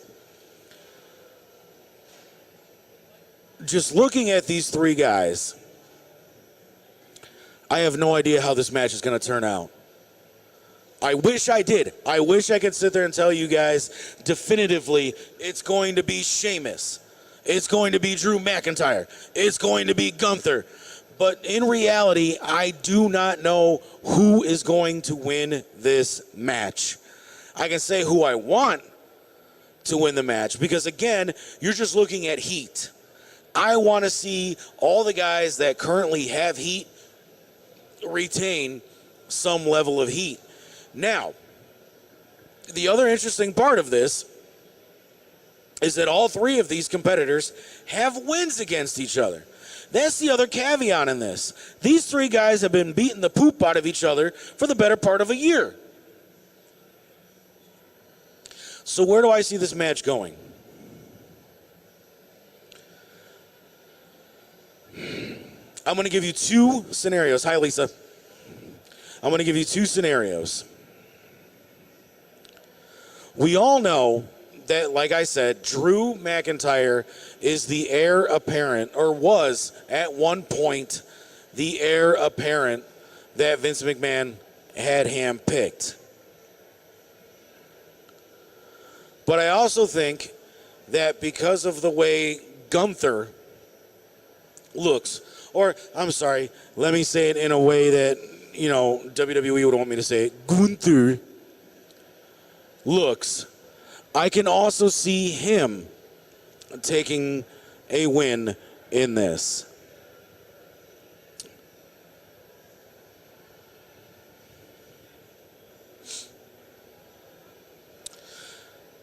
This is interesting. Sheamus, I mean, you know, he's part of the Brawling Brutes, so the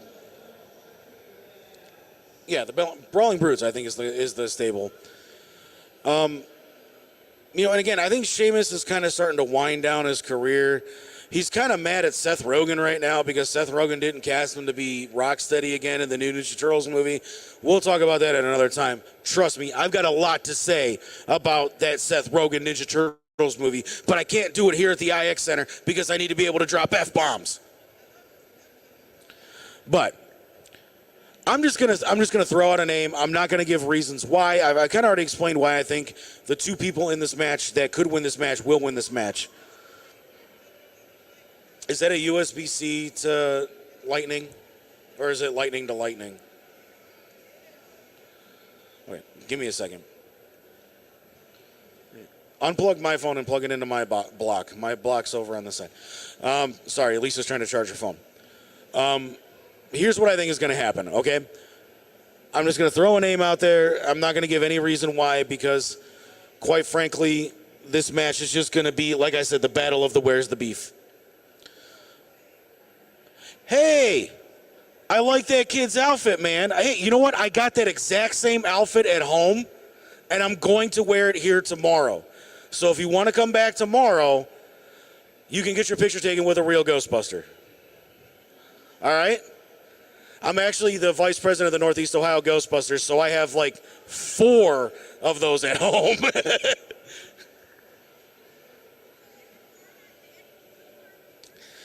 We couldn't get on the show this year because they had to shorten it because of what the changes that they made. But if you guys come to the Cleveland Gaming Convention in September, we will be there, and we will have Ecto Ram there as well. Right here in the IX Center. Yep. September 22nd and 23rd, yeah. We'll be here for that too. But tomorrow, because I like making a dork of myself, I'm trying to be PG. I'm going to wear my Ghostbusters flight suit all day tomorrow doing the radio station stuff that I'm doing here. So, yeah, if you guys are here tomorrow, you know where to find a Ghostbuster. No problem. Little kid walked by in a Ghostbusters flight suit, man. I mean, I'm a Ghostbuster. I got to talk to the kid. I'm sorry. The logo is tattooed on my arm, for Christ's sake. So, all right. Anyway, getting back to this, I'm just going to pick. And if I'm wrong, I'm wrong. I'm probably wrong on quite a few of these predictions for WrestleMania, but I'm just gonna pick it. I'm gonna pick it. If I'm wrong, I'll take my L. But I'm picking Gunther. Okay, that's it. Drew McIntyre and Sheamus, they've been in the WWE for a long time. Well, Drew not as long as Sheamus because Drew left, went to Impact, failed, and then came back. But anyway, that has nothing to do against Drew. That has everything to do against Impact Wrestling. But I do think that Gunther being the new blood and everything that they have going on with this storyline, this is a storyline that they can keep going for a very long time, you know, possibly all the way into SummerSlam. But I'm going to pick Gunther. All right, here we have the Raw Women's Championship match. Again, you picked wrong, Rhea. This should be your match. But we have Bianca Belair, the Raw Women's Champion, taking on Asuka.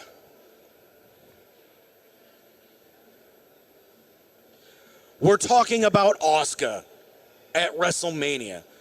One of the most irrelevant women in the past 2 years in the WWE, going up against one of the hottest names in the women's division right now in Miss EST herself, Bianca Belair. This should have been Rhea Ripley's match. I don't know what they were thinking putting Rhea up against Charlotte Flair. Been there, done that. We saw it in NXT and WWE. Move on. Charlotte Flair needs to get her crusty, rusty butt out of the WWE and just go live with Andrade Cien Almas over in AEW land. I'm done with Charlotte Flair, but I've already talked about that. Here's the problem I have with this match. Like I said, what has Asuka done for me recently? What has Rhea Ripley done recently? Kick butt and take names. That's all Rhea Ripley's done. Or not Rhea Ripley, Bianca Belair. Bianca Belair has been kicking butt and taking names all over the Raw Women's division. She beat Bayley at Royal Rumble. She's beaten some of the top names in the women's division of this generation. And I even think you can probably put her up with 2 legends, let's just say, that are already going to be at WrestleMania Saturday night. Lita, Trish Stratus, Stacy, well, maybe not Stacy Keibler, because Stacy Keibler can just kick you in the face while standing on the other side of the ring. But you can pretty much put Bianca Belair up against any of the innovators of the women's division over the past 20 years. Okay, so I got a half hour to continue talking, which I knew already, so please stop making announcements while I'm on the air. Thank you. Jeez, I'm competing against everybody here tonight. You see, here's what we should do, we got the RPW World Tag Team Championships here. I'm gonna demand that the owner of Redline Pro Wrestling bring the Full Throttle and World Heavyweight Championship here tomorrow. and I'm going to go over, and I'm going to kick all the rusty, busty, crusty guys' butts in Wixie, and we're going to film it, and that'll be the first official match of RPW. And then I can get to walk around with all the gold tomorrow. And that should be funny, because like I said, I'm wearing my Ghostbusters flight suit tomorrow. So I'm going to beat up a bunch of DJs from another radio station in my Ghostbusters flight suit. Don't miss it. All right. Anyway, moving on. Bianca Belair and Asuka. Asuka, what have you done for me recently? Bianca Belair, you've done everything you need to do. So here's where I have a problem with this. Bianca Belair no longer needs the Raw Women's Championship. She is established. She is EST. She's done it. She's proven she can beat everybody because she's beaten just about everybody. But here's the other problem. Asuka doesn't need this belt. Asuka doesn't need the belt. The only reason they're doing this match, and I hate to be that guy. I hate to be Mr. Negativity, but here I go. The only reason Asuka is even in this match is A, they decided to put Rhea Ripley up against Charlotte Flair for some unknown stupid reason. But Asuka also recently just made a return to WWE. So this is their way of trying to do exactly what they've been doing with Roman Reigns for the past 2 years and shove Asuka down our throats. Well, guess what, WWE? I'm choking. I don't want Asuka shoved down my throat anymore. I want new blood.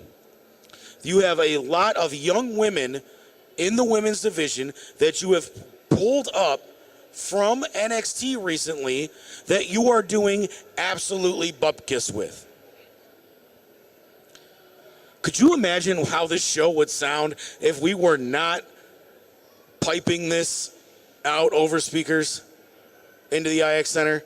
Could you imagine some of the things I could have said, especially with a phrase like "I'm choking on Asuka"?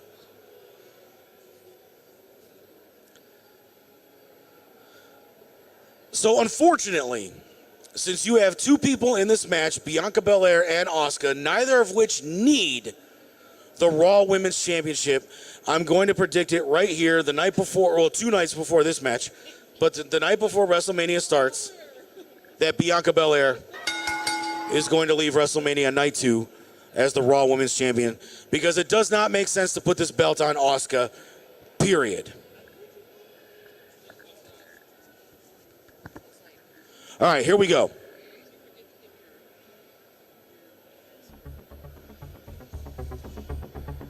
The main event of main events at WrestleMania this year.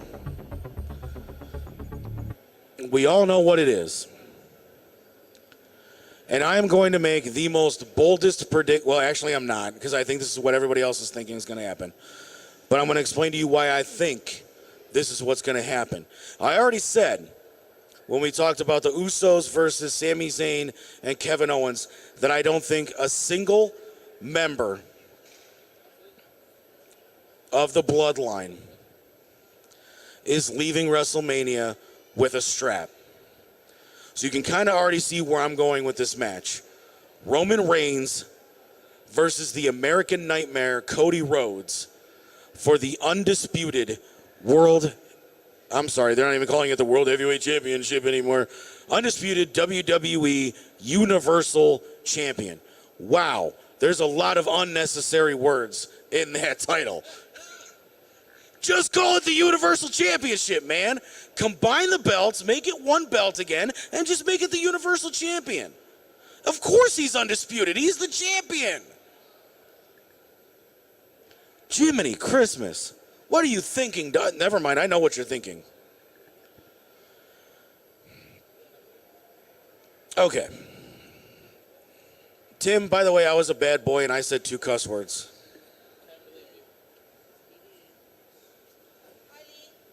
What's up? Hey, I'm good. I'm on the air talking about wrestling. So, Megan, if you're watching, Van is here. I thought that's what your name was. I just wasn't sure if I was going to say it right. All right. But, yeah, so main event, WrestleMania Night 2, Cody Rhodes versus Roman Reigns. Here's my version of a hot take on this, all right? Roman Reigns has been the champion far too long. Roman Reigns has been telling insignificant little specks in the WWE to acknowledge him for far too long.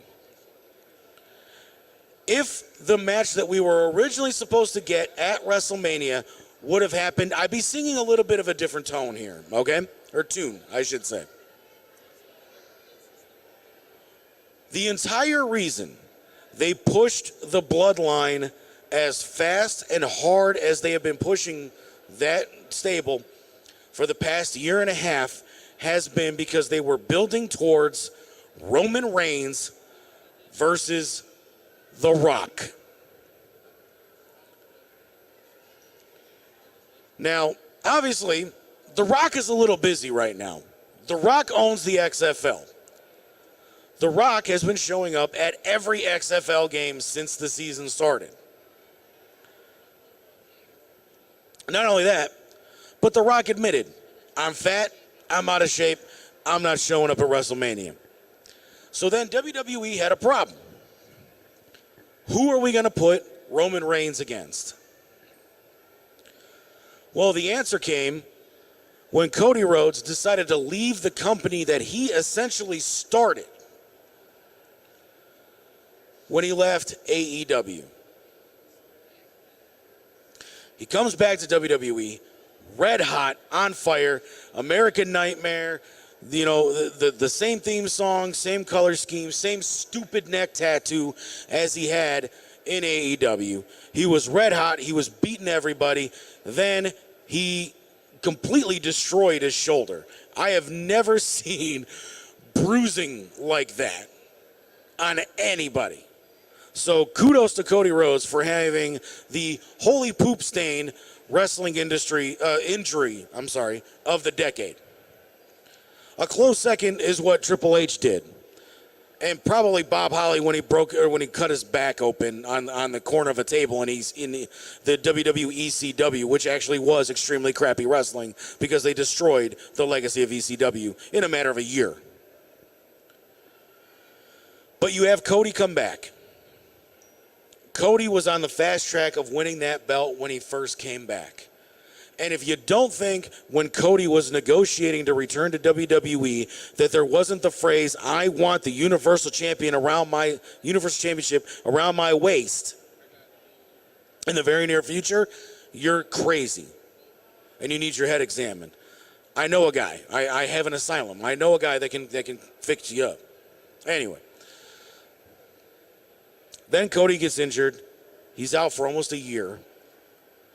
And then WWE does the dumb thing and starts promoting that Cody is returning. Instead of making that be the shock of shocks and have him return to the Rumble, you can still have him enter number 30 like you did, which I still think was stupid, by the way, especially since you've been announcing for a month and a half. Hey, Cody Rhodes is coming back. Hey, Tim, did you hear Cody Rhodes is coming back at the Royal Rumble? Really? Lisa, did you know that Cody Rhodes was coming back at the Royal Rumble? I mean, they only announced it for 2 flippin' months.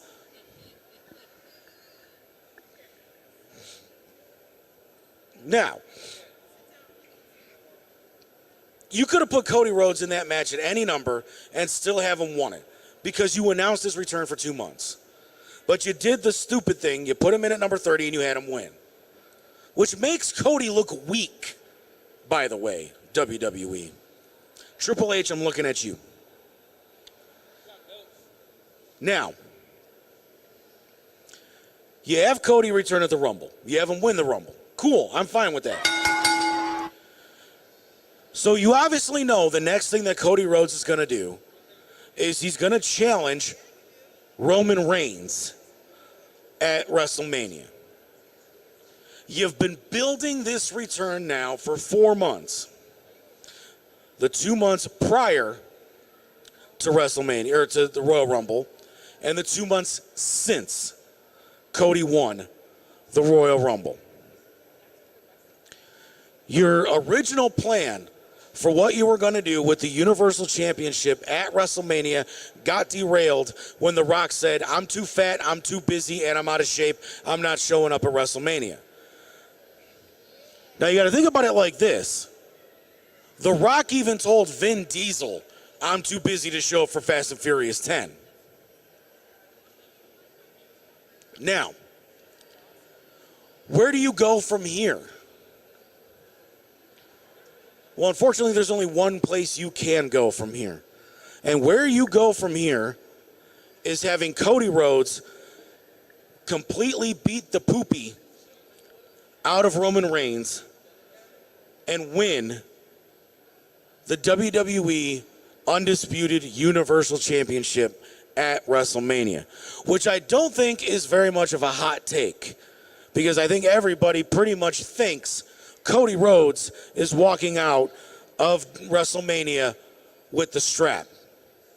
But not for the reasons that I explained. Not for the reasons that Cody Rhodes left the company that he started in AEW and came back to WWE. Probably demanded quite a few championship reigns in WWE. Not only that, but you hyped his return for 4 months. 2 months prior to him making his return, and then 2 months since making his return, claiming the exact same thing. Oh, I got hurt. I tore my shoulder clear off the bone. They pretty much had to put my arm back on my body. Sound familiar, Baker Mayfield?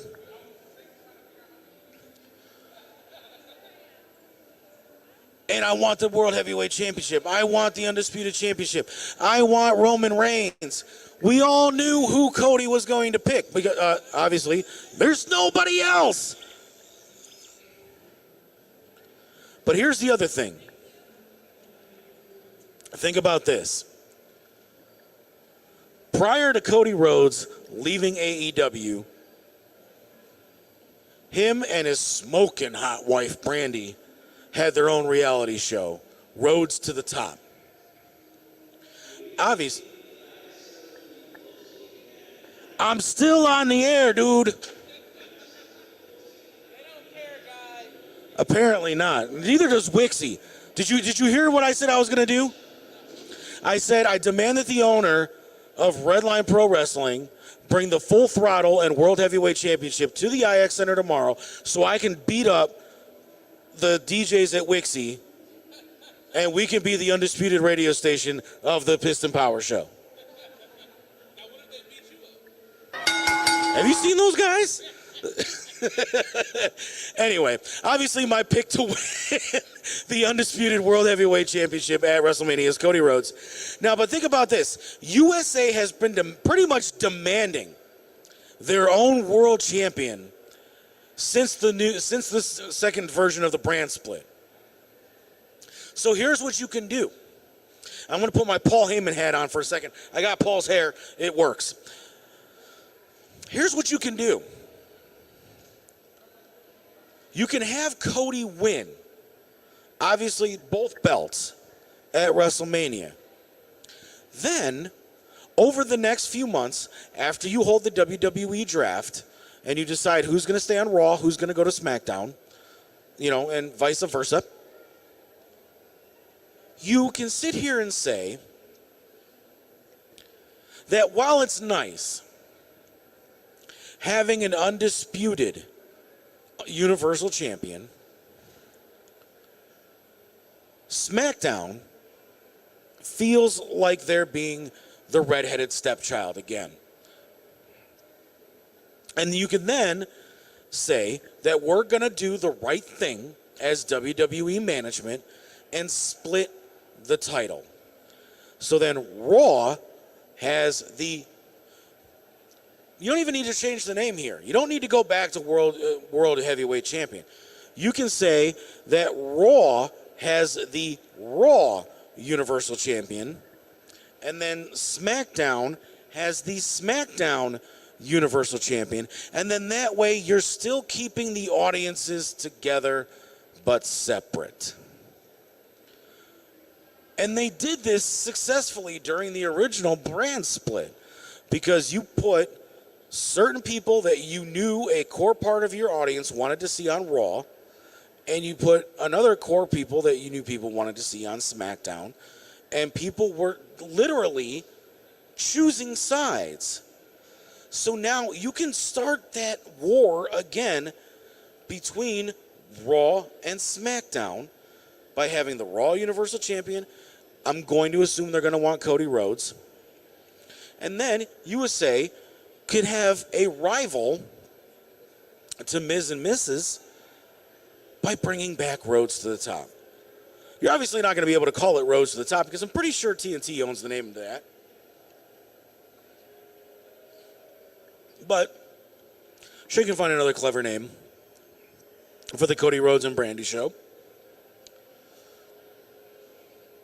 And then, if you have to, if you think that you need to continue to shove Roman Reigns down our throats the way that you're shoving Asuka down our throats, then you can have Roman beat Cody for the SmackDown Championship, and then the Bloodline can stay on SmackDown and still look dominant. That, I feel, is the proper thing to do with that.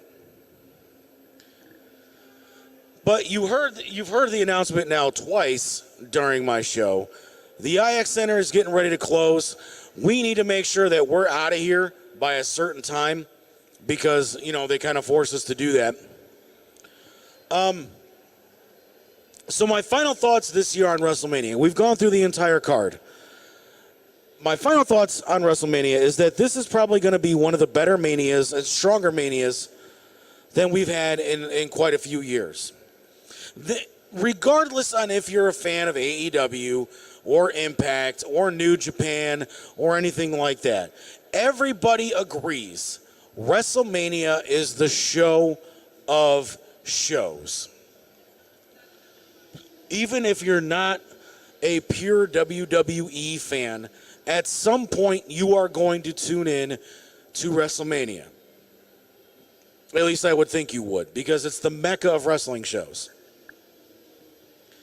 Looking at the cards for both nights, and again, this is the unpopular decision that I was talking about earlier. I think night one is your strong night, and night two is your night. There's some promising matches on night two. Obviously, Roman Reigns versus Cody Rhodes is going to be great. Bianca Belair versus Asuka has the potential to be great, but it depends on what version of Asuka we get. And Edge versus Finn Balor is going to tear the house down. But other than those three matches, I don't see anything else on night two to keep my attention. I mean, even during that triple threat women's tag team WrestleMania showcase match, if I eat too much while we're here at the Piston Power Show, because we leave here at 6 o'clock Sunday night, I might end up taking a poop during that match. And I might still be taking a poop during Brock Lesnar versus Omos, because who wants to watch that garbage? So in reality, I mean, you're looking at probably a good hour of WrestleMania on night two as straight crap. And Gunther versus Drew McIntyre versus Sheamus has the potential to be a stinker as well. We know it closes in 10 minutes. Can I finish my show, please? So there's my unpopular opinion. I think night one is going to be better than night two. There you have it. That's my breakdown of WrestleMania 2023 here on Money's Crazy Mind. Now, here's what we got coming up over the next couple of weeks. Obviously, I said I have a lot to say about the Seth Rogen Teenage Mutant Ninja Turtles movie. We might do that next week. But then the week after that, April 14th, the day that Metallica's new album, 72 Seasons, comes out, we will be talking about that album in the Asylum, full 2 hours. Like I said, I'm going to be interviewing an actual musician. So we're going to be musicians talking musicians with Tony Gonzalez of Four Loko. And we're going to be talking about the new Metallica album. So there we go. That's April 14th. But next week, yes, I'm pretty sure we're probably going to be talking all the poop that we can about the Seth Rogen Ninja Turtles movie. And then we'll also see how right I was on some of my predictions for WrestleMania. But since we have to start getting out of here because they're going to start telling us, hey, move it or lose it, sister, here at the IX Center, we're going to go ahead and close out the night here. Thank you, everybody, for checking out our live stream. We've been on the air for about 5 hours live streaming. We might do things just a smidge different tomorrow. We might try to stop and start the stream for every show, but if that begins to bleh, I can talk, I promise. If that starts to get too cumbersome, we will just do one continuous stream for the entire day like we did today. All right, but that's going to do it for Money's Crazy Mind this week. That was the WrestleMania card, and look at that. We're getting Blockbuster back. Who let you out of Vegas? God damn it. All right, anyway, there it is. 3 times. Third time's the strike. I got to go. All right. We'll be back tomorrow morning, 11 a.m. with That Guy Dub. Until tomorrow, everybody, have a week. Money's Crazy Mind is a proud Redline Media Group and nameless, faceless production. That's all, folks.